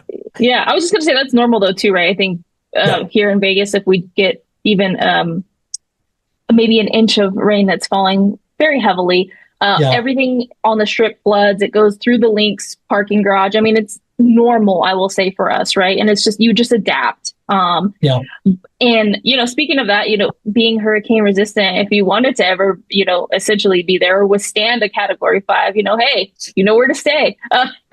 There's reasons why Florida is a big deal in restoration, right? Yeah. The drying, all of it. And they go through that sadly every year, a few times. So, and that's why we wanted to come back. And the people said we want to go back to Florida. They all want to go back to Florida. True. I was just going to say that. We found a place that in Florida we can take them this year. So hopefully they'll be happy. Yeah, I think so. And I think what better place to be and talk about all of the elements, right? Mold, water, fire, all those things. I think, gosh, what a great place. Not only is it beautiful, you're talking about and talking with people who actually know that space, see it on a regular basis. It's nothing out of the ordinary for them, right? Speaking of which, we are going to be announcing probably after this or before this airs some agenda stuff, right? So looking into the agenda, I know we over the years, we've talked about how it is cleaning and restoration. And sometimes, we don't get the opportunity to lock in some pretty heavy hitters for cleaning and restoration. But good news, I will not name names, but I will definitely say both keynotes are industry specific. One is very oriented with cleaning. However, we're going to discuss the process of making a career, right? And the importance of how everything interconnects and interrelates. And then we do have a panel for restoration, which I think if you are in the Florida area or even on the East Coast that does have, some unfortunate circumstances with catastrophes, this would be the place for you to be, right? I think we worked really hard on this agenda. Looking back, I think we did, and it's going to show at the end of the day how hard we did work on it and how important feedback is and how we want people to enjoy it, right? They're coming out of the field. The least we can do is make sure that it's something that they truly enjoy. Last year, one of my goals in the 1 year I was running it solo was we want to balance all those great leaders that speak a lot of the experience versus new faces and new names, which are so many. And I was so proud that the 4 keynote speakers that on my watch they'd never been a keynote before. We had two market leaders, Leighton Healy and Garrett Gray, of course, from CoreLogic in the Vegas. But Mr. Violand and to represent the business management and restoration side, and Jim Pemberton, the legendary Jim Pemberton, the cleaning. And it's important that moving forward, and you did a beautiful job of this. And you say we, and I appreciate that, but really you did this of getting some real good cleaning and restoration representation, because we always jokingly say all the cleaning, not joking, it's true. All the cleaning people I talk to think it's just a restoration show, and all the restoration people think it's just a cleaning show. So we got to work doubly hard to make sure everybody's represented, because it's both. And I think you did a great job. And you did a great job on that, and you did a great job. You're going to do a great job on this show too. If I could circle this back, I think I'm so happy that you decided to resurrect this. I had a lot of fun meeting people, and if you're a leader and you're coming to the experience, you've had an experience, Kayla's going to give you a call. Trust me, and you get to bare your soul in front of everybody like I just did, which is it's not so tough. It was fun. And it's okay to ask me hot seat questions too. I truly don't mind. I think there's a lot that people don't know about me, and I think that's the beautiful thing. It's a conversation starter. We're always learning new things about one another. So thank you for passing me the torch and, really trusting me. You had no reservations about bringing it back or anything like that. So speaking of that, what advice do you have for me in carrying out this series? Oh God, I don't know. I didn't think of that one. Well, advice for you, I think, I just be yourself. Don't be afraid to ask hard questions. People want to, don't be afraid to ask hard questions, but in the same token, make sure people know kind of what you're going to ask, and they don't want to be completely taken off guard. As we talked about at the beginning of this, people love talking about themselves, and the fact that they're big leaders in the industry is fine, because they're going to talk about cool stuff and get people to know them. Just make sure you diversify your guests, and make sure you just have fun. People are way too stressed these days, man. Just have fun. Make sure they answer the question about something odd about themselves, because that gets a lot of laughs going. Yeah. Enjoy yourself. We had a lot of listen, large loss, hurricanes, we have a lot of serious issues we deal with in this industry. Here's a chance for an hour a week. You can have a lot of laughs and fun. Take advantage of it. Yeah, I was definitely going to say it's nice to humanize things, right? Like you said, just be yourself. I mean, most times we do have our business hat on, and just if we can take that hour, 30 minutes, whatever the case may be, and just be a human and maybe still have the professional hat on, but just be a person, right? I think that's the biggest thing, is allowing people to be a person. With that being said, any last closing words? I'm sure you'll probably be on again. Maybe I'll yank you over here again, but any last words? I'll always be happy to do whatever you want for you and Darlene and the brand. Well, as I told, last words are, as I told everybody when I left as publisher of R&R last year, I want to thank everybody for just letting me play in their sandbox. This has been fun. I learned so much. And I think that this is a great industry. Like we said, everybody gets into this industry. You want to make money and have a good business, of course. But the root of it is you want to go help people. And don't ever lose that fire and that spirit, and you'll be great. And just thanks. Thanks, everybody. And you'll see me again. I'll be in Punta Gorda. Yeah, for sure. He'll be in Punta as long as Darlene's around, I'll be around. Probably be in Las Vegas as well. Don't let him fool you. I'll be around, of course, for sure. Yeah, I think that's the biggest thing, is you said it best. We're all thankful for everything that everybody does day in and day out, and we're just a small piece, right? I think us here, we're a small piece, but they're the driving force, and it allows us to learn and love what we do every day. And the least we can do is host a fabulous event to show thanks, but also contribute to their future and even more success than they've already seen. So with that being said, please make sure you make the plans to attend the Experience Convention April 8th through 10th at the Charlotte Harbor Convention Center. And it's in Punta Gorda, Florida. You can register now through our website at rnrmagonline.com. On the top search bar, you'll see Experience. And of course, you can always find these R&R videos and podcasts on YouTube, Apple, and Spotify. So if you haven't already, please feel free to leave us a quick review, ask questions, like and follow us on social media. And thank you again, Michael. I appreciate it. This was Trade Talks, Unlocking the Experience. Thank you for joining.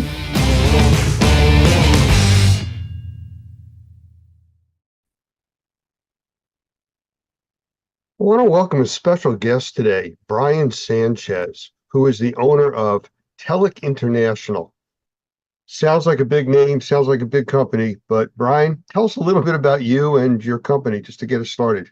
Hey, good morning, Lance. Thank you for having me today. So again, my name is Brian Sanchez. I am the owner of Telic International. Telic International was founded in August 2019. It's funny how it started. It was more of a situation how the company got started. So basically, one day I was talking to a friend who owned a painting company, and we were discussing. He was a longtime friend, and what happened was he was upset one day. He told me what happened, and basically what happened was he was like a one-man shop, right? He was the owner and basically did sales, did everything himself. So what happened was he was with a client, turning in a project that he had finished, and he had a missed call. So after he finished with the project, he returned the call. It was a prospect basically calling back. It was around a $50,000 project that he missed because he missed that one call. So when he spoke with the person calling, they were like, "Oh, we found someone else. Sorry, too bad, so sad." So obviously he was upset, and then I have a pretty big background in call center operations and everything else. So I was like, oh my God, this could be an opportunity to where remote services can be geared towards small, medium-sized businesses. A lot of people think that this type of service is only geared to big companies, right? So this is how I started. I started thinking about what could I do to help small businesses, achieve their goals, reduce payroll cost and be more efficient. Well, let me ask you a question then. What kind of specific services do you? Because I thought it was more of a communications company, but it sounds like it's a lot more than that. Yes, so we do anything remote services that could be seen as administrative, any back office. So we do anywhere from inbound, outbound call handling, graphic design, marketing, social media, billing, anything that you could think of that anybody can do in an office, we can do, but obviously in a virtual environment. Sure. Well, you mentioned a minute ago the painting industry. You know, you were working with a painter. How would your services work with like us in the restoration and assessment for indoor air quality industry? So the nice thing about what we do is what our niche or emphasizes is getting the right people to the right client, right? So our onboarding process is very in detail to match our employees to our customers. So obviously the customer will tell us what background they want per se, but the customers would have to kind of train them on their internal SOPs and procedures that they have. But overall, we can basically service and cater to companies across any industry. Yeah, so. Okay, so like we have a lot of specific things in our industry with testing, processing supply, samples, things like that. I guess your people could be trained to help out with some of that. Absolutely. We've had customers that we've done data entry and in a lab environment, a medical environment. We also have some customers in the restoration business as well. So yeah, we can definitely cater any company across the board as long as some of the back office duties that we just spoke about. All right, I'll put you on the spot here a little bit. I mean, in the restoration business, we got a lot of challenges. There's a lot of competition out there. There's a lot of stuff that's happening very quickly. You're dealing with people in emergency situations. How do you like see your company and your people fitting in, helping with that? So the great thing about like I said, our business is we cater, right? So we can work 24/7 as long as on the onboarding process, they tell us, okay, look, we need you from this time to that time. We have internal supervisors and team leads that can assist the client oversee and manage the employees as well. Like I said, it's all about the training, but we also have the ability to run reports, call reports, KPIs to make sure that everything is geared and in line with the customer's expectations. Well, I'm sure you've noticed that the world has gotten very small recently, and we're dealing with people all over the country. We do a lot of international work. Do you guys cover any other languages or just English based? No, we do English. We also do Spanish and Portuguese as well. Okay. Any plans on any future languages? Well, I'm open to it. Honestly, especially we're based down here in South Florida. You know, our number one request is more Spanish than anything else. But we're definitely open. If anybody has a need for another language, we can definitely explore that and try to accommodate that customer as well. Are most of these people bilingual at this point? So we're dealing with English, Spanish, English, Portuguese, and so on. Yes, sir. Correct. Yeah, everybody in our company employees are both bilingual, English, Spanish, or English, Portuguese. Okay. Well, let's talk about the competition that you're facing. I mean, I'm sure there's other companies out there that do something similar. What makes you like I want to say the pinnacle, or what's really the best out there? Yeah, so that's a good question, Lance. So one of the main things that we do is, there's obviously a lot of competition out there, but what we do is, again, we want to put the right employee and match him with the right customer. So our onboarding and our recruiting process is different. So let me explain to you in a nutshell how we do things.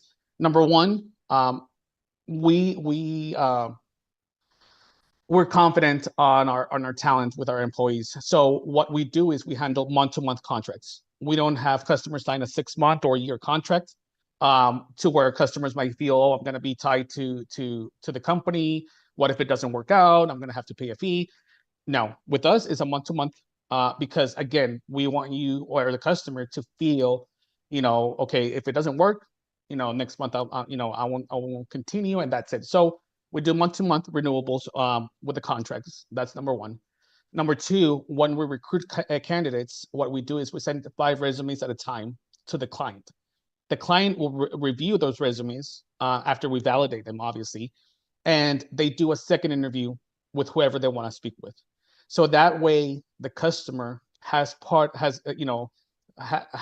on the recruiting and the onboarding process to see, obviously you want to see if the people match, if you the feeling on the person, the personality. That's a big thing when you hire someone. So we want the customer to be part of that process, right?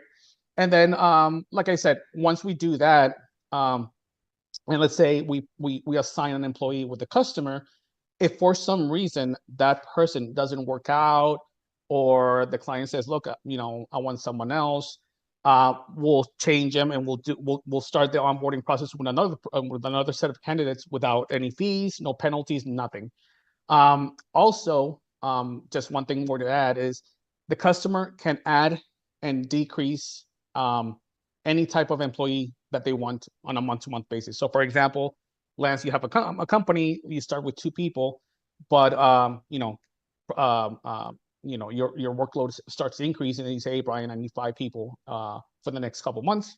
Okay, you'll have the 5 people, and then after that, if you need to decrease, we'll decrease them, and that's it. So we're very flexible. As long as you give us some leeway, we try to tell customers to give us at least 10 days before the end of the month if they want to increase or decrease the number of employees. So a lot of the competition, they don't do that. A lot of competition, they want you to sign a 1-year contract. They want to tie you in, and that's it. So that's pretty much our competitive advantage over other companies. And also, is like I said, is a dedicated employee. A lot of people that I've talked to, for example, people in the Philippines, someone told me that they tried the service. They're actually one of my customers now. And when he tried it at the beginning, it was a few years back. And he told me, it's like, one day I would have one person, the next day I would have another one. So, you know what I'm saying? So you'll have your employee, you'll train him, it's your employee, and we'll manage it as we go.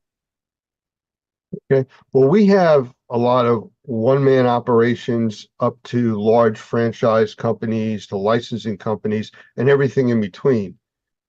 So, I mean, from what you've been doing, and more specifically to the restoration industry, any kind of success stories? Anything you can let us know about without divulging any secrets?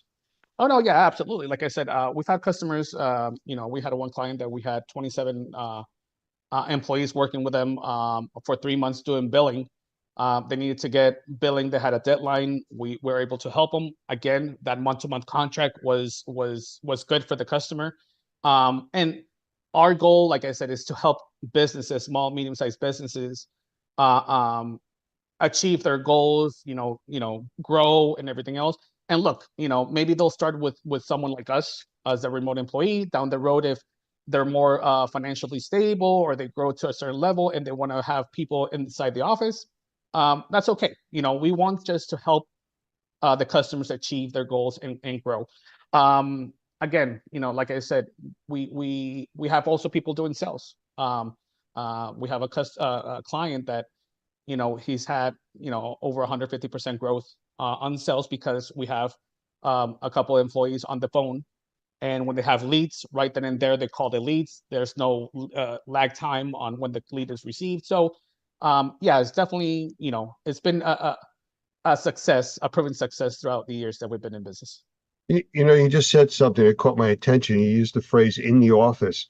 Are you a remote-only company, or do you provide local manpower too? We are a remote-only company. Now, if there is a client that needs call center services, for example, they need, instead of 1 or 2 people for admin work, if they need an actual call center, we can definitely assist with that as well. Do you do anything with emergency operations, like a disaster like Florida gets a major hurricane or something, and we need a large call center set up? Is that something you can do as a one-off, or does it have to be contracted out long-term? No, we can definitely do that as a one-off. Actually, a few years back, we had a client that we were doing the actual overnight answering service. So after they close, we manned the phones, late at night and early in the morning, just in case they had an emergency. We definitely were able to staff for that as well. Okay, well, within your industry, I'm sure there's a lot of very positive comments and success stories, but I'm sure there's a lot of misconceptions out there too about, like you had mentioned before about companies trying to lock you in for a year and stuff like that. Where do you stand on that kind of stuff, or what do you see? Well, a lot of the companies, number one, they're they're stuck in sometimes in the mentality that they need to have someone in the office to oversee and everything else, obviously increasing payroll cost, overhead. But I think after COVID, it kind of opened the eyes to a lot of people that remote work is number one, reduces cost. Obviously, in office space, overhead, and payroll cost. But again, it's a proven success over the years. And yeah, like I said, a lot of people think that, and that's the thing, like you said, it's a long-term commitment, right? They're afraid. They say, okay, oh, and by the way, all of our employees are background checked. That's another one. People think, oh, they're going to handle some confidential information and everything else. All of our employees are background checked.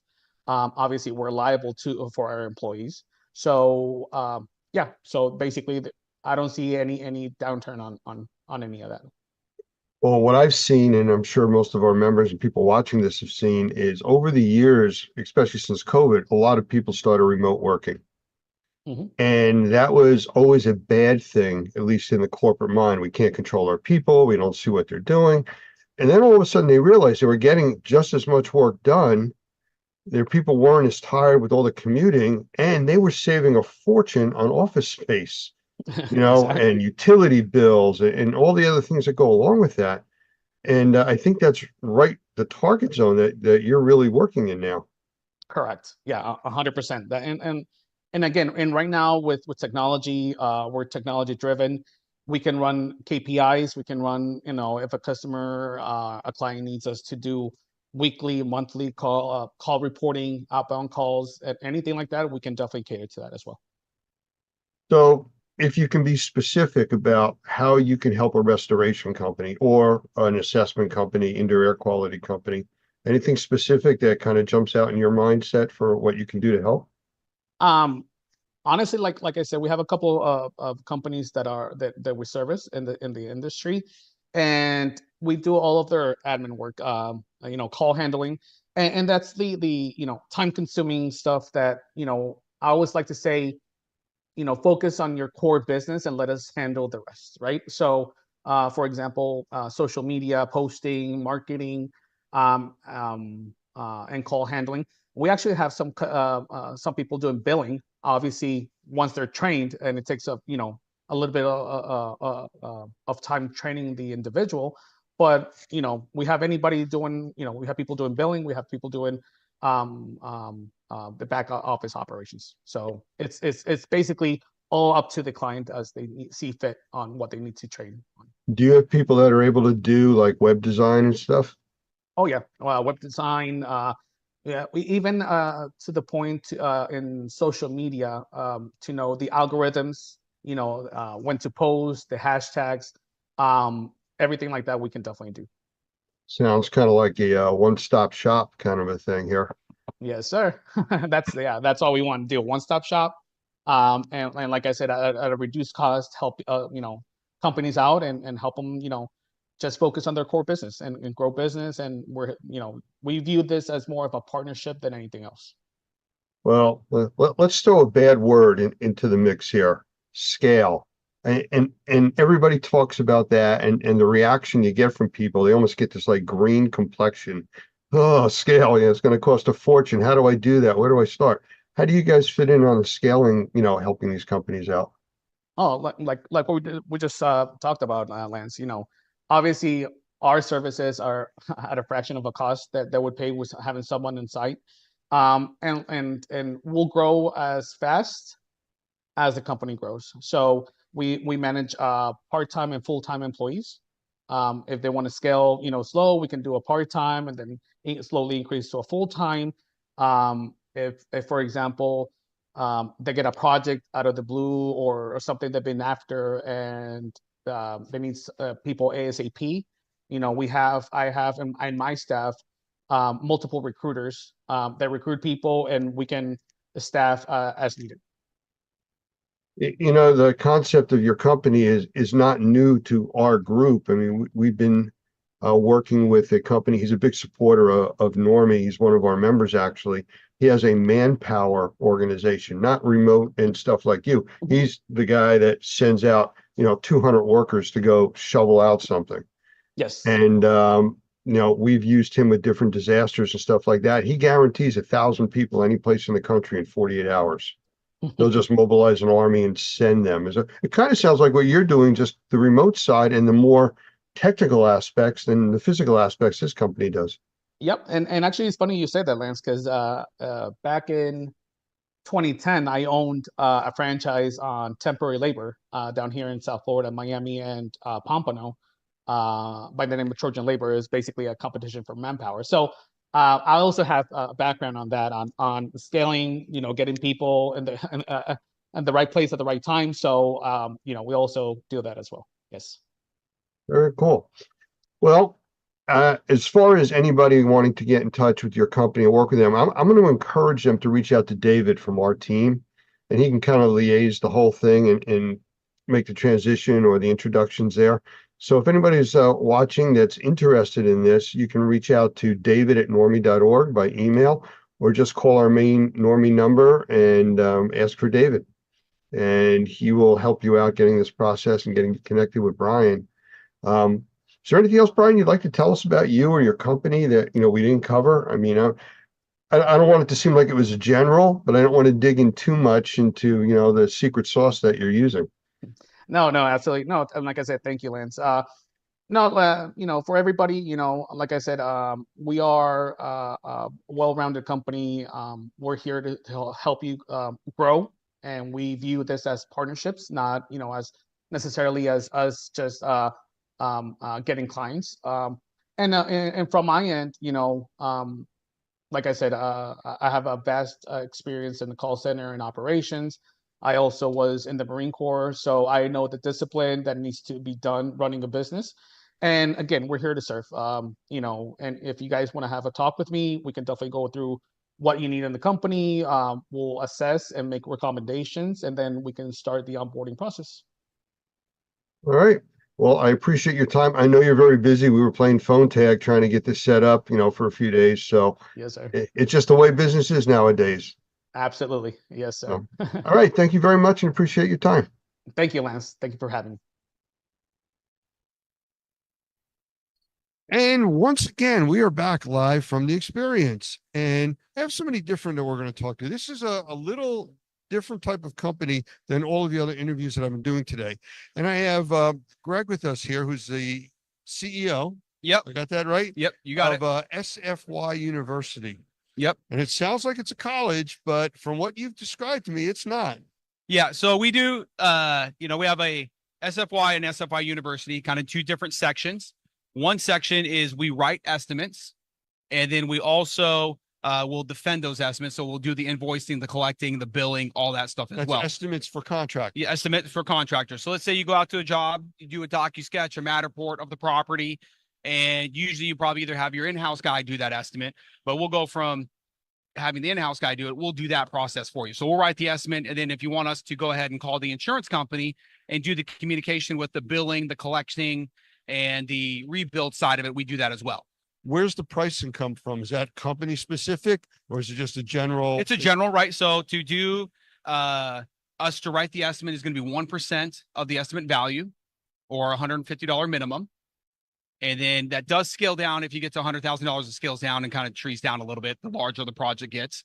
Now, if you want us to do the invoicing and collecting, that's a separate fee, and that's 5%. And we'll do all the communication with the insurance company. So total all in would be 6% if you're doing everything. So the company can focus on doing the work and not Yes. having to chase around and get the money Yes, back. yes, exactly. As far as the price, though, of the job and the work that's being done, Yes. is that something that the company gets to set and tell you what they will bill for certain things? Yes. Yeah. So we take your lead and your guidance to what you would like. Obviously, we write the estimate in Xactimate or Symbility, whatever you prefer, and we'll set those. But you're more than welcome to say, hey, look, this is going to cost me more. I need X. we'll make those adjustments to the estimate for you, and then also submit that to the carrier if you want us to fight for that. So where are you guys located?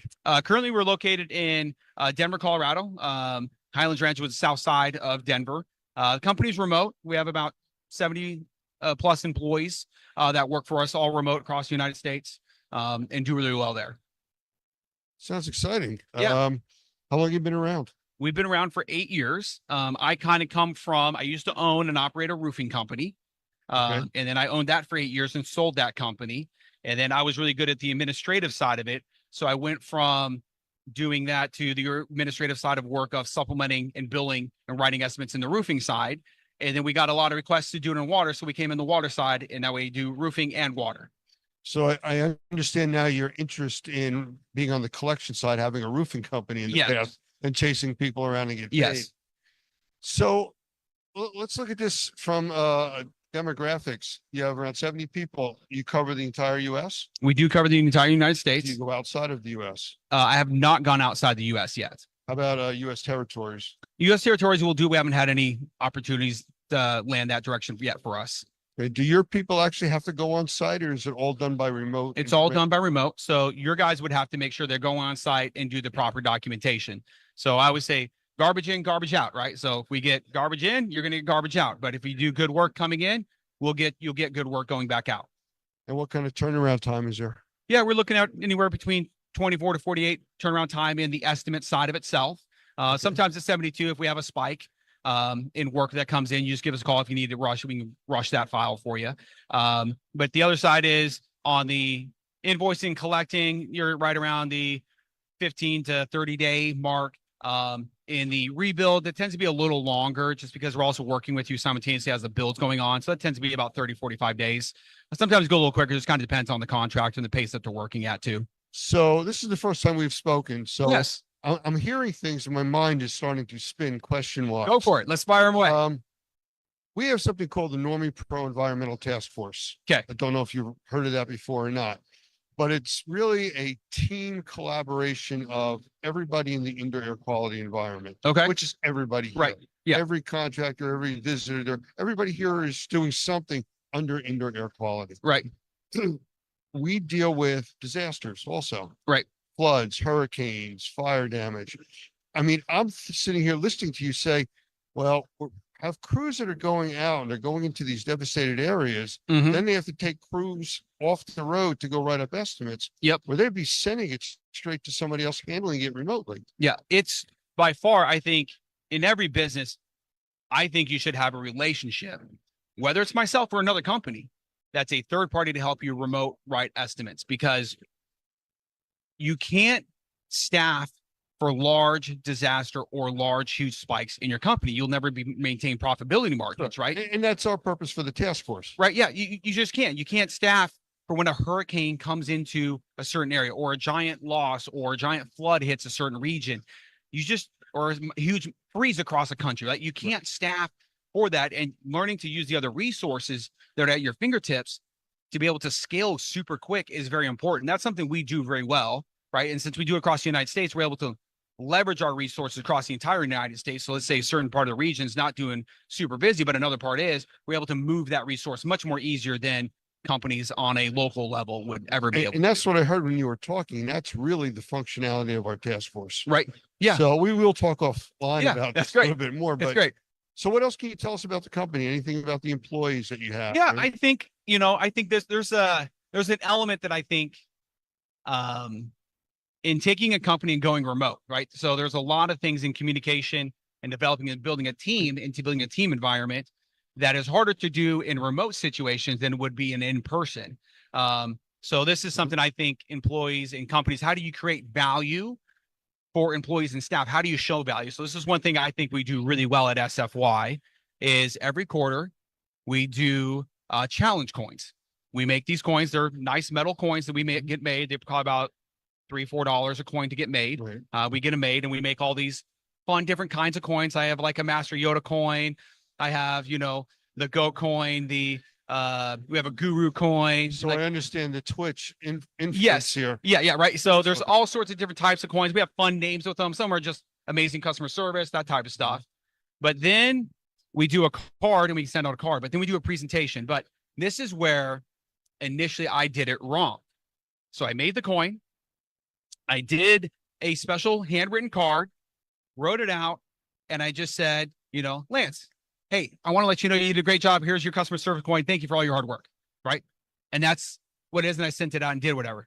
But I didn't feel like I had the impact that I needed with the staff to create the right engagement of what all the lift I did. Right. I'm like, I'm missing something. And you would get a monetary value with the coin as well. So I felt like I hit all the check boxes and I did the presentation, but I didn't realize I was missing one of the key things in recognizing employees and staff. Hey, Lance, I want to let you know, here's a customer service coin. What you did with ABC Restoration, how you picked up the extra work, and you made that extra phone call at 5 p.m. the other day and stood online for till about 6 p.m. It's things like that that really improve the quality value here at SFY, right? And that's why you're getting the coin, right? So we were missing the why behind the appreciation, right? And I was talking to a couple of different people. Reinforcing the Yeah, good behavior. yeah, the good behavior, right? And people like to see that as a company, we're recognizing and we can see the small behavior. So we had to find the small things of what it is. So if someone said, hey, look, and the employees get to nominate people for the challenge coins. And I'd be like, hey, look, how do you value this person? Just because they're a hard worker isn't going to cut it. What did they do to create the hard work? What was it that they did? We need to tie that to a specific thing. They did something specific that made you recognize it. What was that specific thing? So we can recognize that to the individual and then they see it. So that's one thing I think at SFY, being remote and being able to create the encouragement and develop that. That was one thing I think we did really well. It motivates your personnel to do the right type of work for the customers. Yes. Yeah. So that's one thing I think we've done really well at being a remote company and trying to create team collaboration and unity within the team and company. That's one thing I think we've done really well at SFY. So how do people find you? They find us at www.sfyoffice.com. Okay. Yeah, you can also find us at sfyuniversity.com. Both of them get to us. And you're on Mountain Time. Yes, we're on. Actually, we work on Central Time because most carriers are actually in Central Time. We move actually our phone numbers actually in Texas and all that other stuff. But you know, all that stuff. But it's been great meeting you guys. You too. You guys doing a great job here at the show. It's a tough show. Right. We're tired. Right. You work grinding all the time, right? It's a long show. So you guys are doing great. Yeah, Good job. I even apologize. You had to wait a few minutes because I was still doing interviews. You know, yeah. So if you haven't been out here, the experience, you should come check it out. They do a great job here. Yeah, we're still here tomorrow. It's an earlier show tomorrow. It's from 12 to 3, and then it shuts down. And it shuts down. So nice meeting you. Well, nice meeting you, Lance. Thank you. Hey, and we'll have to chat again. Yeah, definitely.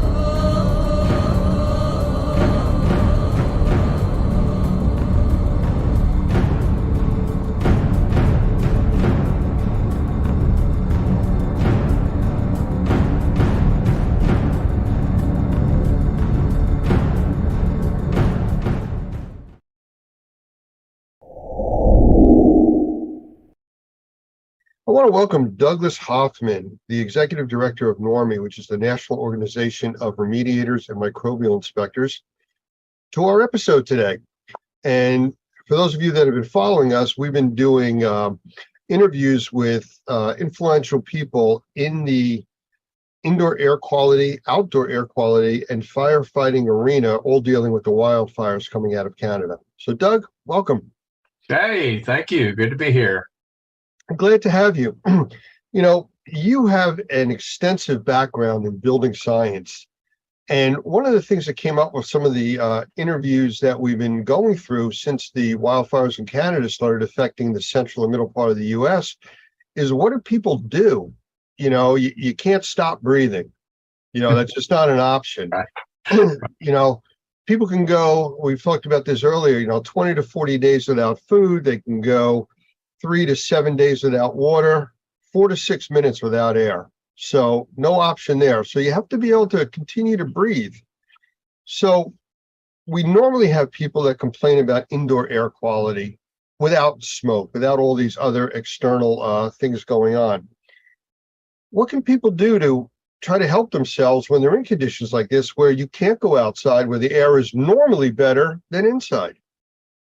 Yeah, I think that's a great question, Lance, because it's funny because it seems as though sometimes when these kinds of things happen, all of a sudden something that we actually should face and should deal with every single day, all of a sudden now becomes a real problem. We don't think a lot about the air that we're breathing inside because, frankly, we can't see it.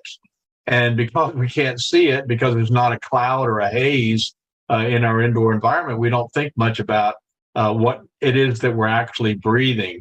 I've talked about that sometimes with the bottled water. Do you know what's in the bottled water you drink? Well, if you can't see it, you're not terribly concerned. And so one of the things that then piques our interest is when we do identify something, either by an odor or by something that we see that's floating around in the air. Now, all of a sudden, it becomes an issue. In our classes, we talk a lot about this shaft of light that you see in the morning. You don't typically see all that stuff floating around, and so you don't think about it. But in the shaft of light, when the light's beaming in and you see all these little submicron particles flying around, you're thinking, okay, what is this stuff that I'm actually breathing? And so now we're in a situation where all of a sudden I'm smelling inside of my house something that I shouldn't be smelling inside of my house, a forest fire. Where is that coming from? And why is it that I'm smelling it inside of my house? And I think it's interesting when you think about the way houses are constructed today, or buildings, even commercial buildings are constructed today. It really isn't surprising that we are beginning to smell inside the contaminants that we're seeing outside. And some people live close to paper mills, for instance, and they're going to notice that there's something going on outside. Now, all of a sudden, they smell it inside. Now it's an issue. Now, how do I deal with it? Well, to put it into context that everybody's going to understand, you gave the example of a bottle of water. Well, that water is filtered and processed. The indoor air quality isn't. And because of that, you're running into issues with people having to visualize a problem. If that bottled water was brown or cloudy, nobody would drink it. If the air is cloudy or brown, they don't have a choice. You still have to breathe. So what do you do? Yeah, I think that's exactly right. Well, of course, I think the main thing is trying to figure out where that's coming from inside of the house. How is it getting into the house? And are there things I can do that can actually mitigate that? And one of the big differences in the way I look at building construction from, I know some builders do, is they talk about a house being able to breathe. I'm not altogether sure that they know exactly what they're saying when they say that. Does a house need to breathe? Well, it certainly needs to have balanced pressure of some sort. But if the house is pulling in things from the outside, say it's under negative pressure, you're creating a vacuum inside the house. What is it that you're pulling in from the outside, and where are those contaminants coming from? The smoke that we smell is not just a problem because we're smelling it. I'm sure you've already addressed through some of the people that you've talked with, there are some pretty strong contaminants in that smoke that we're breathing. And how do you mitigate that? How do you keep that from coming inside of your house? So I have a couple of suggestions that might help when you start thinking about things like air infiltration issues, the idea of fresh air makeup. Fresh air makeup, of course, is a great idea to bring air in from the outside through your air conditioning system. But the question is there a way to reduce that or to mitigate that? So I have some ideas that I might be able to share here that people could do pretty quickly to begin to seal off what's going on the outside. That's at least one step, and that's to begin to seal up that environment so that you're not bringing stuff in from the outside. That was one of the questions and concerns that came up when I actually did an episode with Michael Pinto over sensitized individuals, that normally indoor air quality is up to 10 times worse than the outside air. So people that are sensitized, which is like 20% of the population, they go outside to feel better. When the outside is, so choked with smoke from forest fires, thousands of miles away, what do you do? Now you got to retreat back to the area that's a problem. Yeah, that's exactly right. So for sensitized individuals, one of the methods that we use to determine how are those things getting inside the house is by doing what's called a blower door test. And essentially what they do is they take off the front door and they'll install a door that has a gigantic fan on it. And then they'll turn that fan on and put the house under negative pressure. Essentially what you're doing is you're creating a vacuum inside of the home. And guess what happens when you do that? Now, all of a sudden, you're pulling air in through the cracks and crevices around the windows, cracks and crevices around the doors, places that you don't really even think about. A lot of people don't realize that wall cavities, exterior wall cavities, actually breathe. And what I mean by that is that moisture and vapor will actually move through those walls. And so now all of a sudden, when that house is set up under negative pressure, and you run a blower door test, created that vacuum, now what you're doing is you're even pulling it through the electrical outlets. And whatever is in that wall cavity is now coming into the air that you breathe. And that may sound really like, that's a little too detailed for me. Do I really need to be that concerned?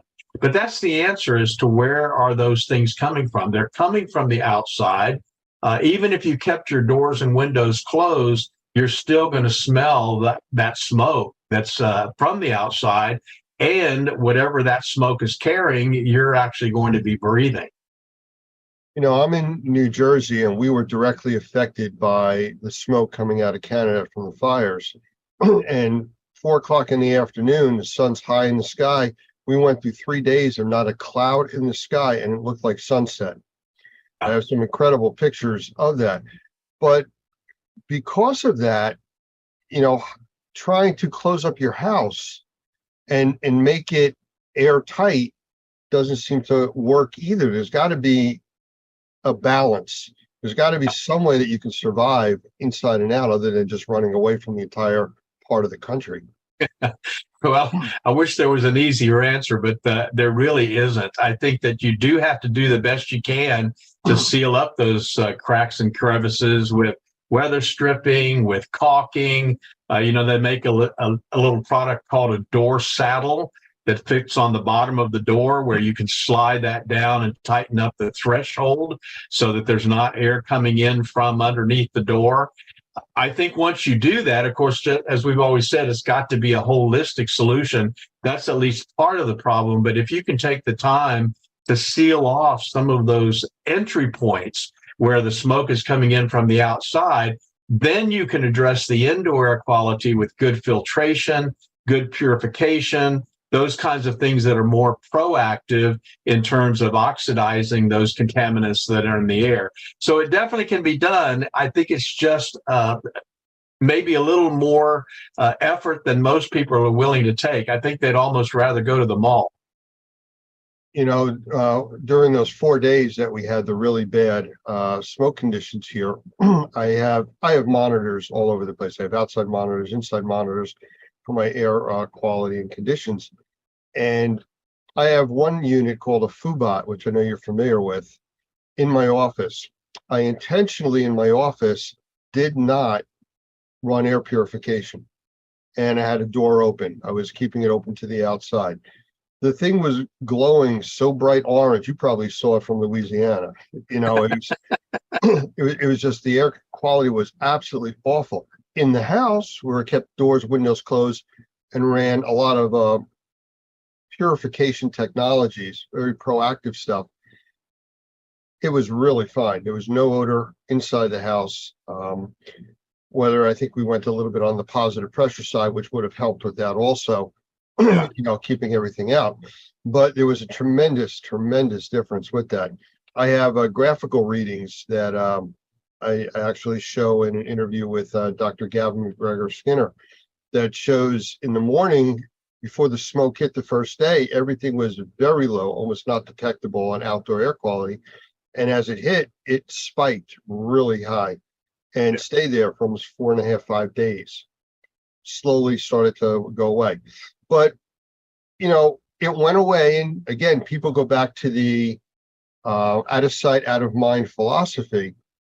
I don't see this going away. There's a film all over everything that's out there, from the smoke, the ash that was out. What kind of concerns are there for long-lasting effects from the stuff that people have breathed in and what's still out there? Well, I think I think that's a really good point. Of course, I'm not a medical doctor, but I do know that people who are breathing poor quality air over a long period of time typically are going to have some pretty negative health effects. I mean, you think about all the people that have suffered from their efforts to solve the problems during 9/11, all of the people that suffered after Hurricane Katrina, and they were in these contaminated environments working and they weren't protecting themselves at all. You know that there's got to be some long range concerns about those contaminants that are still hanging out. So I think the key is, for me, would be to do the best I can while it's going on right now, but do the best I can to keep the surfaces clean, to keep the air clean, to keep the air purified and filtered, to do the best I can now so that I can offset the potential for what might be a buildup of contamination over a long period of time. I remember reading several years ago in Reader's Digest about a single cigarette producing over 4,000 chemical gases, 43 of which are carcinogenic. And the article went on to say, interestingly enough, that secondhand smoke that a person would be breathing who's not smoking was in some cases more dangerous than the person who was smoking, that it was affecting the person who was breathing that smoke worse than it was affecting the person who was actually doing the smoking. So I think there's a lot for us to learn long term, but at least to begin with, I think the answer is, what can I do right now to make sure that I'm creating the cleanest environment that I possibly can? Because one of the things that I do have control over, may not have any control over what's going on outside, but I certainly have control over what's going on inside. And you know as well as I do that there are ways that we can do that will make sure that we're breathing the best air that we can breathe in spite of what's going on outside. I just want to change directions real quick, because I did another episode with Dan Reese. He's let me get his title. He is a wildfire strategist and an aviation advisor dealing with wildfires. And we spoke at length about some of the things that are going on out there, the lack of education, what people don't understand and know. And I said, what are you concerned about? And he talked about the two different types of wildfires. One is where it's burning a forest, putting smoke in the air from the trees, the brush and stuff like that. The other type is when it's burning a forest and starts burning homes and businesses and factories and putting all of these other unknown chemistries in the air. Right. You know, it takes it to a whole nother level. Now, in my area, they were talking about every news channel wearing your N95 mask or your N100 mask. Well, that's fine for larger particulates, but it's not going to do anything for the gases or the chemicals that are in the air. They go right through it like you're not wearing a mask whatsoever. You know, where's the concern on that? Yeah, I think we know that, don't we? I mean, we all went through COVID where we were wearing masks, and yet we could still smell a lot of what was going on around us, and the heavy perfume that somebody was wearing. So I think we got a pretty good education on the ineffectiveness of masking for smallest particles, the smaller submicron particles, and for the gases that are in the air. So again, I don't know that there's an actual solution. I mean, I'm not the kind of guy that's going to walk around outside in a hazmat outfit, you know. But the truth is that I think the recommendation that they made about staying inside is really not a bad one. If you can stay inside and you can control the air that you're breathing inside, if you don't have to go outside, then there's not a reason to, because you're exactly right. I think the The thing that concerns me about these kinds of fires are all of the other contaminants that are in the air besides just the wood burning particulate. Absolutely. And, one final comment on the masks. Wearing a mask is going to help, but you can't get that full sense of security saying, oh, I'm wearing a mask, I'm protected, because you're only protected from some of the larger particulate, not the gases, the chemicals, and everything else, just like viruses would go right through a mask. So that's a definite concern. So without rebuilding your house, preparing for the next time the wind shifts and blows the fire smoke this way, which it's going to happen again, just because of weather conditions and everything else, what can people do? Well, so several years ago, you probably remember the Colorado fires, and we had a lot of contact with some folks that actually lived there. In fact, one of our real good friends lost their family cabin from the Colorado fires. They lived in Colorado, but they also had a separate place, which was their cabin, and it just burned to the ground. And as soon as those fires started, we sent them some proactive air purification technologies. And I don't know how much you want to talk about that, or if you've got other people you want to talk about those technologies. But I'll tell you that I'm convinced that that's one of the first things that somebody could do to deal with the particulates and the chemicals and the odors, something holistically, proactively that could be put in the environment to actually purify the air. So I think those two things kind of go hand in hand. One is do the best you can to seal up the environment with, again, weather stripping, caulking, saddles on the doors, exterior doors to close up the thresholds and keep those tighter. Put on insulators on the electrical outlets to make sure you're not pulling air in from the wall cavities. Those kinds of things to me is absolutely a first step. And then the second step would be make sure that I've got really, really good air purification technology, something that's got a good HEPA filter, got a good PCO technology or ionization technology that's going to get rid of those chemicals and those odors and those particulates. Something holistically, proactively dealing with the air quality. That's where I would be.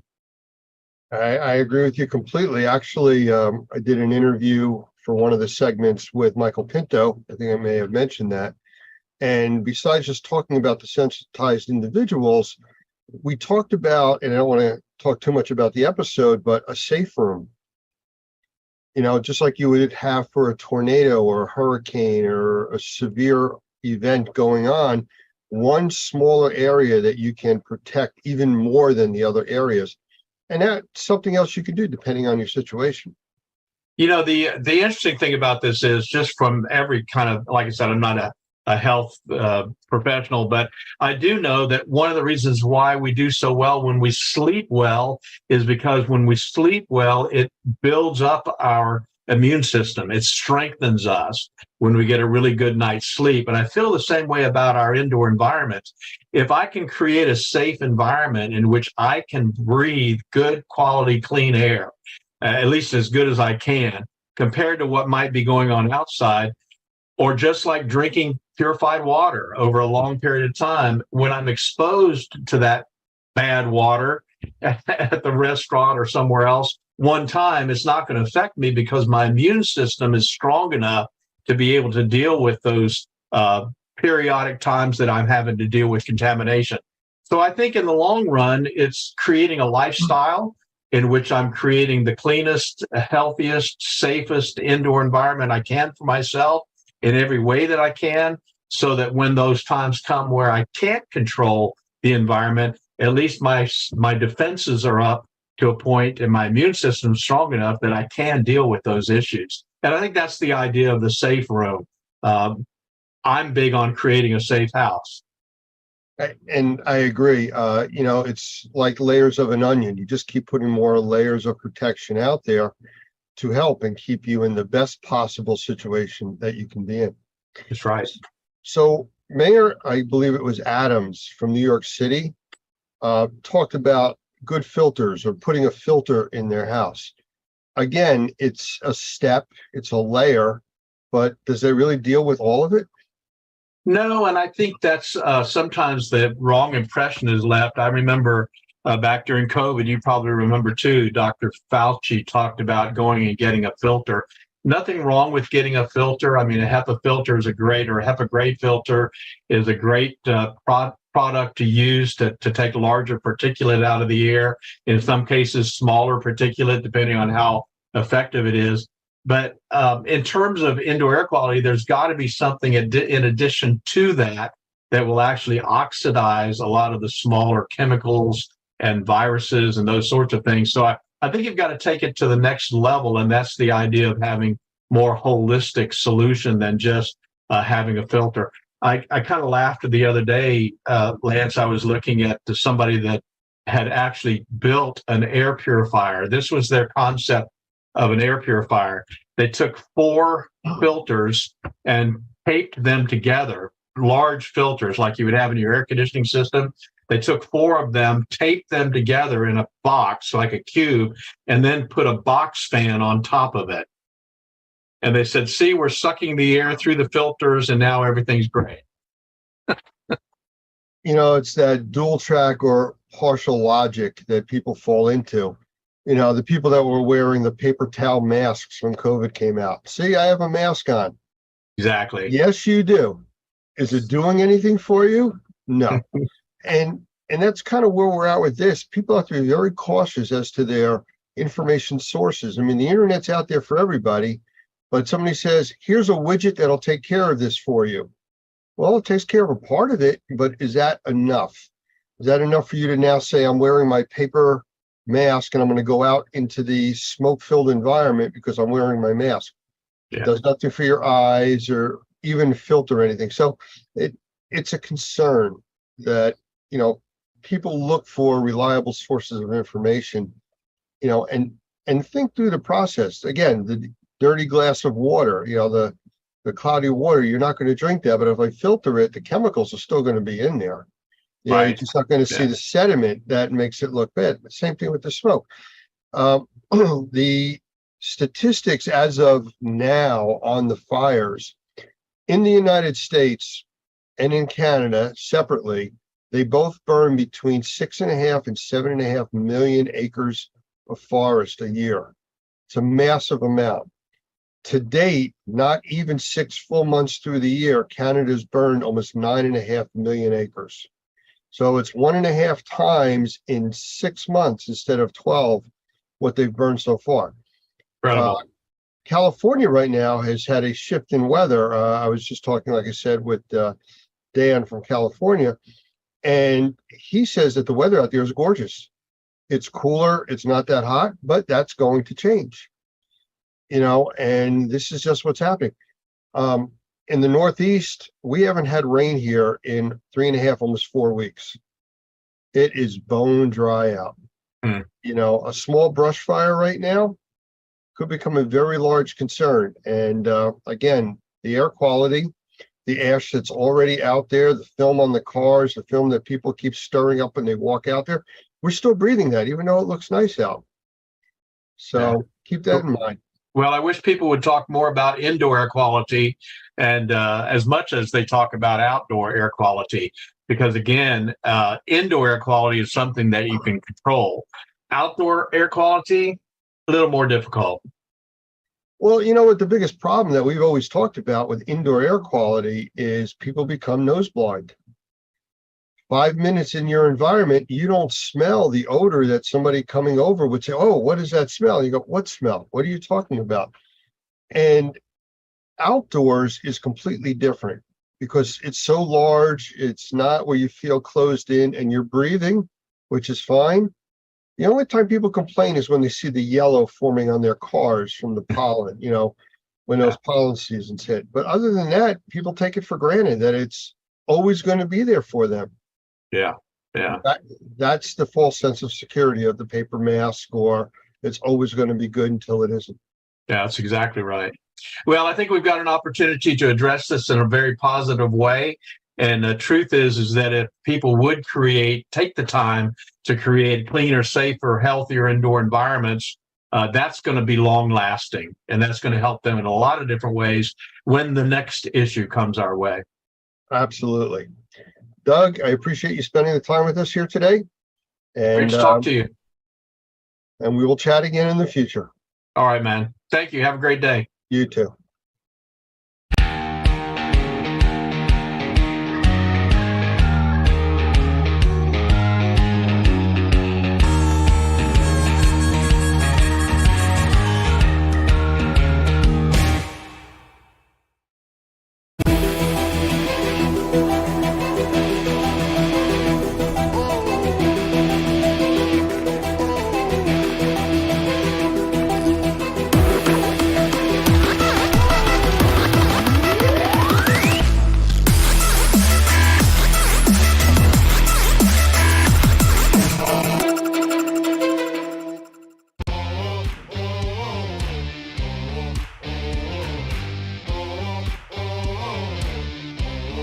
Hello and welcome to episode 26 of Trade Talks Unlocking the Experience. I am Kayla McGowan, editor-in-chief for R&R and responsible for the sessions at the Experience. So today's special guest is Brandon Adams. Many of you may know him, but for those of you who don't, he's been in the industry for over 10 years, close to 12 years now, I believe. He was mentored and is continuing to be mentored by Rachel Adams and Mike Adams. He started his career very young by cleaning fans. He's also worked very hard to get to his current position. He's certified by the IICRC and holds Master Water and Fire and Smoke designations with the IICRC, as well as mold remediation specialist. He's committed to continuous learning and teaching in our industry. Not only that, he's attended several ASHE classes, including Train the Trainer for ICRA 2.0. He teaches ICRA classes to contractors and hospital staff. And on top of that, he's an industrial hygienist for indoor environmental management for the past 6 years. Lastly, he specializes in mold and fire remediation projects, and he is a great asset to this industry, and I can't wait to see what the next 20 years holds for him. So without further ado, please welcome Brandon Adams. Hello, everybody. So just here on an interview, waiting to answer some questions. Yeah, I'm excited to have you. Thank you for joining us. I know a lot of people may know who you are, but for those of you who don't know, can you give them a little bit about you and how you actually got started in this industry? Yeah, for sure. So having parents have always been in the industry, I've kind of been in it since I was born. So my mother and father is Rachel and Mike Adams, which my dad owns a restoration company, which I've worked for ever since I started working in high school. And then my mom is industry known for her being the mold queen, right? She teaches all the AMRTs and everything. And so both well known in the industry, especially my mom, and having been taught under both of them has helped me a lot becoming a better professional and everything. So as far as actually getting started, I started cleaning fans at my dad's back shop when I was in high school, and then slowly but surely became a regular technician to a lead technician. Found out that I actually was pretty good at it, and so I kind of worked my way up from there. I went to college originally for psychology, so I got my bachelor's in that. But as soon as I got my degree, when I went to look into finding a job as a counselor, I was like, wait a minute, I don't think I like people this much. So I looked to my left to where I was employed at and found out, like, you know what? I'm really good at doing this. Why not just pursue this full time? And so that was in 2018 where I decided to make this a career choice and haven't really looked back from there. Been trying my best to learn as much as I can and become the best professional I can. Yeah, I will say you've done a great job so far. I think the mentorship you've had from your parents obviously does help, right? I think they both have their own careers and have set their own legacy, right? And I think that's what you're going to ultimately do at the end of the day. So I was going to ask you how you chose this career, but I think you kind of already nailed that. And I think it's interesting that you say, I don't really like people that much, but are you able to utilize some of the stuff that you picked up in that? Surprisingly, yeah, I use it a lot. A lot of it's in my personal life too, because as far as mental health goes, I've struggled with my own things. My wife has struggled, still struggling with her own things, and having a that perspective really helps in my personal life. But when it comes to my professional life, it's really helpful to help be empathetic and understanding of other people's situations, learning what people may go through, some of the mental things that they may be dealing with, and how to approach it. And it's helped a lot with that. So it's it's kind of funny that I started wanting to go into that, and I had my parents, funnily enough, didn't want me to be in this industry. They wanted me to like become a doctor or something, and I chose that. And eventually I was just like, you know what? I don't want to do that. I'm just going to stick with what I know and what I'm good at. So Well, I think it's interesting too because there's so many people in our industry who have educational backgrounds in something else. I mean, there's two of us sitting right here. My education is in criminal science and then emergency management and public safety, which there is an emergency management and public safety aspect to what we do, but it's cool to see it all come full circle because yes, you have your degree, but you maybe not be utilizing it the way you thought you were, but it's still coming in handy for your day-to-day stuff and your personal life too. I think that's extremely important to really emphasize that. honestly, there's a lot of classes that I have a lot of value in now, looking in hindsight. Like, for example, all my microbiology classes, I think I took two of them, and they've become invaluable to me among some of the other classes I've taken. I think one of the most important classes I think I had taken was my business writing course, which hated the class, did not like it at all, spent half of that semester deathly ill, and I still took away more away from that class than any other class I'd taken. So it's just looking back, I really appreciate my time in college, and it really helped me develop not just technical and knowledge skills, but also as a person. And so I don't regret it at all. I do kind of wish I pursued a degree in like industrial hygiene or safety, but still really happy with the education I have. It just means I get to go back for more eventually when it's not so expensive.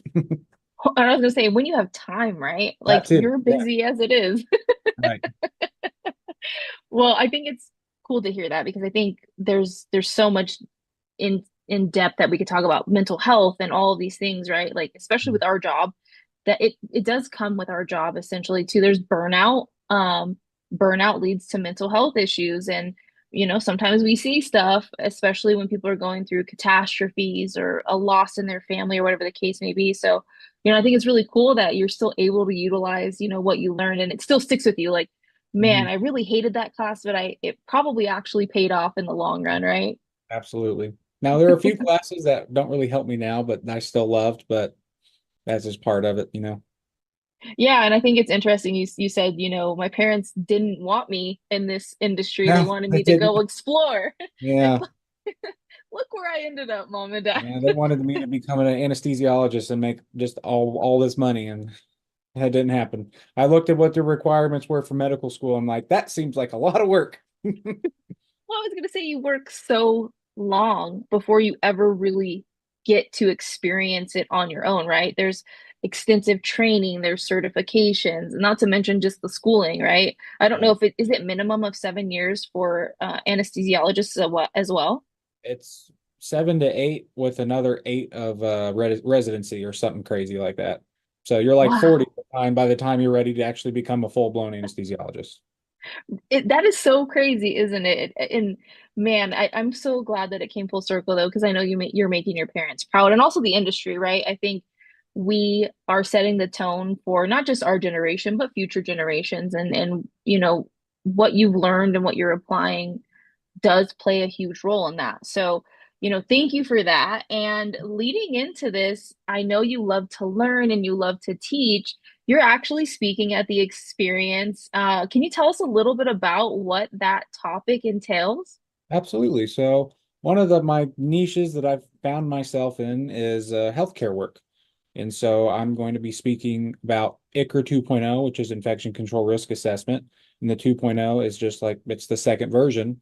And it's something that was developed by ASHI. And so I've basically taken that, learned from it, work in hospitals. I still project manage over hospital projects quite frequently. And here soon, I'm going to be teaching it. I'm going to be teaching classes in our new mock hospital facility, which is going to be pretty cool. And having learned that, there's a lot of people in this industry that don't quite understand the difference between hospital work and regular restoration and remediation work. Because with hospitals, it's another ball game, because some contractors may deal with the one-off immunocompromised person inside of a house that has a mold project. Well, that's hospitals, but all the time. And you're dealing with people that it just takes a stray particle to just not only make them ill, but to kill them. And so it's why taking all of the necessary precautions is so important. And a lot of contractors aren't really familiar with how to do that. And so that's why ICRA is so important to our industry and to learn from, to help restorers not only get their foot in the door in hospitals, but know how to do it well and to stay there. Because I mean, I've heard several times that a lot of contractors that work in almost exclusively healthcare or hospitals say you can retire on healthcare and hospitals because of how profitable it can be. But to get there, you got to know the work and how to do it. So that's why the process is so important. Yeah, and I was definitely going to say, I think if anything we can apply this to is the pandemic, right? This stuff like this would have paid off for our industry professionals, because there was a need not only in hospitals, but commercial buildings. There was just all of these standards and regulations that people wanted met. And I think a lot of it does fall back into that space of ICRA 2.0, essentially, to be completely honest. And it also will pay off in preparation, right? I hope we don't ever live to see another pandemic, but it's always better to be prepared than react, because when you react, you make mistakes. And I think that what you're talking about allows people to understand the intricacies, the importance, regulations, rules that are different in specific spaces. I'm excited. I think it's going to be great. I hope I get to sit in there and learn from you and maybe ask you some questions. That'll be so much fun. Yeah, absolutely. And speaking of the experience as a whole, I know you get to handle some stuff inside the restoration pavilion. And hands-on is so important in our industry. Can you talk a little bit about, the importance of having that hands-on portion at a show like this, or just any show really, and why we spend so much time trying to figure out what the sessions are? I know we've met on some committees and talked about what are we going to talk about, and there's so much thought that goes into it. Can you kind of just give some background on that? Yeah, for sure. So speaking on hands-on, it's one of the most important aspects to training in our industry, because a lot of people in our industry, a lot of contractors, they haven't really gone to college. They've either gone into a trade because they work with their hands, or they didn't do well in school, and so they're forced to work with their hands. And because of that, most people in our industry learn by doing stuff hands-on with their hands, actually doing it. Because a lot of people don't learn very well from a classroom setting. Now, some classroom settings are required for some information, right? Well, supplementing that with hands-on solidifies that information and makes it that much more retainable for the students. And so when it comes to hands-on in the trade shows, one, it's more engaging, it's more fun, it's more memorable, helps people learn little tidbits about the industry. For example, what we're going to be doing in this upcoming experience is the restoration pavilion is going to be covering a loose topic of building science, right? And I plan on speaking about thermal cameras and how to use them for inspections and how they work and why they work. And the idea is to get a bunch of different cameras for people to come in, try to find some water spots, some on the built assembly that they have there, which should be pretty fun and pretty interesting. And it helps people if they can actually hold a camera in their hands and actually see what I'm talking about, right? And so you just, like I said, makes it more fun, more engaging, more entertaining. Makes it feel like it's worth your money coming to one of those trade shows, because they're not cheap to get to. As far as a classroom setting goes, it's, like I said, even more important to provide hands-on, which that's why the AMRT is so important to have that hands-on class. Because if you didn't hand build a containment, it's not something you can learn while looking at a slide. You have to do it yourself. And another example is the trauma and crime scene cleanup technician class, where it's not mandatory to have hands-on, but every class is going to be better if you do. And so every class that I've been to for it or helped with, it's had a hands-on. It's always gone really well, whether it be to make scenarios with certain animal parts and all that. But it's always a better learning opportunity for the students and helps them learn it better, retain it better, and use it in their day-to-day work life. So another example of it is in the ICRA class I'm going to be teaching here at our new facility. It's going to be a 3-day course. The first day is going to be the classroom setting, right? You got to learn what ICRA is, right? Yeah. The next 2 days, completely hands-on. And that's what sets it apart, is because there's not really another class in the nation that does that. But that hands-on part is so important for contractors because that's how most contractors learn. And so that's kind of the idea behind it.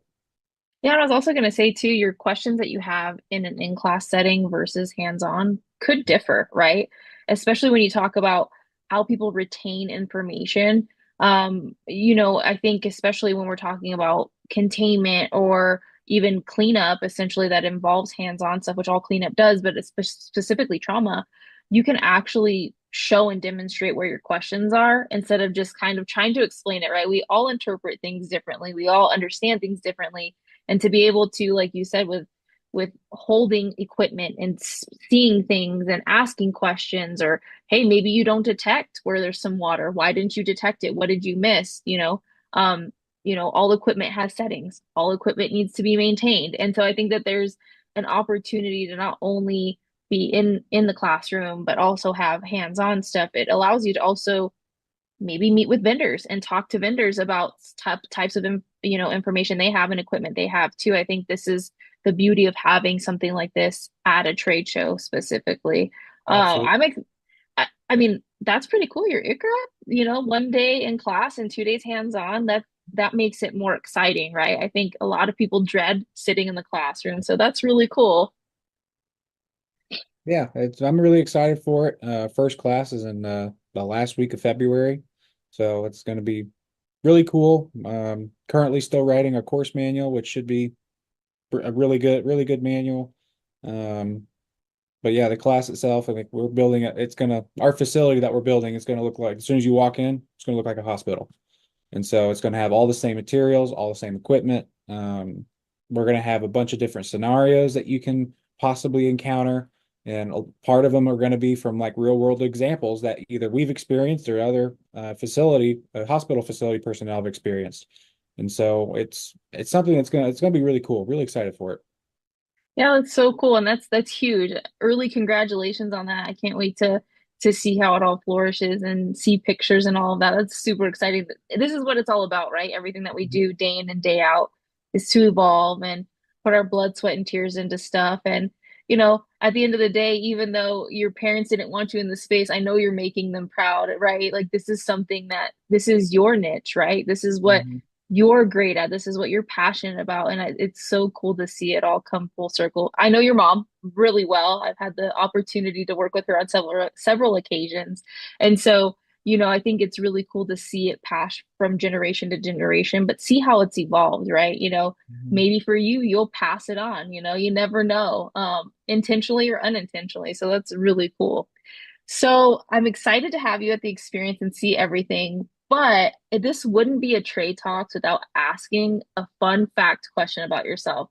Doesn't have to be related to the industry, but what do you think is a fun fact about you that people may be surprised about? Well, I'll give you a few. How's that?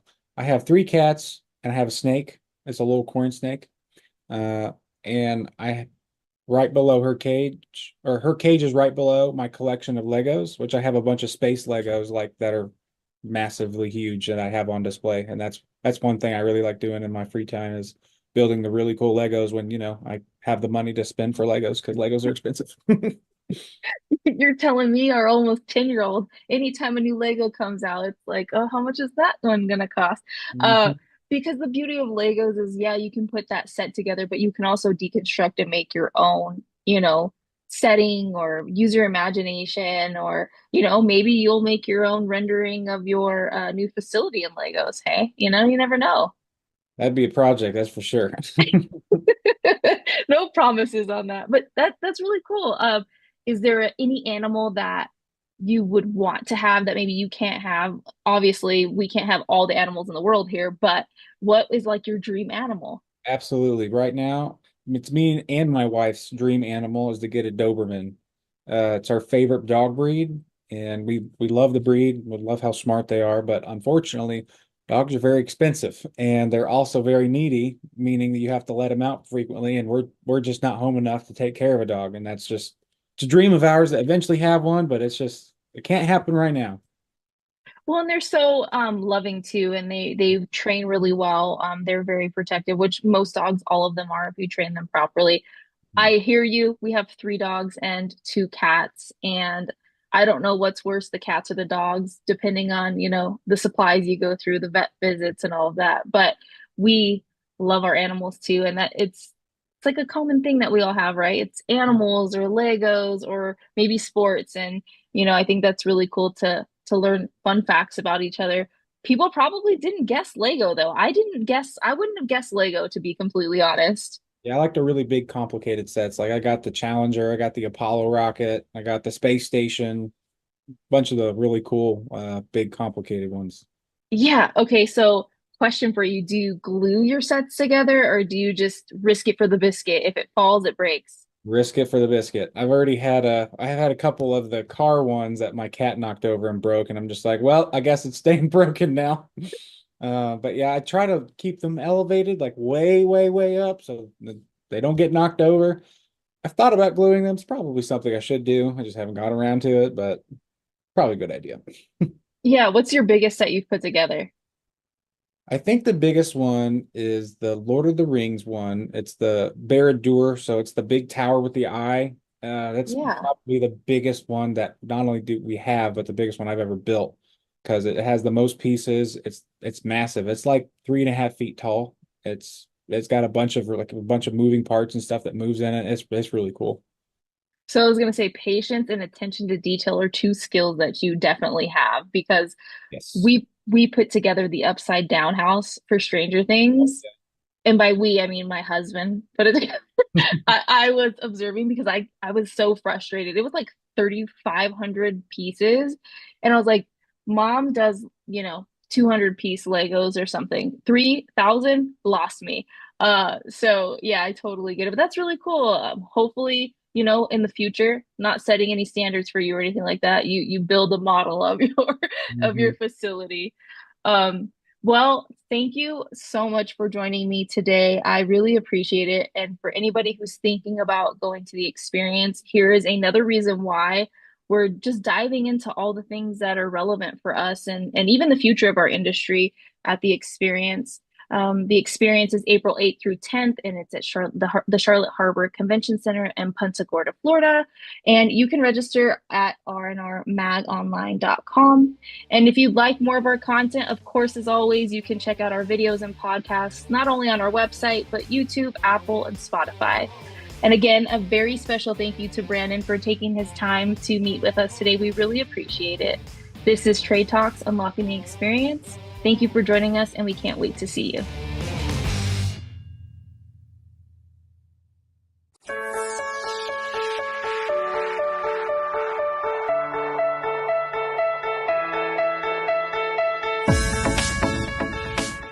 My name is Jeff Cross. I'm the media director with Facts. I'm here with Doug Hoffman, who has a joke. No joke for you. Okay, let's get serious though. Okay. There's some big news coming out of Normie. There is huge news coming out of Normie. And if you can read this, you can get kind of a hint of what it is, but there's a full press release to go with this video. Yeah. But Doug, there's something exciting. What's happening? It's just incredible, Jeff. I think since we started Normie in 2004, I came out of the construction industry, and we know how important it is to clean up the built environment, to make sure that the built environment is the way it's supposed to be, as clean as it can possibly be. In fact, I used to tell people that we were kind of like the first responders, in terms of cleaning up the environment, because we know it affects people's health. We don't always know why, but sometimes the headache that somebody has is not the boss. Sometimes it's the building. And so we've always felt like there was a way that we could somehow connect what we're doing with the medical industry, even though we always told everybody we fix buildings, not people. Well, the medical industry has always been on the other side saying we fix people, not buildings. And there's been this disconnect, the built environment and the medical industry. It's finally come together. That's too good to be true. It is. It's going to change the world. It really is. And this is part of this. That's exactly right. We've been in contact with the Dr. Andrew Heyman, who is one of the leading experts is with CIRS, the chronic inflammatory response syndrome, protege of Dr. Shoemaker, and which most people know if they're in that industry. And he looked for the opportunity to help us with our protocol for dealing with those sensitized individuals. We've been training on this for a year or for several years with Michael Pinto and our sensitized individuals class. We've made a big deal about trying to get our guys to understand how important it is because that population's growing. But we've never had this kind of connection. And when Dr. Andrew came to us, we talked about the possibility of actually forming a Normie Medical Advisory Board. Sure enough, it's here. How is this going to impact our industry and the players in it, the contractors? Well, I think the connection is interesting because it's really more of a training kind of connection, because what he wants is he wants us to come into his world and try to basically an awareness concept of how to deal with the environment as it affects someone's health. And then he wants to bring his world into our restoration world and say, look, you need to be considering the possible effects of a bad job on a client. So it really starting with the training, which I'm excited about because that's what I love to do. But that's what it's going to start with. We're going to start offering training that's more of an awareness program for the medical field, as then he trains our guys on how to deal with the medical problems that they're dealing with. So from a layman's viewpoint, here I am, layman. It seems like if there's a medical push to what we do, if there's a validation of what we do, that's got to be a huge impact thinking about years ahead. It is. And we've already put together a program with his help. Okay. We're putting together a program where we can actually collect the data from these patients. I think one of the things that's going to be important as we move forward is to be able to find those data points. What are the connections? How are these projects? How should they be treated? Why should they be treated? What's interesting to me is that we've been doing this for several years with sensitized individuals. We're very careful about who we connect them to in terms of the projects. But what we've learned is that when we sit down with a sensitized individual, if we can talk with their doctor and say, what is it that you're looking for? Are you looking for, is it a mold problem? Is it an endotoxin problem? Is it an actino problem? What is it? Then we can actually provide for them the assessment and the post-testing that actually proves we've improved the environment. Big news. It is big news. And big results can come from that. It absolutely can. And when you are able to be connected with a patient who is suffering from that and has a doctor who is interested in trying to figure out how to fix up the environment, they know that they can't just give them a drug and send them back to a contaminated environment if that contaminated environment is exacerbating their problems. Yeah. So it just makes sense. It's just been a long time coming. It makes sense. Can't wait to see this happen. Last question, what's your projected timeline to see results? Well, the new website is coming up in 60 days for Dr. Heyman, and there's going to be a lot of information on Normie there. We're working toward, hopefully by the end of the year, to be in place to do some training in a couple of universities. And so that's quick. Big news. All right. You heard it here first. Thanks, Doug. Thank you.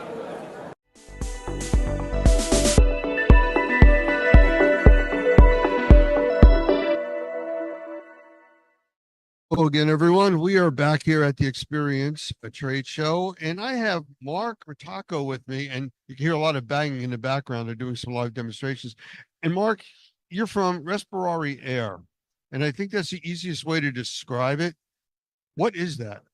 So Respiratory Labs, we do airborne and surface mycotoxin testing. So we're really at the cutting edge of analyzing the indoor space for both air and surface to see what the levels are.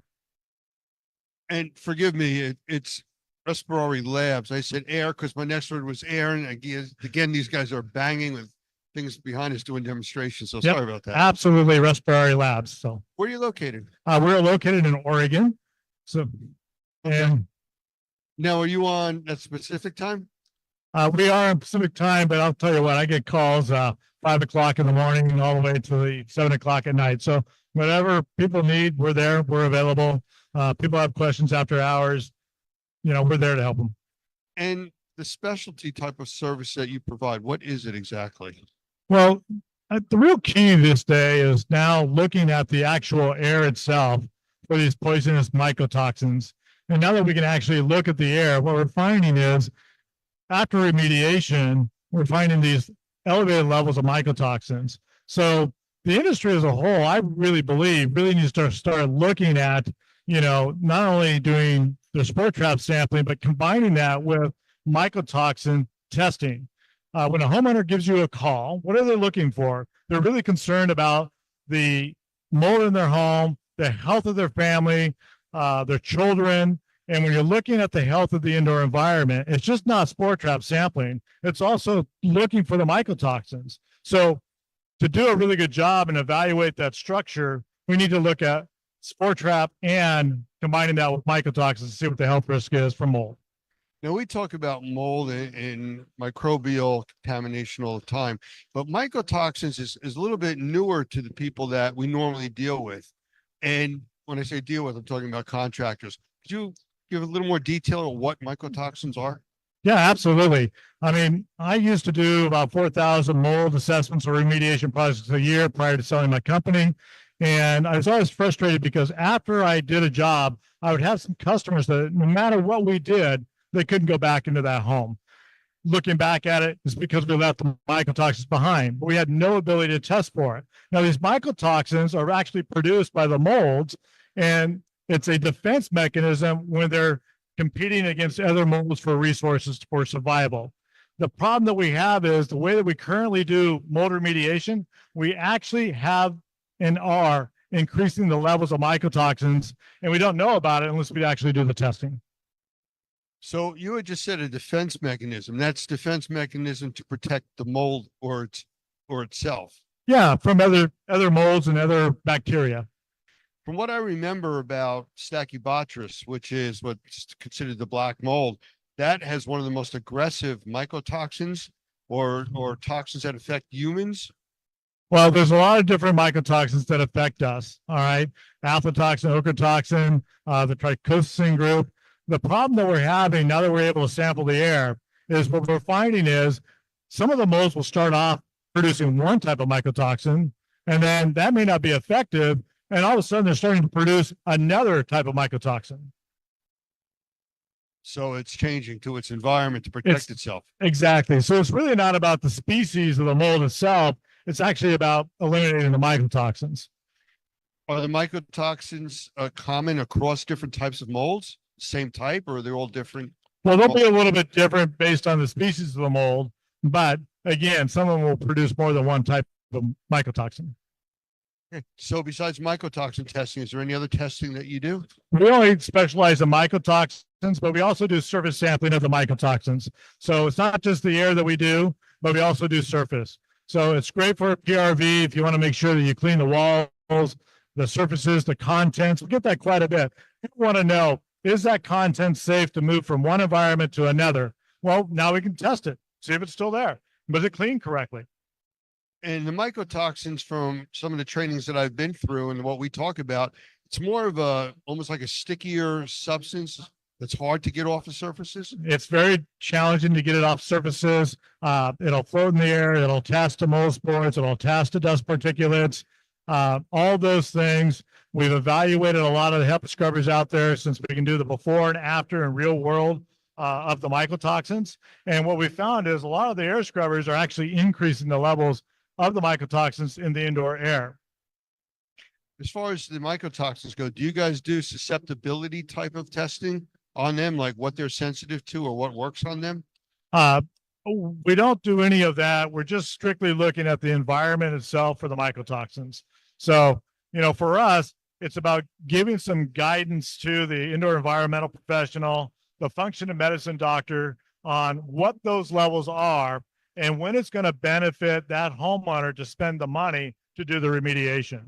Because we're going to compare it to background levels. Background levels for us are homes that have had no history of mold, no history of water damage, and no history of an individual with mold sensitivities. And we found background levels of mold in those environments. And what we want to do is compare your results that you're sending in against those average background levels. Now, low is easy to understand. If the levels are high, that's easy to understand. It's when we run into these medium background levels that you have to look at the whole scope. You have to look at other lab tests from maybe doctors. You might have to look at other tests that you're doing from Sport Trap to see if that homeowner is going to benefit from spending the money for mycotoxin remediation. So anybody that's watching, if they had any more questions, could they go to your website for more information? Absolutely. Come to our website. You can go on there. We do presentations on Mondays and Tuesdays to explain a little bit about our testing, why you want to test, how it becomes airborne, all those different things. We spend an hour doing that. Additional follow-up questions, just reach out to us. What's the website address? It's RESPIRARELABS.com, respirarylabs.com. Right. Well, I thank you for joining us here today. I know it's been busy, and I've been in meetings and interviews for the last 2 days, so I appreciate you taking the time and joining us. Well, thank you very much for having us. We'll chat again.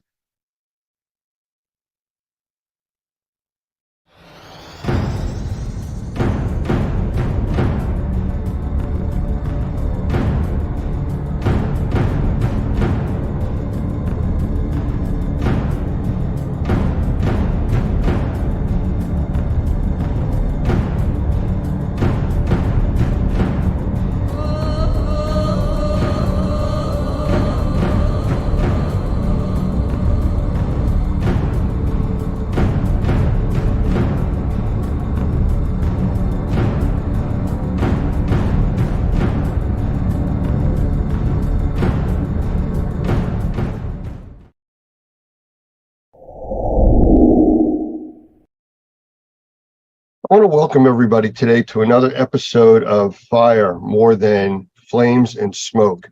And we have a special guest today, Alan Johnston. He's the founder of Green Tech Environmental, and he is a wealth of information on the science and technology side of controlling odors, controlling airborne and surface contaminants.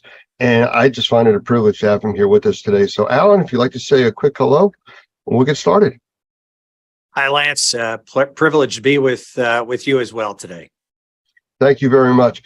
Can you give us a real brief background, a little bit as your background of where you've come from and how we got to this point today? Sure. My background is engineering. I'm a graduate of Purdue University in Indiana in electrical engineering, and I worked in the aerospace industry for 15 years. On some exciting programs involving NASA, the space shuttle, and a lot of different missile systems that protect our country. I had the opportunity to enter the air purification industry in 1997, now over 25 years ago, and it was really a combination of factors, but one that really drove my interest was the loss of my mother, who ultimately passed away from mold exposure in a school that she taught in. And as an aerospace engineer, I had a hard time understanding how something like that could happen in the world that we live in with such great technologies available to us. And so I've dedicated the rest of my professional career to finding technologies that solve the problem of indoor air quality and do it in a way that really mimics the way that the nature cleans the air outside. Well, I don't know if you really know how many lives you've actually reached, but just from the technologies that you've worked on and put out into the market, it's countless. So I want to thank you for that. I know how it's affected my family, my friends that use these similar types of technologies. So again, thank you for all that. But speaking of the technologies, why don't we get into some of them? I mean, the central and eastern part of the United States over the last week or so has really been impacted by fires coming out of Canada. And, you know, out of sight, out of mind, we think of Canada hundreds, thousands of miles away, depending on where you're located, but it's having a direct influence on us. And the technologies that you've worked on and are familiar with are really the lifeline for many people that have breathing issues or just regular people that are reacting to the smoke. So I don't know if you want to just start talking about some of them, or if you want me to request. Why don't we go with what you're comfortable with? Well, the technologies are obviously something that I am passionate about. I'm the founder of Green Tech Environmental and started that company almost 15 years ago now. And the object of the mission, I'd say, of our company is to find technologies that truly solve the problem, or not just a Band-Aid on them. And there are technologies that, as I said earlier, mimic what nature does outdoors, and I'll share some of those with you. This issue that we're having recently with wildfire smoke is certainly a significant, and it's a problem that pops up periodically, certainly every month of every year, somewhere around the world, and the United States had a chance to experience it, affecting as many as 100 million people here just in the last few weeks. It is toxic. Can I interrupt you for 1 second? Because what you just mentioned, affecting 100 million people in the United States, this is a part of the country that's not normally affected. But one of the things that came out of this, because of the thickness of the smoke, we actually got a glimpse into what the starting of a nuclear winter would look like. And, it affected the overall climate. In New Jersey, which is where I'm from, the average temperature this time of the year is normally 80, 85 degrees. When the smoke was as thick as it was for those 4 days, we barely got to 70 degrees. It lowered the temperature almost 20 degrees a day. So it made a big difference, and that affects things going forward.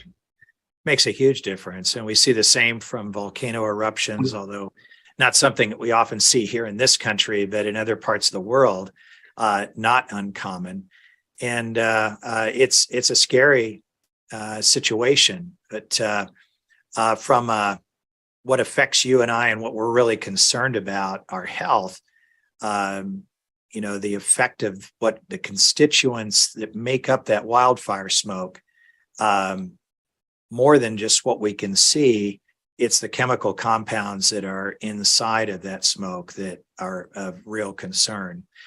I have the privilege to be on multiple boards of committees with ASHRAE, and ASHRAE is the standard that is set for heating and air conditioning and indoor air quality.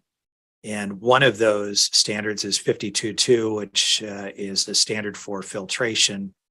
And what you hear most about when someone talks about the concerns over health and wildfire smoke is PM 2.5 or particulate matter at 2.5 microns. And that is just one size particle. Obviously, wildfire smoke contains particles of virtually every size, up to particles that we can see very clearly. But scientists have really focused in on that one size because it's one that they measure and have identified as one that can get into our lungs and get absorbed into our bloodstream and have a dramatic health effect. And so filtration becomes an important part of a solution to dealing with wildfire smoke indoors. I know that people are talking about setting up safe rooms within their homes, a place that they can go that will allow them to breathe and have a minimal effect from the wildfire smoke. And for those that have technologies that they put into these rooms, congratulations. It's something that we should all have to be able to have a safe haven. We never know when wildfires can hit. I'm sitting in Northeast Tennessee not far from Gatlinburg, a beautiful, one of the most visited national parks, but was struck by a wildfire just a few years ago that took out thousands of acres and burned thousands of homes. Something that was unheard of because we just don't have many wildfires in this area, and we got a glimpse of what that can mean. It can strike anywhere, and preparedness is important. So as we've worked as a community within ASHRAE, developing standards for filtration, high quality HEPA type pleated filters that are able to filter out these ultrafine particles is very important.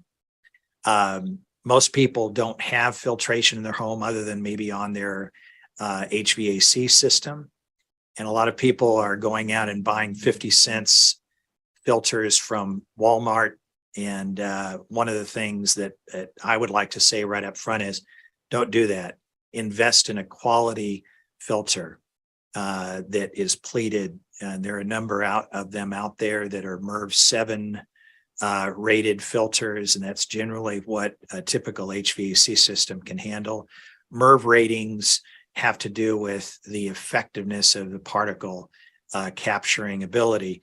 The higher the MERV rating, the tighter the weave, the less air flows through the filter. And one of the things that we can't do is typically on most systems put a HEPA type filter, which is MERV 13 and above.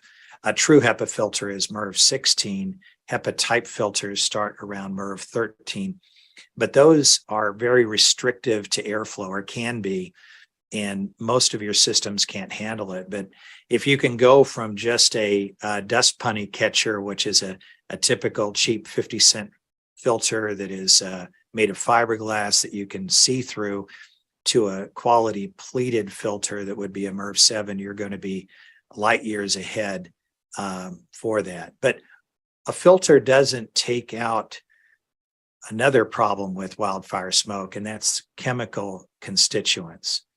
That's one of the things that we talked about, especially when COVID hit, that people were wearing masks, and the masks were fine for particulate, but it wasn't stopping something at the size of a virus.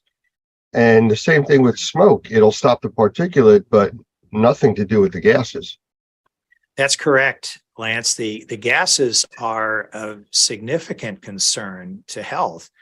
Inside that wildfire smoke, there are toxic gases, chemical compounds that are harmful to our health. And for the most part, we're able to deal with lots of issues, lots of chemicals that we get faced with. Our bodies are wonderful at being able to deal with those, but as we get exposed to more and more chemicals, which we are, chemicals that come through our skin from laundry detergent, chemicals come from the cleaners that we use in the indoor environment to clean, to sanitize, which is great, but those chemicals get in the air and we breathe them in. And it's not a surprise that today the CDC and EPA are saying that over 15% of our population have chemical sensitivities. In other words, they've been exposed to so many chemicals that their body is no longer able to deal with it. And now they become what is often referred to as hypersensitive to chemicals and have an adverse reaction to them. And now they have to be extremely cautious because their body can no longer take that exposure. And so it puts them into a downward spiral. So those people are using hypoallergenic laundry detergent, for instance. They're using things that are for people who have chemical sensitivities. If you want to avoid becoming chemically sensitive, you want to remove as many chemicals as you can from your environment so that your body doesn't become overwhelmed. And certainly wildfire smoke with all the chemical constituents in it create a problem that do put people at risk in that way.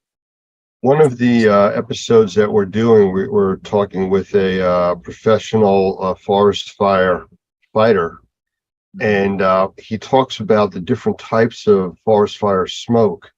A lot of people say, well, it's like a campfire. We do that all the time, and we have a fire pit. Well, that's when just the trees basically and the brush are burning. When it burns through an area with warehouses and homes, everything that is going airborne is toxic, beyond just the regular smoke from the firewood. So, it's a completely unknown situation as to what you're breathing. You can't just say, oh, it's typical campfire, which I'm used to all the time. And just like with contaminated water from a flood, everything is in that water. It's no longer drinkable. Well, this isn't really good to breathe, though you can't stop doing that. That's true. But there are technologies that exist which are able to deal with those chemical constituents, and whether it's from wildfire smoke or just cleaning compounds that we use, there are technologies there, and ones that I have been focused on in my career in indoor air quality for over 25 years. There are. Could you tell us about a few of them? I'd love to. One that I have focused on primarily is something called photocatalytic oxidation, or another term is photocatalysis. Photo refers to ultraviolet light. Catalytic refers to the catalyst, which the ultraviolet light activates, that creates a reaction. But by definition, the catalyst itself never changes, it never gets used up. What's happening is the photocatalyst, typically made of a compound that has a very high band gap energy, which titanium dioxide is the primary one that is used. It allows for the UV light to create enough energy to break the bonds of the electrons that rotate the nucleus of this titanium dioxide, leaving behind electron holes. Now, I'm getting a little deep in the technology side of it, but it's fascinating to think about, because these electron holes that are left behind, I mean, the titanium dioxide, which has a lot of, it's a very strong material. It has a lot of energy that holds the electrons to itself. So when it loses it, it has a strong pull to get them back. Well, as molecules come into contact with the surface of this photocatalyst, those electrons do get pulled away, and now it breaks down, something called molecular dissociation, breaks down these chemicals, and the chemical that existed prior to reaching the surface of the photocatalyst is no longer. It's broken down into its subcomponents, and it literally no longer exists. And that's the beauty of a photocatalytic system, is we can take things which are harmful in the atmosphere, put them through this system, and actually eliminate them. People do things like spray chemicals in the air to make the air smell better, because they don't like the smell of the wildfire smoke or other odors that may occur in the home. But that's just adding more chemicals on top of the chemicals that are already there. Photocatalysis is able to break those down.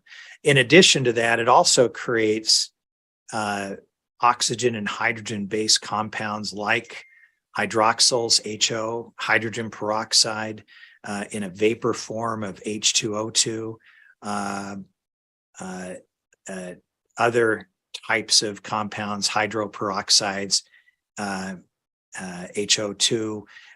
They're all made of hydrogen and oxygen, but those compounds, also referred to as oxidizers, as they travel out, they oxidize molecules as well. So it's not just working inside this photocatalytic system that is used and put into HVAC systems as well as standalone products, but it also creates things that travel out and clean the air actively throughout the ventilated space. Everywhere the air is, it's cleaning the air. So we can create that safer environment by using that kind of technology. There Some other technologies in addition to photocatalytic oxidation, or also referred to as PCO, such as bipolar ionization. Now that can be used with needlepoint ionization, where you have both a positive and negative electrical charge, and it puts these electrical charges in the air that can come into contact with water vapor and break those down and create oxidizers in the same way that photocatalysis does. There are also DBI, dielectric barrier ionizers, which do not use needlepoint. They use a different kind of technology, but it creates this plasma of positive and negative electrical charges, which tend to last longer than just a bipolar ionization technology does. But these too travel out and are able to break down contaminants. So if we look at what all of these technologies I've just described do, it mimics what happens outdoors every day with the sun creating the energy that interacts with compounds that create this photocatalytic reaction, the sun creating these electrical charges that are in the air and cleaning the air actively. I often say there's no giant vacuum cleaner in the sky with a filter on it that purifies our air outside. And in spite of everything that we do outside, whether nature does with wildfires or we do with automobiles and cars and airplanes producing pollutants in the air, all the outdoor air is constantly being polluted, yet the outdoor air generally is 5 to 10 times cleaner than indoor air. And that's according to the US EPA. And the reason for that is nature has these systems in place that clean the air and create a healthier environment outdoors than we have indoors, in spite of what you might do to keep things clean. So our goal is to bring those technologies indoors. Alan, I got to interrupt you for a second. I mean, Sure. You had said about getting too technical. I don't think you did, but I want to point out that all of these technologies are available. This is what is commonplace today. And, we've talked about in other trainings, I use the term science fiction becomes science fact. It may sound like science fiction, but this is all what's working nowadays, and it's affordable. It's something that everybody can get their hands on. You don't have to go to NASA to request something like this. It's there. You just have to know what you're looking for and asking for. We get a lot of people that say, oh yeah, I have an air purifier. Well, what do you have? And they tell you, and it's a inexpensive filter. Mm-hmm. And, we know with filters only filter what makes it to the filter. Correct. The proactive technologies you're talking about go out and find the problems and take care of it wherever it's at. So that's a big difference. And I applaud people for wanting to do something, but they really need to get the information to know what they're getting. Just like the people that wore masks when COVID hit. I mean, how many people did you see wearing masks made out of paper towels? I'm wearing a mask. Well, yes, you are. However, whether it works or not. So where do you see this industry going with the technologies that are there right now? They're not brand new. They've been enhanced. They've been combined together. But moving forward, especially with the changes in our environment, smoke conditions, temperature, relative humidity problems, where do you see we going, or us going with that? Well, the technologies are slowly being accepted. One of the reasons that I became heavily involved with ASHRAE and on a number of committees was there has been an overall resistance to electronic air purification, the technologies that I just described. And some of the testing that has been done on them, the way the tests have been set up, the results have not been positive. The problem with the test and their protocol was that they have done what is referred to as single pass testing. In other words, they'll put some kind of a challenge gas and put it through the photocatalytic reactor and measure what comes out the backside. And in this breaking down of the molecule, in some cases, the molecule that comes out the backside is worse than the molecule that came in. It's what is referred to as a cascading process. So you start with one molecule, it breaks to another, breaks to another. But if all you do is measure it after one pass, well, that's not really a good indication, because we don't put systems in our homes or businesses or factories that just go through once. We are constantly circulating the air through the room, through our devices. It's working continuously. And unfortunately, the people who can create these protocols for testing try and control it to a level that we end up with these protocols that make just a single pass. I'm very thankful at our international meeting in Atlanta in February. There was a great session with a number of PhDs that worked tirelessly on this subject, showing the results of what we refer to in the industry as electronic air purification can do, and the benefits of it, and really putting holes in what has been the standards, the protocols that have been used up until now. One of the other subjects I'll just throw in was that ASHRAE has a mandate to decarbonize, which means to save energy. And up until now, and still today, really, people have thrown their arms up as to how to deal with this indoor air quality problem, other than just to ventilate, which means bringing fresh air from outside inside, because we know that the outside air is cleaner than the inside air.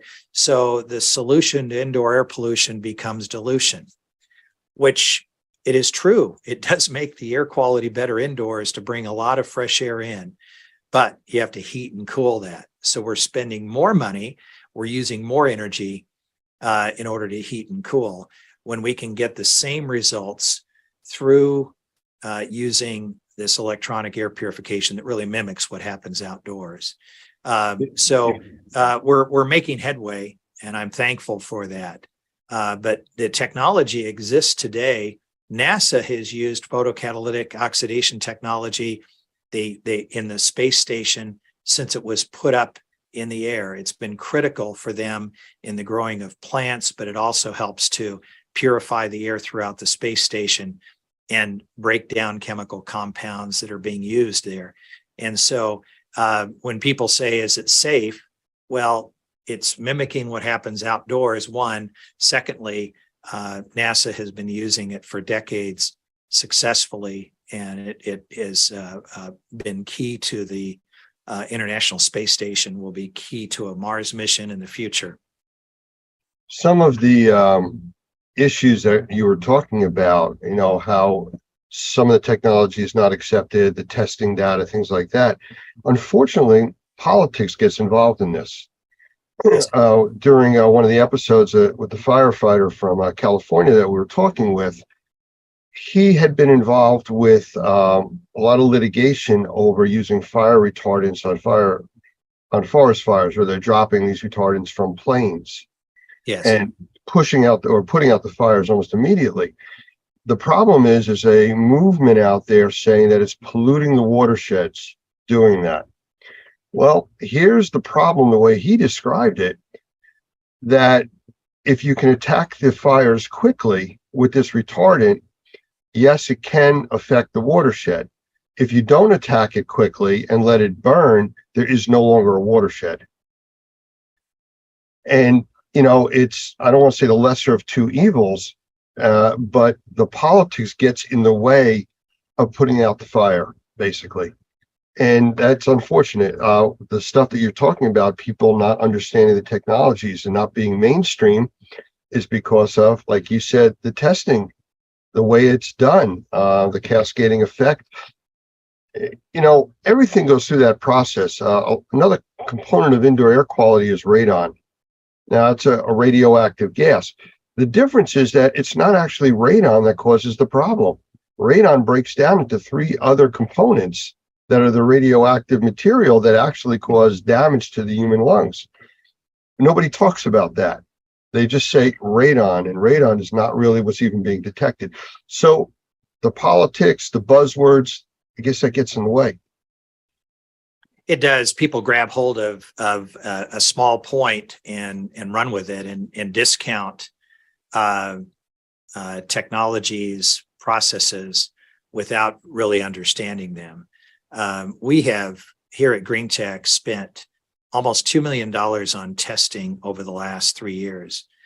Some of that was on COVID, the SARS-CoV-2 virus, which was important, obviously, during the pandemic, but testing on mold, bacteria, on VOCs, looking at monitoring formaldehyde and toluene and some of these other chemicals that are harmful to human health, yet are found frequently in the indoor environment, and been able to show through the use of our photocatalytic technology, the use of dielectric barrier ionizers, bipolar ionization, unipolar ionization, that we're able to reduce the chemical load in the environment over a matter of hours and days, that even when we inoculate the space with compounds that, when they get broken down, create things like formaldehyde, that we actually don't even see an increase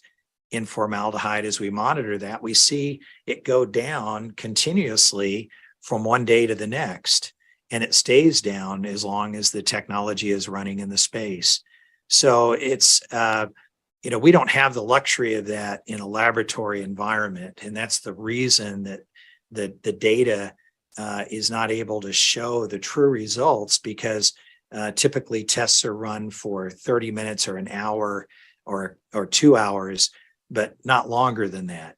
And that's not the way that our products operate. We're running continuously, and they're constantly breaking down and getting down to a level where the contaminants in the space, whether they're chemical, whether they're particles, whether they're biological, that we have reduced them down to a level that allows our bodies to deal with the remnants that always exist. You never get 100% of anything out of the air, but if we can get them down to where our natural immune system can deal with them, that's the key. And that's why people that have COPD, that have asthma, respiratory issues, get such relief from the use of this electronic air purification technology that I've described today. How about odor control? Because that's another big component of the wildfires that are affecting people now. Again, they see it, so they're reacting to it, but they also usually smell it before they see it. That is so true. I did here in New Jersey. It was like all of us, the morning was fine, the afternoon was like, I smell a fire. And by that evening, it looked like sunset at 4 o'clock in the afternoon. It was just so dark. So what's available out there for odor? Well, and some of the odor gets dealt with through the use of the technologies I've described, photocatalysis, dielectric barrier ionization, bipolar, unipolar ionization, but not 100%, and especially because wildfire smoke, the smell from it is so overwhelming. I am really excited about a technology that I learned about that was developed by a tiny company up in Kentucky. And my company was able to get the exclusive worldwide rights for applying this technology to a filter. It's the trade name is called OdorGuard. And by the name, it is something that deals with odors, but it goes way beyond that. But it's used in different areas where odors are a big problem, like inside of trash bags today. Glad has an odor reducing trash bag that uses the same technology applied inside the bag. Adult diapers obviously we understand the issues with odor there.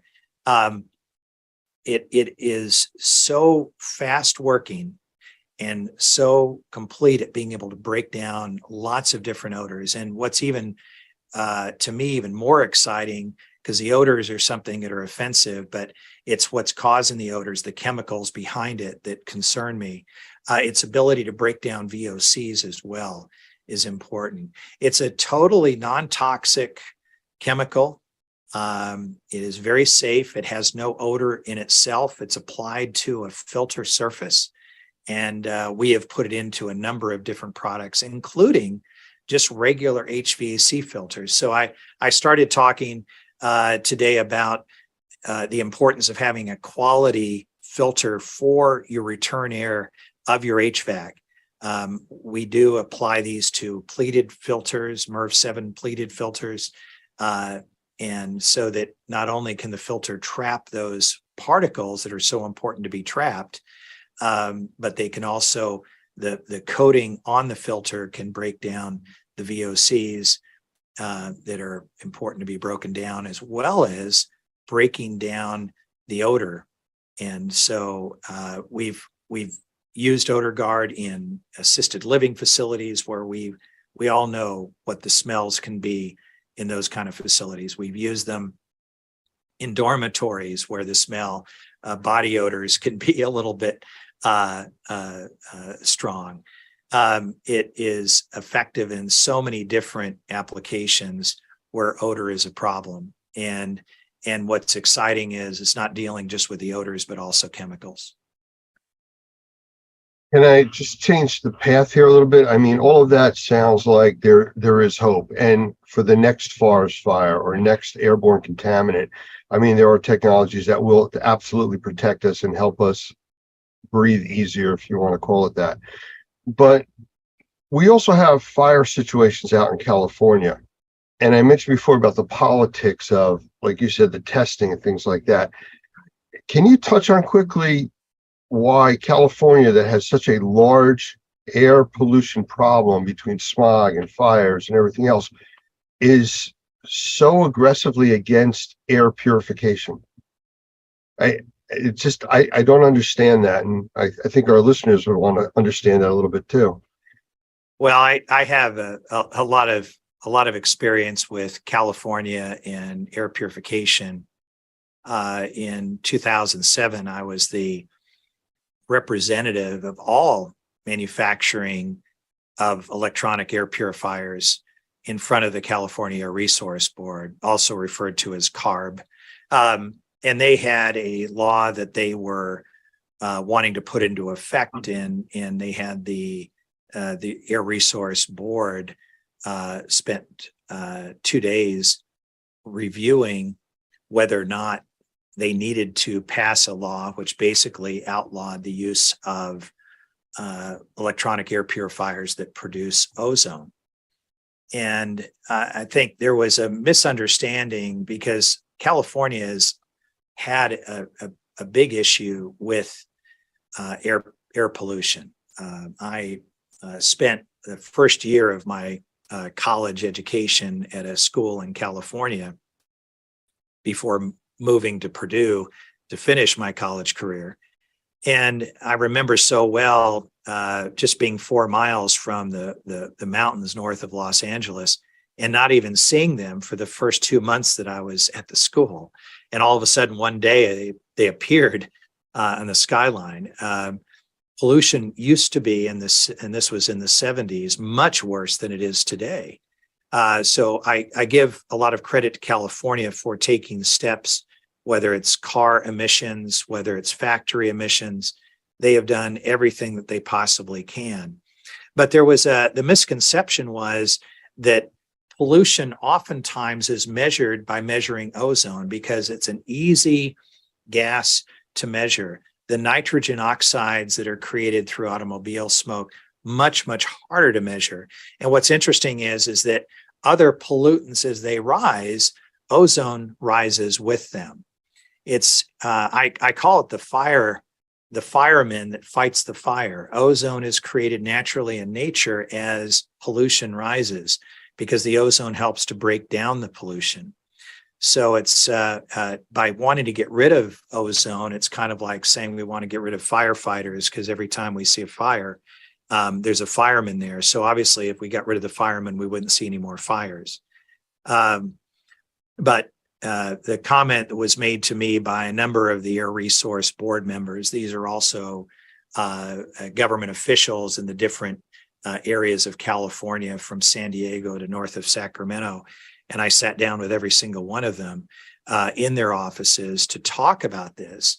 One of them mentioned to me, I said, I don't understand why we would want to generate ozone when we've been working so hard to get ozone out of our state. And I had to correct him to say, you've been working to get pollution out of your state. Ozone is not the pollution. Elevated levels of ozone aren't good, but the elevated levels of ozone are there because of the pollution that you have. They ultimately decided to pass the law against air purifiers that generate ozone. And therefore, that is one low-level ozone. We're talking about levels that the EPA said are safe and natural, that are found outdoors and in very pristine parts of the world every day. There's no place around the world that doesn't have a low level of ozone except indoors, that they would not allow ozone to be generated in air purifiers. And you know, as much as I disagreed with that, you know, we just looked for ways that we can still help people through other technologies to be able to purify their air. And our photocatalytic technology, bipolar ionization, dielectric barrier ionization, they're all able to do that without generating ozone. But the one thing that was a challenge was odors, because one thing that is really great about low-level ozone, I'm not talking about high level, I'm talking about ozone that's so low you can't smell it, which and the levels that are safe and acceptable by the EPA and OSHA and WHO and any other health organization you can name. It's great at breaking down odors, and that's one of the things I loved about it. And not having access to it for people who live in California was disappointing. But that's one of the great things that we found with OdorGuard and the ability to break down odors. So we're able to create products that people in California can use with high quality filtration, with odor reduction through the use of our OdorGuard technology, and then incorporating these other technologies like photocatalysis and bipolar ionization. Well, I appreciate that, and thank you for answering that question. We're almost out of time here. Is there anything that you'd like to sum up with? I know we covered quite a bit and extremely informative. The technology side, I think, is something that people need to hear and understand so they don't just wear the paper towel mask and think they're protected. So true. One of the things that I say about technology is you know, nature uses a lot of different mechanisms to keep things clean. Don't get locked into just one technology. Filtration's important, but it's not the be all to end all. Use a multi-technology strategy, and there's a lot of wonderful technologies out there. I'm proud of what we've been able to put into products, but you know, there's some excellent products out there. But look at what they do, look at their test data, make sure it's real. Filter inside of a box. Is it doing something? Yes, but is it enough? Absolutely not. You need to do more than that.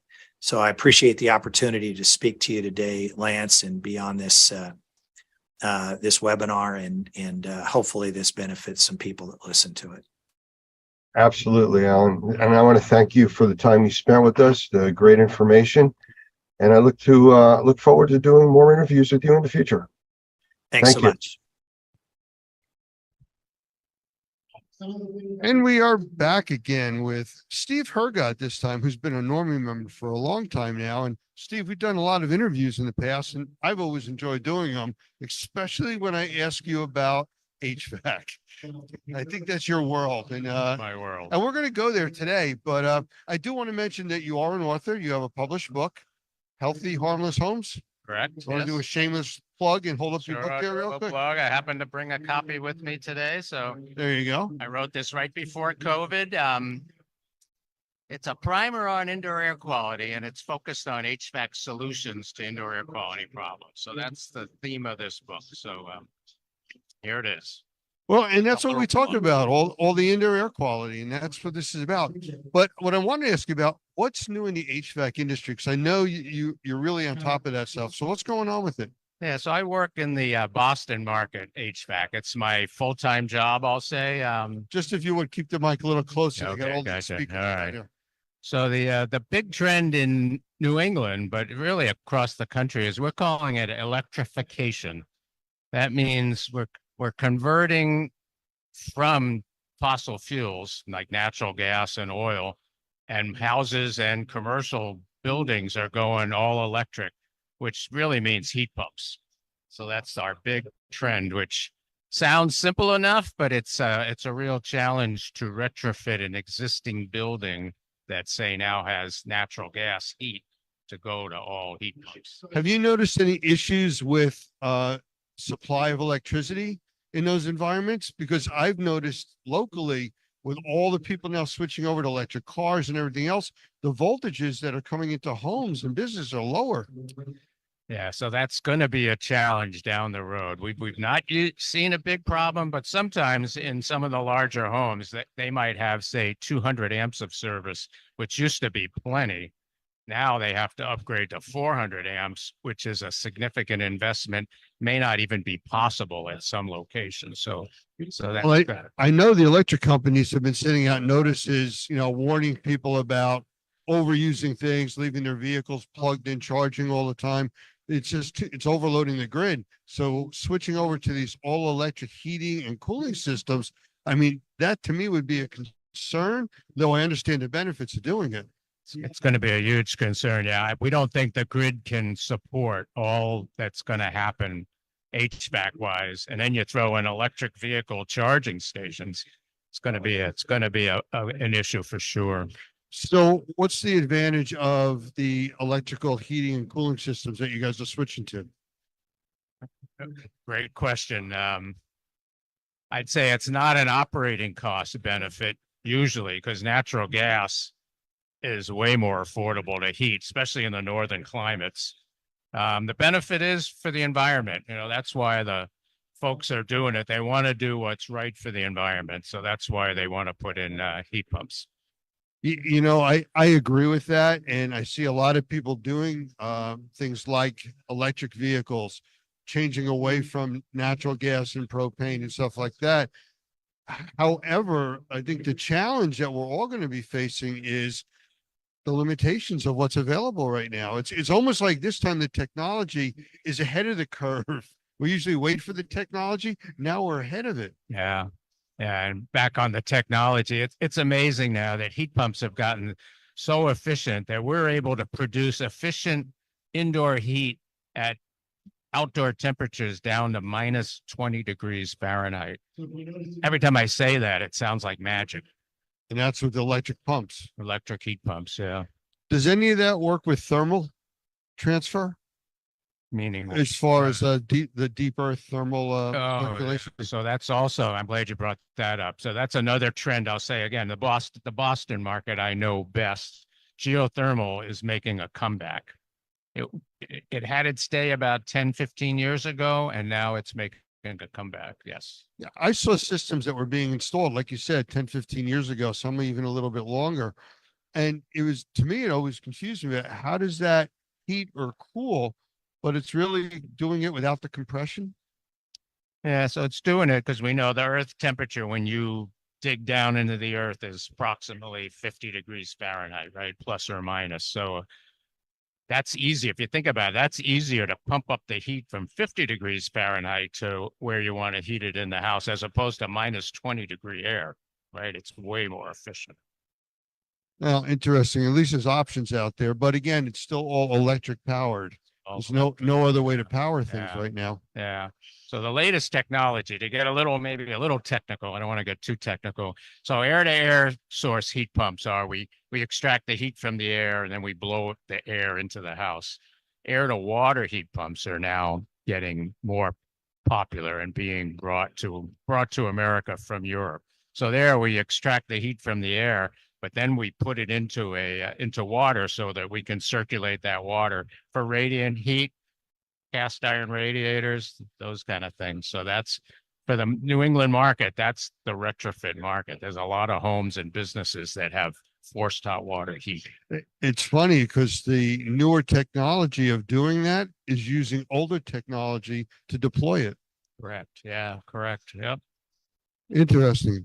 That's a big twist. That's a big twist. So how does any of that affect indoor air quality? Because now you're getting away from forced air. Yeah, that's another great question and a great point. So when we have forced air heating and cooling in a home, we can filter the air, we can humidify the air, we can dehumidify the air, we can filter the air, we can add air purification technology. Yeah, but if we have forced out water heat, then yeah, none of that applies. We need portable type indoor air quality. The standalone equipment. Standalone equipment. I mean, even things like just ceiling fans help in those situations. Ceiling fans help, correct. Yep. So, well, interesting. So is that in your book?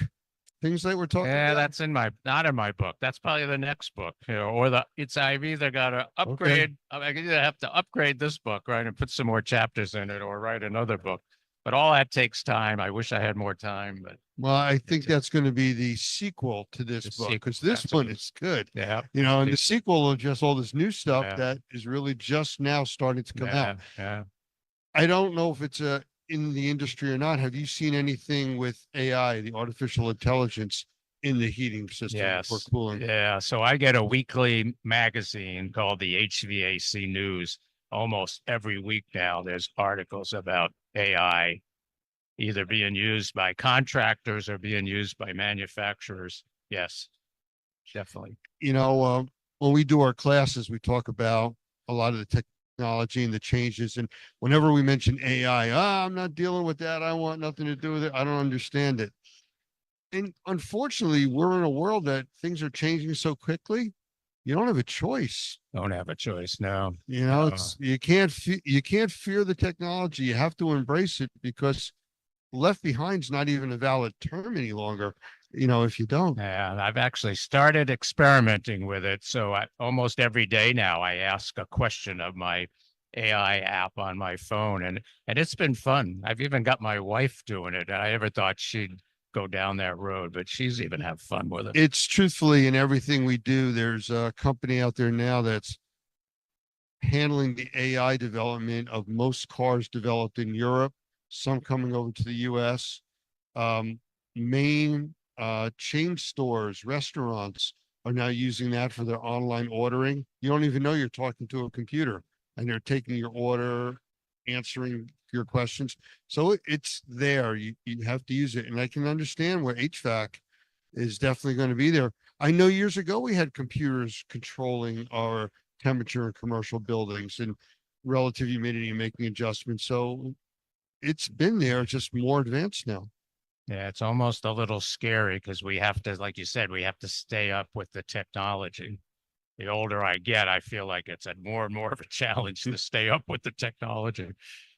Yeah, but to stay engaged in this industry. Yeah. And truthfully, it's concerning, but it's also an exciting time for the industry. Yeah. Because there's so many advancements and so many things making healthier, safer, cleaner environments for people. And then you toss in the government, and the Department of Energy is involved. So right now we're phasing out the current refrigerant that is used in all HVAC equipment, which is called R410A.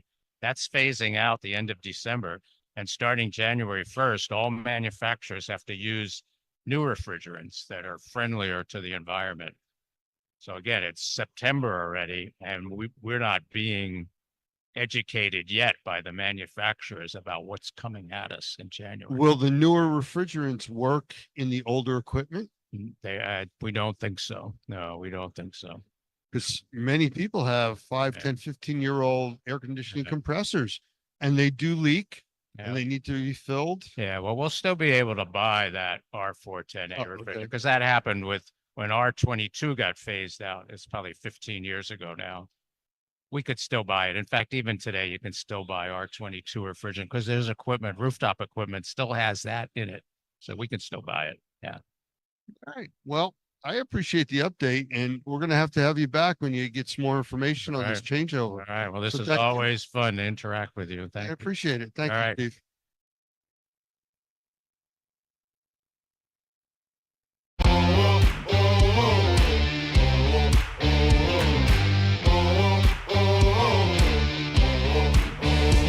Hello and welcome to episode 25 of Trade Talks Unlocking the Experience.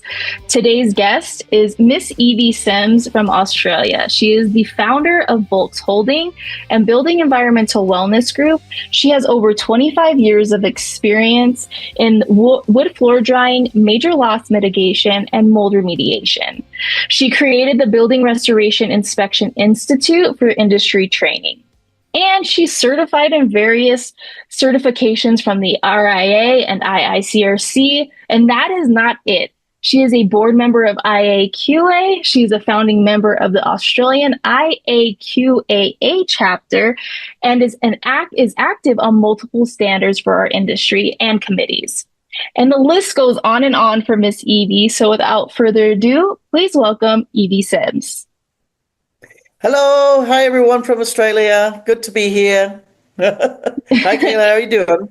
Good. How are you? Thank you for joining me. You know, it's my evening here. It's your morning there, right? So I wanted to take the opportunity to, interview you and just kind of talk a little bit about who you are, fun facts about you, and what you're going to be speaking about at the experience. I think it's important to let people know you're going to be speaking at the spring experience. And what are you talking about?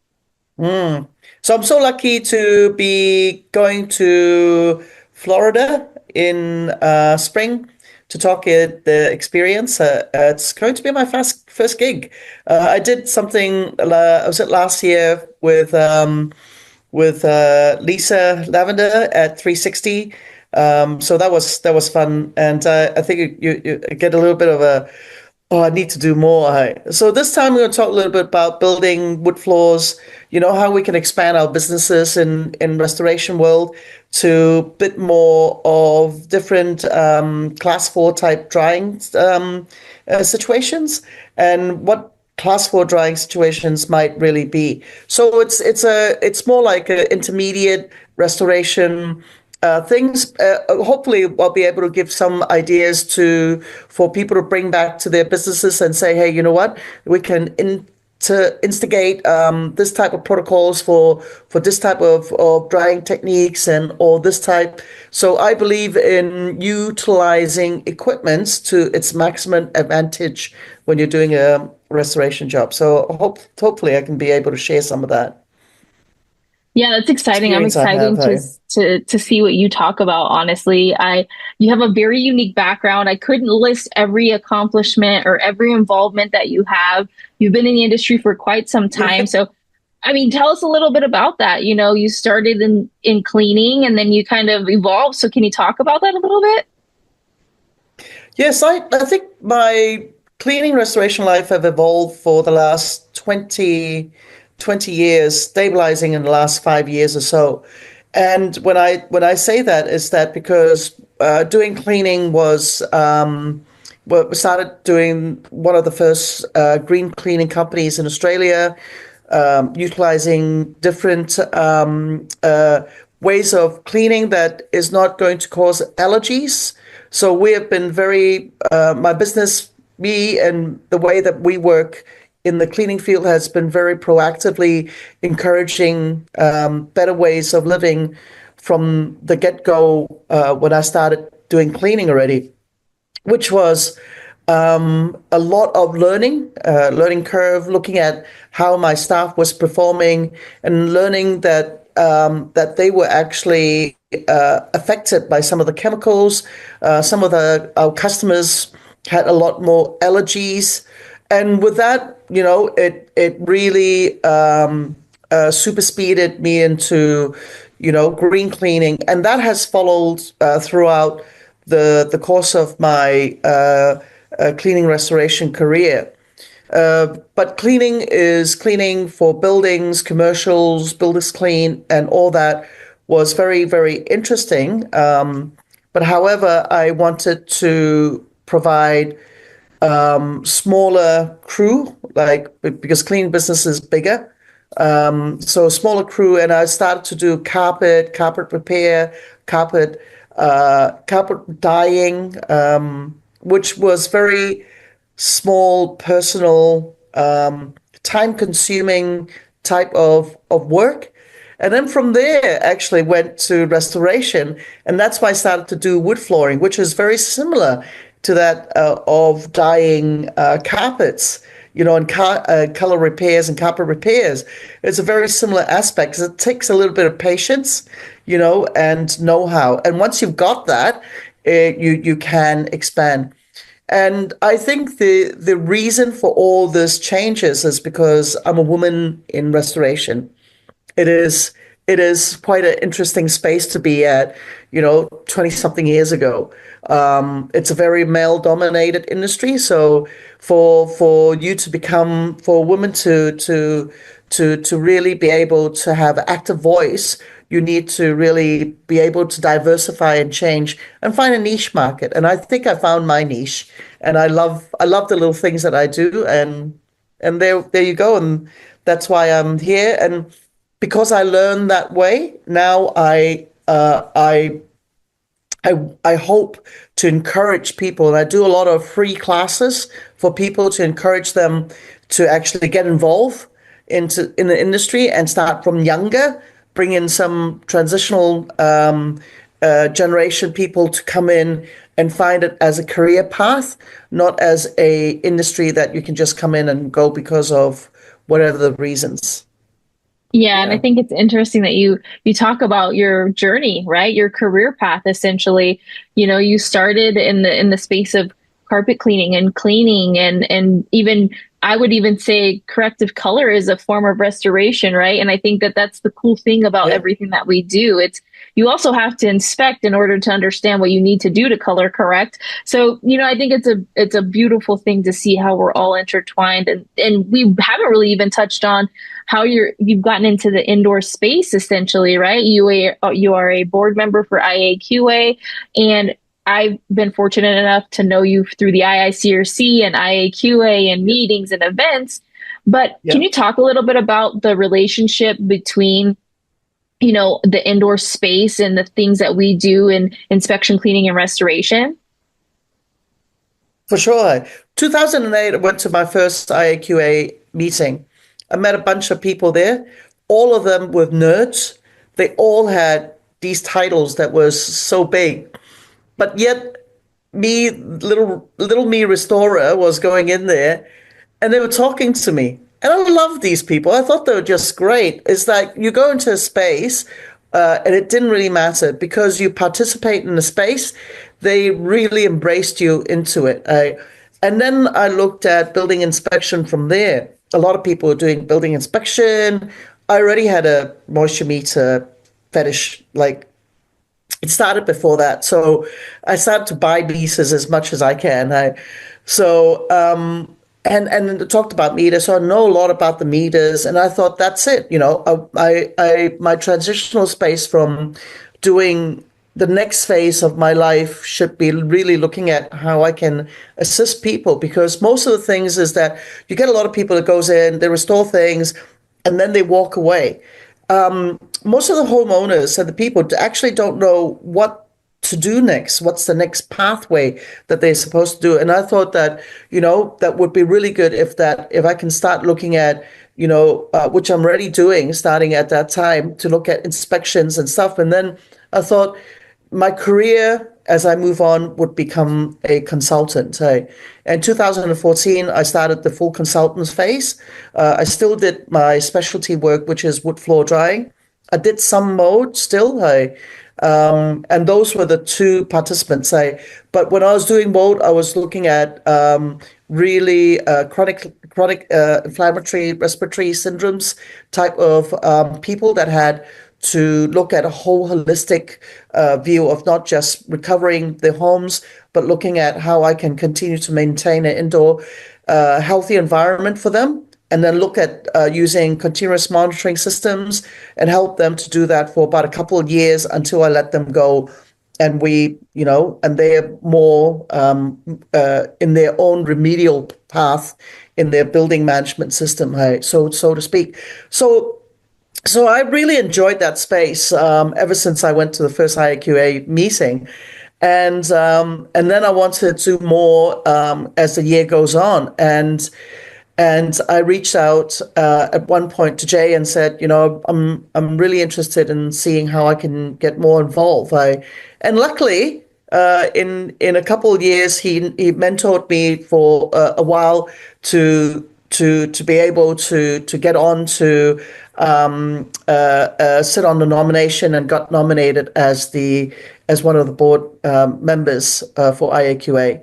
And prior to that, we looked at the Australia and thought, Australia didn't have a chapter. Hey, we've got, one thing that IAQA is very good at is that we're indoor air quality consultants. And we are very good at merging a whole bunch of people that's already in the space, your industrial hygienists, your occupational hygienists, your building inspectors, your building science people, the restoration people, and all that people. We're very good at being the interperson people to nurture all these people together. And I thought that would be really good in Australia. So in Australia, everybody just went, let's do it together. And we formed the Australian chapter in 2016 with Dr. Claire Bird being one of its president, and I being one of the first directors of it. And then she's carried the flag to all the different presidencies now. So it's very exciting. They had the first conference just a couple of months ago.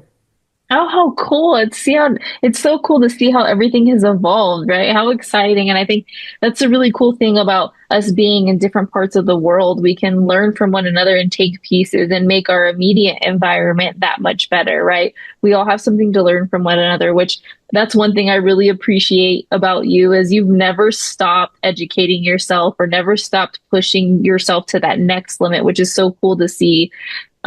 Speaking of all of this, I know a lot of people know you for your Restore background and your IAQ background, but what's something that might surprise people about yourself? Are you like a secret, artist of some sort? Do you like to sing? Are you like, do you like to play football?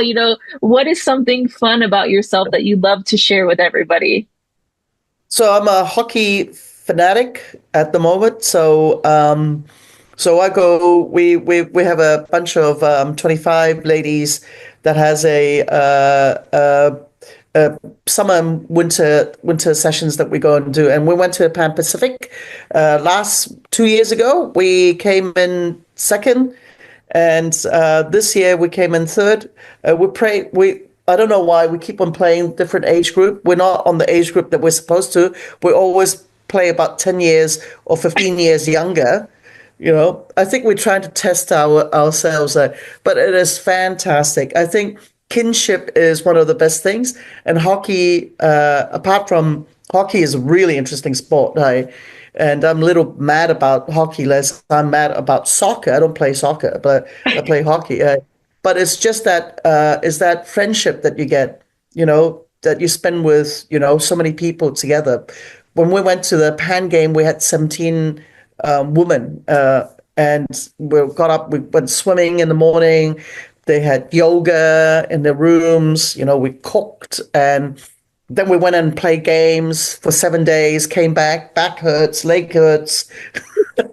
Especially when you're playing somebody, like you said, 10 or 15 years younger. But man, to play second and third with a group of women that's your age that are playing people that, are someone you should be mentoring essentially is nothing to sneeze at. And yes, of course, your body aches and stuff. So what you're saying is if you really needed to check somebody, you could do it, right? Like you can check them on the ice, you can check them in real life. Come on. I'll remember to just give you a hug when I see you. I won't even try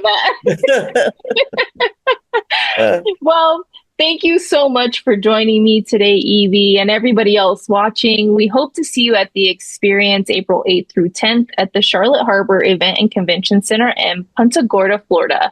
You can register now at rnrmagonline.com. And as always, you can listen to this and other content and videos on YouTube, Apple, and Spotify. And if you're looking for updates and maybe even some articles from Evie or some highlights from her session, you can follow us on Facebook and LinkedIn and Twitter. And a very, very special thank you to Miss Evie today. This is Trade Talks, Unlocking the Experience. Thank you for joining us, and we look forward to seeing you very soon. I look forward to seeing everyone in Florida for the Experience in April. Take care, everybody.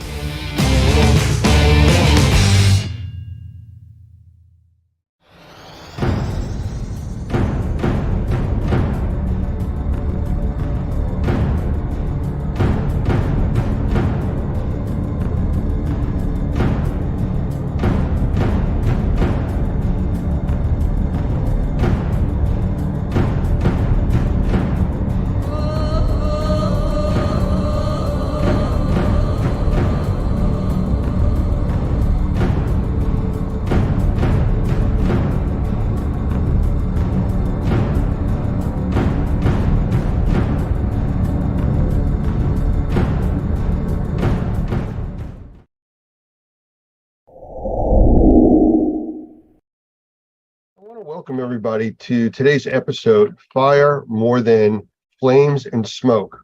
And this is a multi-part series being offered by Normie.tv. It's also available on numerous other platforms, and you can find that at normie.org. I want to welcome today's guest, Dr. Gavin McGregor Skinner, who is the Senior Director from ISSA, and he is also a senior leader in the GBAC organization, which is a Global Biorisk Advisory Council. Gavin, say hello. Yeah, hi, Lance. How are you today? Good. And if I missed on the actual titles, please correct me and fill us in a little bit more about your background. Yeah, okay. Yeah, no, Lance. I work for ISSA, the Worldwide Cleaning Industry Association, and I manage the team with the Global Biorisk Advisory Council, which is a division of ISSA. I'm also an associate professor, Lance, at the Penn State College of Medicine. I've been working with Penn State since 2011. I teach 3 graduate courses, 3 15-week courses on biological risk management. Well, that is exactly what we need to be talking about today. And with that, I want to bring up an image real quick. So I want to talk about short-term health effects for people exposed to the wildfires that have drifted down here into the U.S. and the central and the eastern coast. And these images I want to show you are what took place over a 3 to 4 day period. Now, this was, I can tell you, here in New Jersey, because I took the pictures myself, but this was mid-afternoon, and it looks like sunset. So give me a moment, and I'll bring this up on the screen so everybody can see what we're actually talking about, especially if you didn't get the opportunity to experience this. Are you able to see the images? Yes, I can, Lance. Well, as you can see, these are sunset looking type of images in the middle of the day with no clouds. Extremely thick smoke conditions. And this smoke was coming from probably up to 1,000 miles away up in Canada, all the way down to the coastal area of New Jersey. Now, from the reports and everything we got, it was even worse through the state of New York, Pennsylvania, which is closer to the Canadian border. So as far as health effects go, and I do want to mention one other thing. You've seen these images. I want to show you something graphical that we can then talk about. This was graphical data that I captured outside my home, actually, over a week period. You can see leading up to where the spiking started on the graph that the outside levels of particulates and volatile organic compounds, VOCs, or the chemistries in the air, are very low. And then you can see it all of a sudden started to spike on the first day, and then it was kind of an up and down to where it got really bad by the third day. And then after that, it started to settle out and move on. So the images that you saw before this is graphical data talking about particulates at 2.5 microns, 10 microns, and 1 or sub-micron size particulates, which really can affect people's health. So as far as short-term effects, how do you see that? Well, what's really interesting, Lance, is that if you go back to that period of time, I think when I woke up on the Wednesday here in Washington, D.C., and your photos actually captured that very clearly, there was a lot of smoke in the air. And we knew the fires were in Canada. Who would have thought that I would wake up in Washington, D.C., and suddenly I realized the air that I breathe or am breathing today came from Canada? And you don't think at a local level, at the neighborhood level, where does the air come from that I breathe? We think it all is generated locally, but it wasn't. No, this air that I was breathing here in Washington, D.C. on that Wednesday was coming from Canada. Why? Because the smoke showed that to me. It visualized it. It showed me that the fires in Canada were sending smoke down the east coast of the US. And I think everyone needs to understand smoke anywhere is just bad for the human body. It also affects animals, no matter how healthy a person is or how long they're exposed to. Smoke exposure is just bad. And we need to understand, what does that bad mean? So if I look at, what were the messages going out from when the photos that you took, Lance, showing the sun blocked out, showing all that smoke in the air, what were the key messages being delivered to the public, the community? And we're very fortunate because, here's my phone. On my phone here, I have a number of apps. We have there's a lot of apps that are available that can make you aware of outdoor air quality. Not very many, I think very few people would have apps on their phone for indoor air quality, but we have a lot of apps for outdoor air quality. And on my phone, I use the weather app. It's free. And if I click on the weather app for Washington, D.C., I can see what the air quality is, and it's monitored, and it's called the Air Quality Index, or AQI. So again, the weather app has it. It's online. Many other apps use the Air Quality Index. And we know that the Air Quality Index around about 50 or less is considered healthy. We also know that sensitive and vulnerable people might notice ill effects to their health at levels as low as 51. And we know that from that air quality index, levels at 150 or greater are considered unhealthy for everyone. So what we saw, this air quality index uses 6 different color schemes. But Lance, when I do my hazards identification, my risk assessments, I usually stick to the traffic light system, red, yellow, green, because that's universal. Everyone understands what red, yellow, green means. When you bring in other colors, it can be confusing. What is orange? What is purple? What is violet? That sort of thing. So there's 6 colors in the air quality index, and we started seeing maps on the news, on TV, on the websites, in newspapers, in the general media and social media. And a lot of people didn't understand what those 6 colors meant.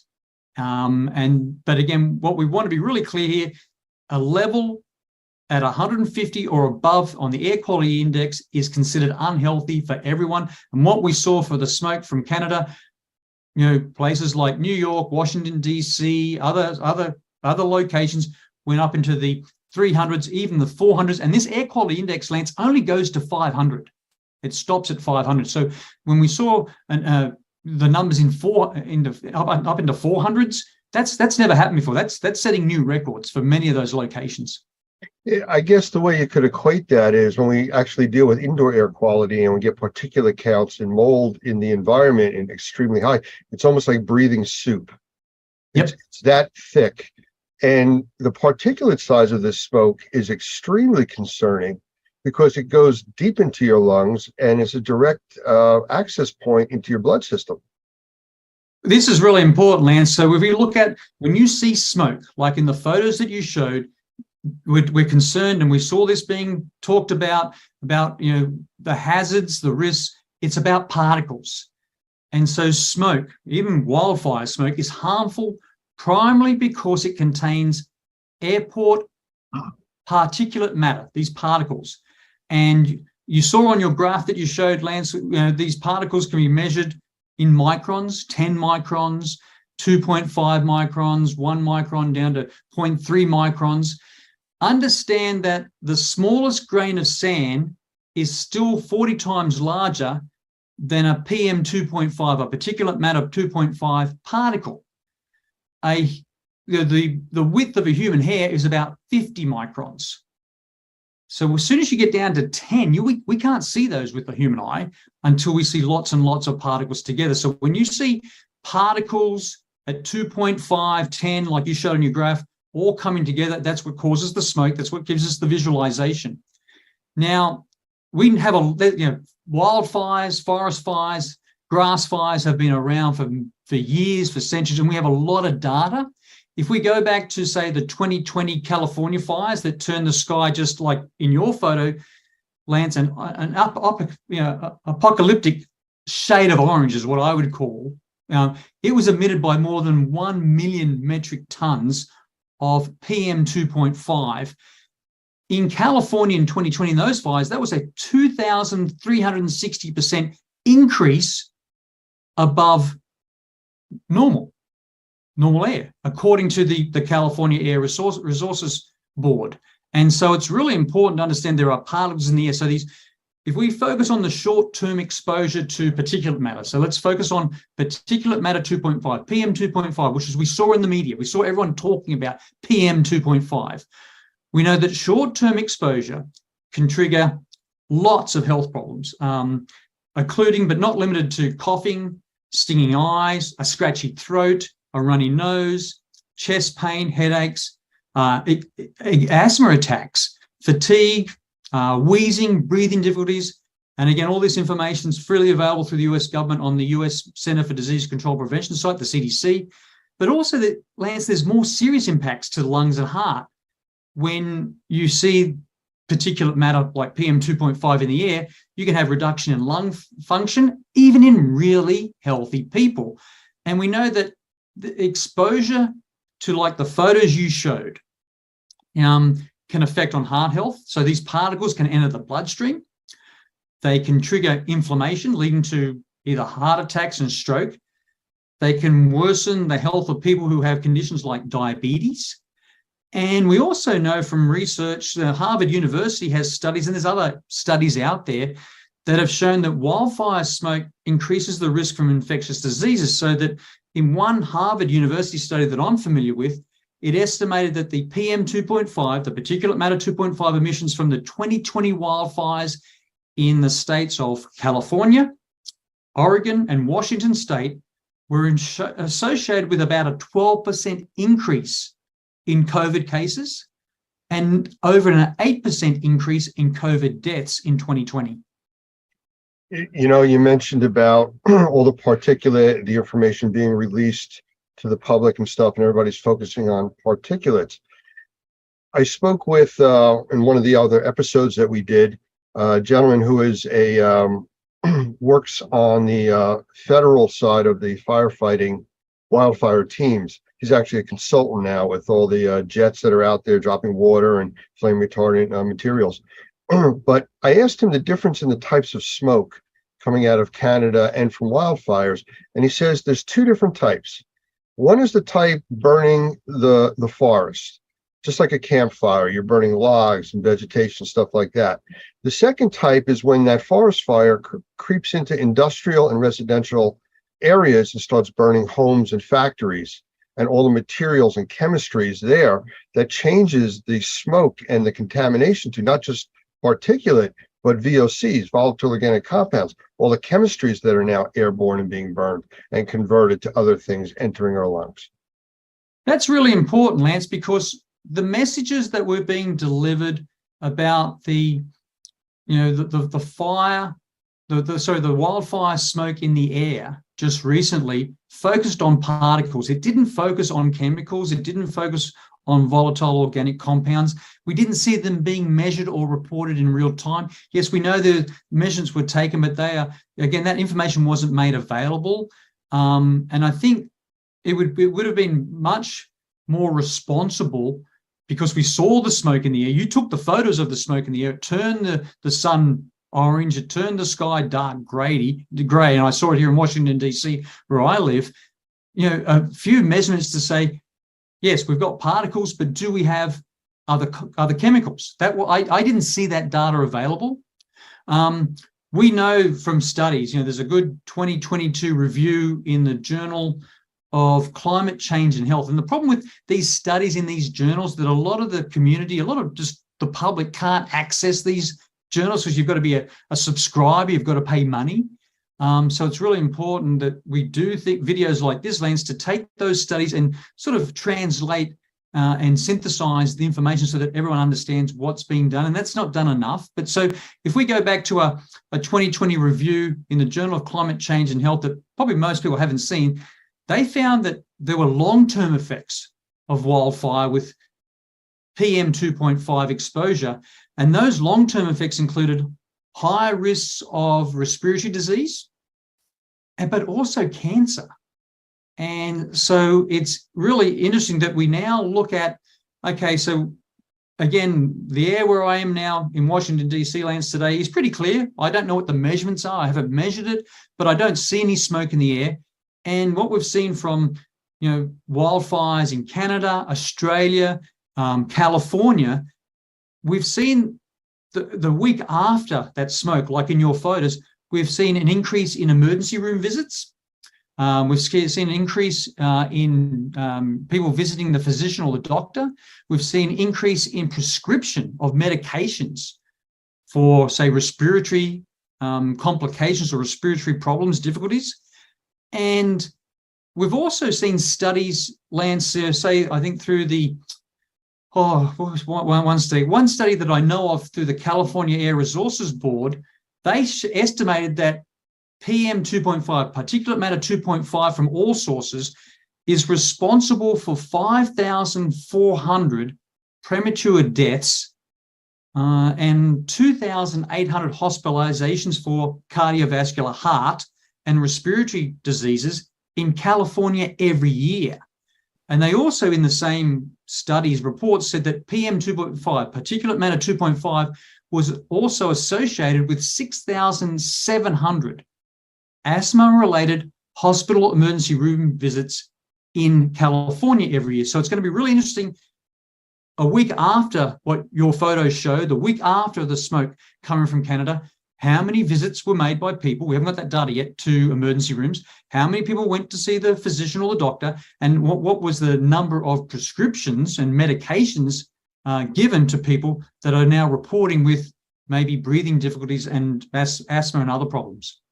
It's interesting because we recently also did an episode on sensitized individuals with Michael Pinto, and he talks about a lot of that. But the question I have for you is, we've talked about short-term effects, and I think we're starting to teeter on, now that we're a week and a half plus out, what are the long-term effects? But before we get to that specific question, what's the difference of the group that we're not talking about with babies, children, pregnant women, and we can't forget the group of the elderly? Oh, yeah. So the elderly will have a lot of underlying conditions, that again make them prone to particulate matter PM 2.5 and less particles, smaller particles, which do exist in smoke in general. But if you focus on that real critical, you've identified that critical cohort, that critical group, Lance, of pregnant people, babies, young children, they really need to avoid smoke exposure as much as possible. And so it's really important that we get those warnings out in time. A lot of us will stay indoors, recirculate, or some of us don't, but we need to ensure that our air conditioning is recirculating and not bringing in that outdoor air, because a lot of the filters that we have will not pull out the particles in our home or even places where we work. So it's really important to understand babies, young kids are at high risk because their bodies aren't fully developed.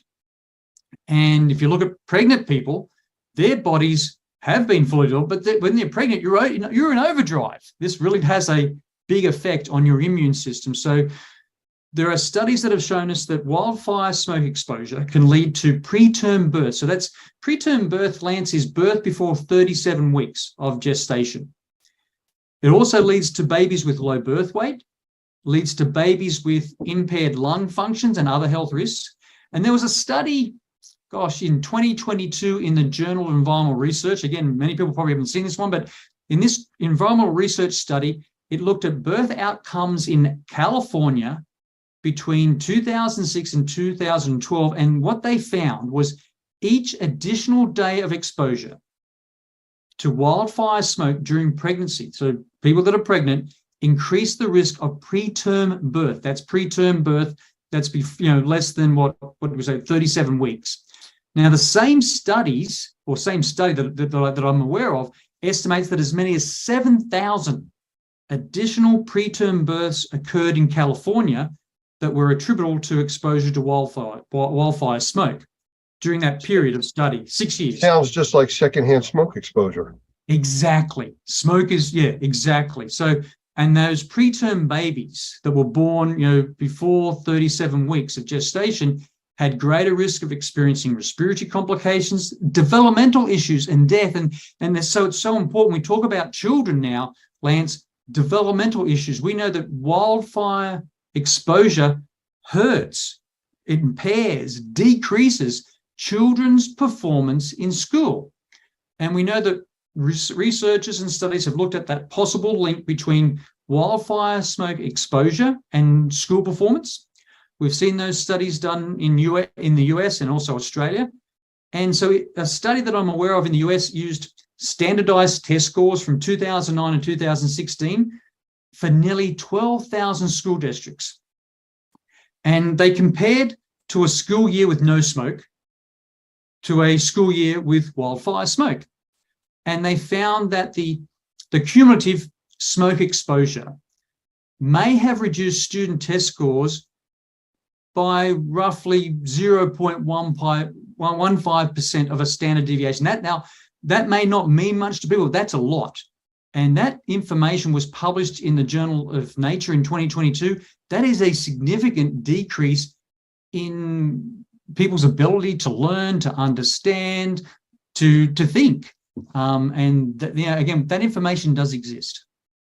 There's so many effects, and we're starting to touch on the long-term effects.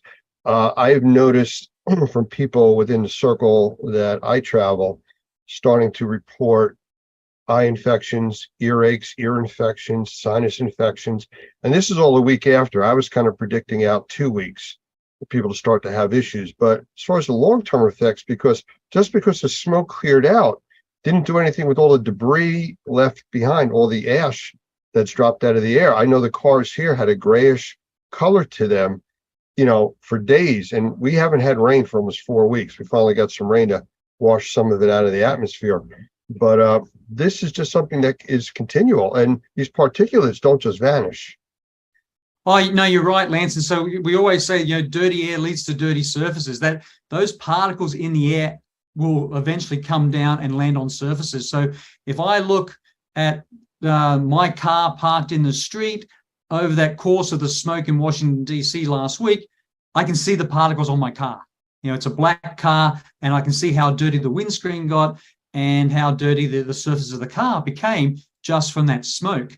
It's really interesting that when we start to talk about, it wasn't that bad, or it didn't really affect me, I only had the short-term effects of, particulate matter 2.5 or less could be, a coughing, stinging eye, scratchy throat, runny nose, chest pain, headaches, fatigue, wheezing. I run with a running group here in DC, and the people that ran last week told me on the weekend, we just don't feel good enough. We don't feel well enough. We've still got a scratchy throat. We still are wheezing. We've got some breathing difficulties. We can't run with you, Gavin, on the weekend. And would they make official data, official statistics? No, they wouldn't. So that's, the information that I've collected just through the group of friends that I have here in DC. So a lot of that information would never be recorded anywhere. And it takes then a lot of effort, like we talked about the Harvard study, Harvard University study, and the California Air Resources Board studies. to then study the long-term effect. And a lot of people then will say, well, that happened years ago, and they don't relate or see the link between the time they were exposed, that week of being exposed to smoke, versus they might have respiratory disease, cancer, or cardiovascular inflammatory problems with heart attacks and strokes. Those correlations really aren't made because it's happened so much longer or over time since the actual acute event of being exposed to wildfire smoke. That's always a challenge for us, Lance. It's hard to tell people you've got to, there's a hazard, there's a risk, you've got to take precautions, you've got to do this, when they don't initially feel the really significant bad effects either that day or the next day. You're right. And, you had said that, which is what everybody else is saying, the news media, all officials, about staying indoors. But it's the same agencies like the EPA that are saying that in normal conditions, your indoor air quality is 5 to 10 times more polluted than the outside air. So they're telling people, especially sensitized individuals, children, things like that, to be outside, especially if you're having a positive reaction to your normal home. But now we're telling people to stay inside in the polluted area that is an issue, which is still less polluted than the outside.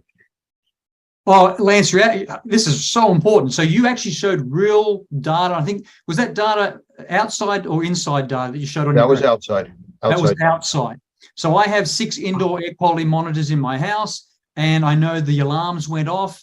I know that I have friends who also have indoor air quality monitors, and we know these are affordable. So these are affordable. So it's important that you see the baseline of where your indoor air quality is, because that's what my indoor air quality monitors measure.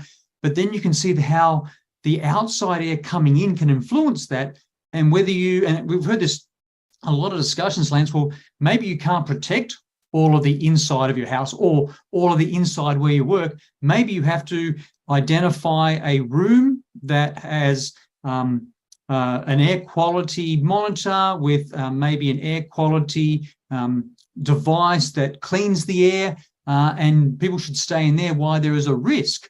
And I think it's really important that we emphasize to everyone, Lance, those indoor air quality monitors, as well as air quality purifiers right now, they're affordable. It used to be cost was an issue. Not anymore. You can buy those, you can use those, and I would highly recommend that if reach out to us, and we'll provide you, with a list of those that we have done our research on, we've done our due diligence, we know that they're backed by evidence and science, and it really will change people's behavior and improve their quality of life if they start measuring more. We see measurements for outdoor air through the air quality index, but wouldn't it be great if at the same time more people could have indoor air quality monitors in their home, even their cars, for example, and be able to then see the numbers, react appropriately, change their behaviors, and actually come up with solutions that improve their air quality without waiting till they get the symptoms we just talked about. In one of the other episodes, I was in a discussion and I used the glass of drinking water as an example. People want to take a nice, clear, crystal type of look of water and drink that. If you were to make that water cloudy or brownish, people say, I'm not drinking that. Well, air is the same thing. The difference is it's not in a small container. So you don't see the pollution. You don't see anything other than if you see like a lot of pollen on your car during spring, something like that. Oh, it's the allergies are bad. That's why I'm coughing. But other than that, people can't see particulate because it's microscopic. So they take breathing for granted. And that's one of the most critical things that we do. I also use the example in another one where a person can go 20 to 40 days without eating. They can go 3 to 7 days without drinking. You can go 4 to 6 minutes without breathing. So we can't stop doing that. So like you said, a safe room, an environment where if they are struggling, they can go into that for a few hours, give their system a break, feel better, and then go back out and do what you have to do. Especially since the indoor air quality is normally so much worse than the outside air, which unfortunately, because of this pollution problem from the smoke, made the outside air so much worse. Yeah, and that's how we all work together, Lance, through Normie, GBAC, the Global Biorisk Advisory Council, a division of ICE, say, our subject matter experts, we sit there, we know that there's a way of making the unseen seen, be visible. We know how to identify those hazards and then calculate the risk, likelihood of something happening and the consequence if it happens. And, we all know that we use that definition of consequences, how bad can it get? And so much of our air, as you correctly said, Lance, water is unseen. There can be contaminants, pollutants in the air, contaminants, pollutants in water, and it still appears, it looks, or even smells safe and healthy. But unless we measure more, we will never be able to improve. And that's why I think we all talk about that, it's so important. The tools are available, the equipment's there, the expertise is there, the science is there to start measuring more and then working with subject matter experts to interpret properly, appropriately what those measurements mean so that people can act, change their behavior, develop, implement solutions. And I think last week was a really good example with the smoke in the air, colors on a map, 6 different colors with the air quality index. And in my own personal opinion, maybe 6 colors is too much. Maybe it's confusing. Maybe people didn't understand what the colors. And then when we had the colors, we also got numbers. Here's 425 in New York City. Here's 350 in Philadelphia. Here's 308. All these different numbers came out for different locations. I don't think people realized what the number means. So if you give a color, if you give a number, then you must give an interpretation, a so what, and you must tell the public what to do. Well, there are other things that are also affected besides what we're talking about now. We've talked about, the young, the elderly. We've talked about pregnant individuals. We've talked about sensitized individuals. There's a few other things we need to talk about. Number one, and I know and I mentioned this in another episode, that it sounds a little bit on the dramatic side, but from this heavy smoke condition, we actually got a glimpse into what a nuclear winter would look like. The temperatures that are normally 80, 85 degrees in New Jersey this time of the year were barely able to get out of the 60s. It dropped the ambient temperature almost 20 degrees every day while there was smoke. Once the smoke cleared out, the temperature went back up to normal. Now that affects plant growth. It affects our food source. And speaking of food sources, it affects livestock with breathing. They're outside creatures. And we can't forget our pets, especially the ones that either have, like doggy doors that go in and out or outside pets. So how does it affect them? Yeah, really important, Lance. We knew in Washington, D.C., the National Zoo was closed to all people, closed to visitors because they had brought the animals indoors away from the smoke. Now, are all the enclosures at the National Zoo on air conditioning that recirculates? No, it's not, but at least that would decrease to some level, some degree, their exposure to the smoke that was outside. Again, in horses, equine asthma is real. And we know from, fires in Australia, information and data from fires in California, horses can suffer inflammatory diseases. We see equine asthma increase after forest fires or wildfire fires. That data is available. That's known. That's been studied. Less so in companion animals like dogs and cats. But yes, we do know that, again, those animals are breathing the same air that we're seeing, that we would breathe. Really interesting, just a couple of anecdotal reports that I've received from colleagues and friends here in DC. They had to let their cat or their dog out to go to the bathroom, the toilet, or just get some exposure outside so they wouldn't go mad inside when they run around. Opening and closing that door very briefly to let, say, a dog out. And the people that had indoor air quality monitors saw that by just opening that door very briefly to let their pet out, changed their indoor air quality on their monitors significantly. And what I mean by that, if they were sitting at like a 95 to 98%, it dropped down in some of the photos that I received down to 70, 73% in that very brief period. So it's not like it takes a long time for the smoke to rush into the house.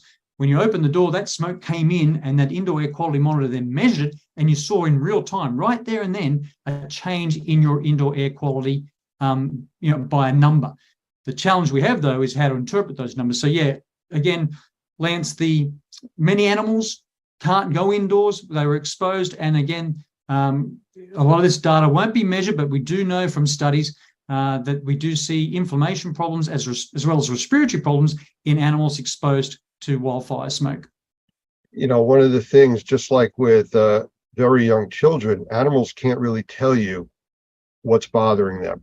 You might see the animal acting up or different or lethargic, but you won't know what's really going on, just like with children. So it's something you need to pay attention to. Don't forget about the pet that was outside all day during that smoke.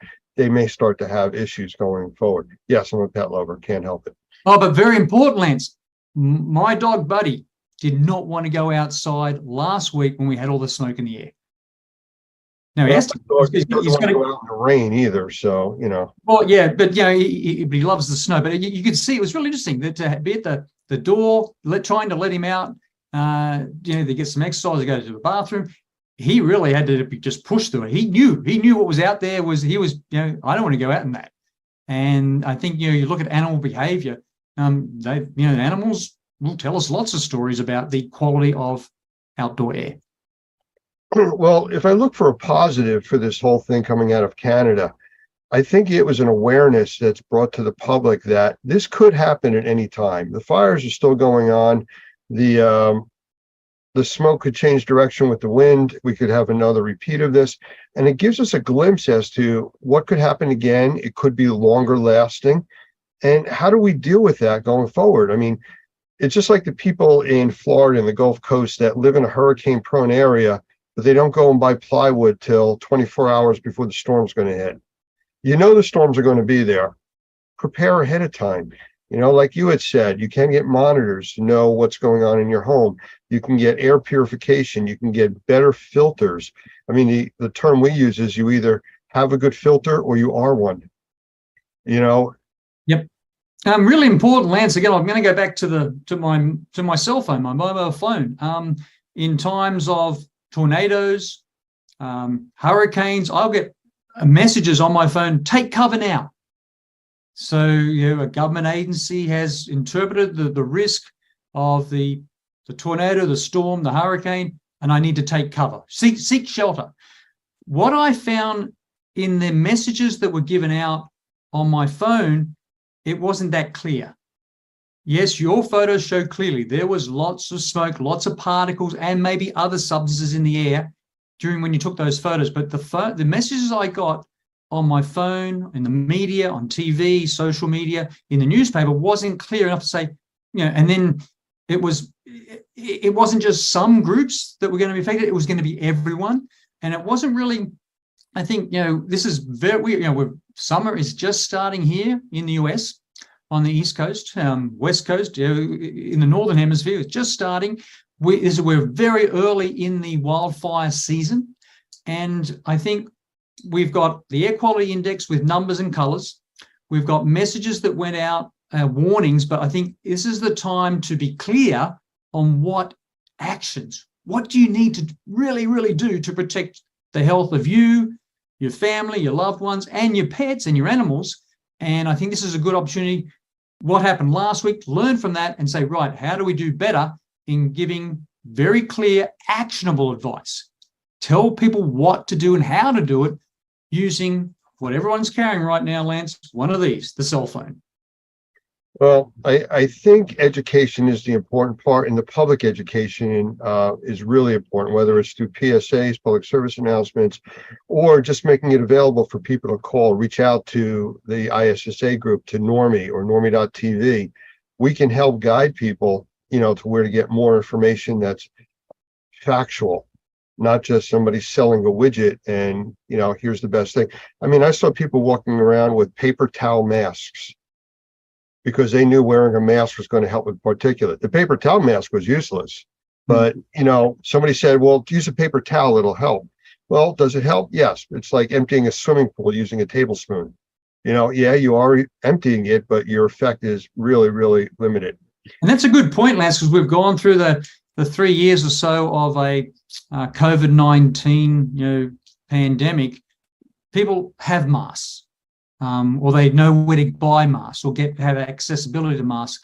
The challenge we have, Lance, is there's so many people in our neighborhoods, our community, in our cities, our towns where we work, that they have to work outdoors. We saw when the photos you took, the smoke in the air, we saw the schools cancel all outdoor activities. We saw professional sporting bodies like the Major League Baseball cancel games. But again, that's for the population that was going to go watch a game. That's for the kids at a school that wanted to play outside. What about the people that have to work outside? Where was the actionable solutions, the information there to say, you work outside, we need you to work outside, this is what you do. I really professionally and honestly believe, Lance, a lot of that information was missing, and a lot of people in our towns, in our communities, our neighborhoods have to work outside. They have no choice. I just read an article of the lawsuits that came out of 9/11. And Christy Whitman was one of the named individuals in that, I think director of EPA at the time, or one of those large organizations, where she came out and said that the air quality a week later was okay for people to go and work there and return to New York City. And 15 years later, she was found guilty of all this misleading information and stuff, because the data showed it was unhealthy. I mean, we're 20 plus years out. There's still debris from them in the walls, in drop ceilings, in buildings all around New York. So this isn't a short-term effect. Oh, it was there, it's gone, the air looks clear, it's nice out today. All of this affects us going forward. Oh, so important that everyone understands dirty air leads to dirty surfaces. Lance, I did 12 years in the military. When all the deployments I did around the world, we don't want to leave waste in a footprint in a foreign country, so we burn it. And so you can easily see, there's books written about, there's movies about the exposure of soldiers and the military to smoke pits, the fire from fire pits, the smoke that comes from fire pits, and the increase in cancer in those military personnel. And again, look at the numbers that came out from 9/11 in 2001, when so many of our colleagues, Lance, went there with the best intentions to help, to do what they've been trained to do. And look at the number of friends and colleagues that we know of that have been diagnosed with cancer since that deployment back in 2001. And I know the number of again, friends I have in the military that were exposed to smoke pits over the years and have cancer. It's real. What it means, we have to do better when we go to respond to those important acute events, to try to mitigate them, respond to them, and then go into recovery. We've got to do better in our training as well as our equipment to protect what we know in the long term causes inflammatory disease, heart disease, lung disease, cancer. Absolutely. Well, Gavin, I want to thank you for spending time with us today. I mean, it's always informative listening to you. I think this was information that we needed to get out in this series, with the actual data, a lot of the study information, short and long-term effects, which is what we've covered. And just give people a place to go if they have questions or concerns, how to reach out and get help. The Normie organization at normie.org, ISSA organization, GBAC. There's a lot of credible sources out there that are out there doing this for the right reason and trying to educate the public. So I want to thank you for being part of that. I want to thank you for being part of this series that we're doing on fire and smoke. And we'll do this again. You're more than welcome, Lance. Again, we're even at Normie and ISSA and GBAC now, we are still working right now. How can we do better in translating the information we know, the research we know, into helping people understand this is what you need to do when you see that apocalyptic look in the sky. The sun is blocked out. It turns bright, hot orange based on smoke or particles in the air. And it's something we're still working on, Lance, and hopefully we'll be able to do better and get better information out to everyone. You're absolutely right. And I think closing out, I just want to leave the images up there on the screen. Let's see if I can bring this up real quick. You have the sun up there now and the smoke? Yes, can see it, Lance. And as we know, we saw it, we lived through it, we breathed it, we kept doing the work we should do. But again, did we decrease the hazard, the risk? Did we did we wear the appropriate equipment to protect ourselves? No, we didn't do a good job at that. Well, I think this is a good start. I think we're getting the information out there. Hopefully this is helping people, answering some of their questions. So thank you again. I appreciate the time, and we'll do more series down the road. You're more than welcome, Lance. The final day of the Experience Trade Show. It is September 6th, 2024. We are just finishing up the last few hours here in Las Vegas, and I have another guest speaker, Jennifer Sterling. Hi, thanks for having me. Oh, thanks for being here. And you are the insurance person that has been wandering around and talking with us for the last day or two. And I appreciate you stopping by to do this interview because I want to hear more about your company. So who are you and who is your company? Well, my name is Jennifer Sterling. I've been in the industry for almost 20 years, specifically to the fire, water, restoration, mold insurance needs of all the contractors in all 50 states. I'm proud to say I write a package policy with general liability, pollution liability, professional liability on a flat rate, no audit. And we also work really strongly with people trying to navigate their workers' comp, because we write the workers' comp and the auto as well as your equipment, or either any franchise requirements or any TPA requirements. So you're not an underwriting agency, though. Well, we do some underwriting. Fire, water restoration, not a lot of the carriers don't really like it. There's over 2,500 insurance companies in the country, and we're down to 5 that will write fire, water, mold packages, including the professional and the Baileys if they need that too. How about you're reaching to Florida? Because I know there's a lot of issues down in Florida with insurance right now. Sure. They've tried a lot of different things. Florida is not our only issue when it comes to the fire, water restoration, guys. Texas is now becoming more of an issue with a new construction defect they're trying to push through, similar to the one they use in California with that 10-year construction defect. We're seeing a lot of trouble in Colorado. I think a lot of the guys are really used to paying maybe $2,000 a unit for a truck. We're seeing these carriers trying to push it to $4,000 a unit. So it's sad. It's really important that these guys go back to the grassroots part of the business, look at your infrastructure, make sure you have good hiring practices. If you're taking a knucklehead out of a little tiny Honda Accord and sticking him into a gross vehicle weight 20,000-pound box truck, let's make sure he can park that truck. Let's have strong guidelines when it comes to cell phone use. The partner in the passenger seat, he's helping him park, find the address. Well, a lot of that's OSHA regulations anyway. Sure, but our guys are just not doing it. They're going a mile a minute. It's a very unique industry. Sometimes it's an emergency, and so they're going fast. Sometimes it's in the middle of the night, and some of those safety measures just get avoided. Okay. Well, unfortunately, we see that in so many different industries, and we're always hearing about the terrible accidents that are happening.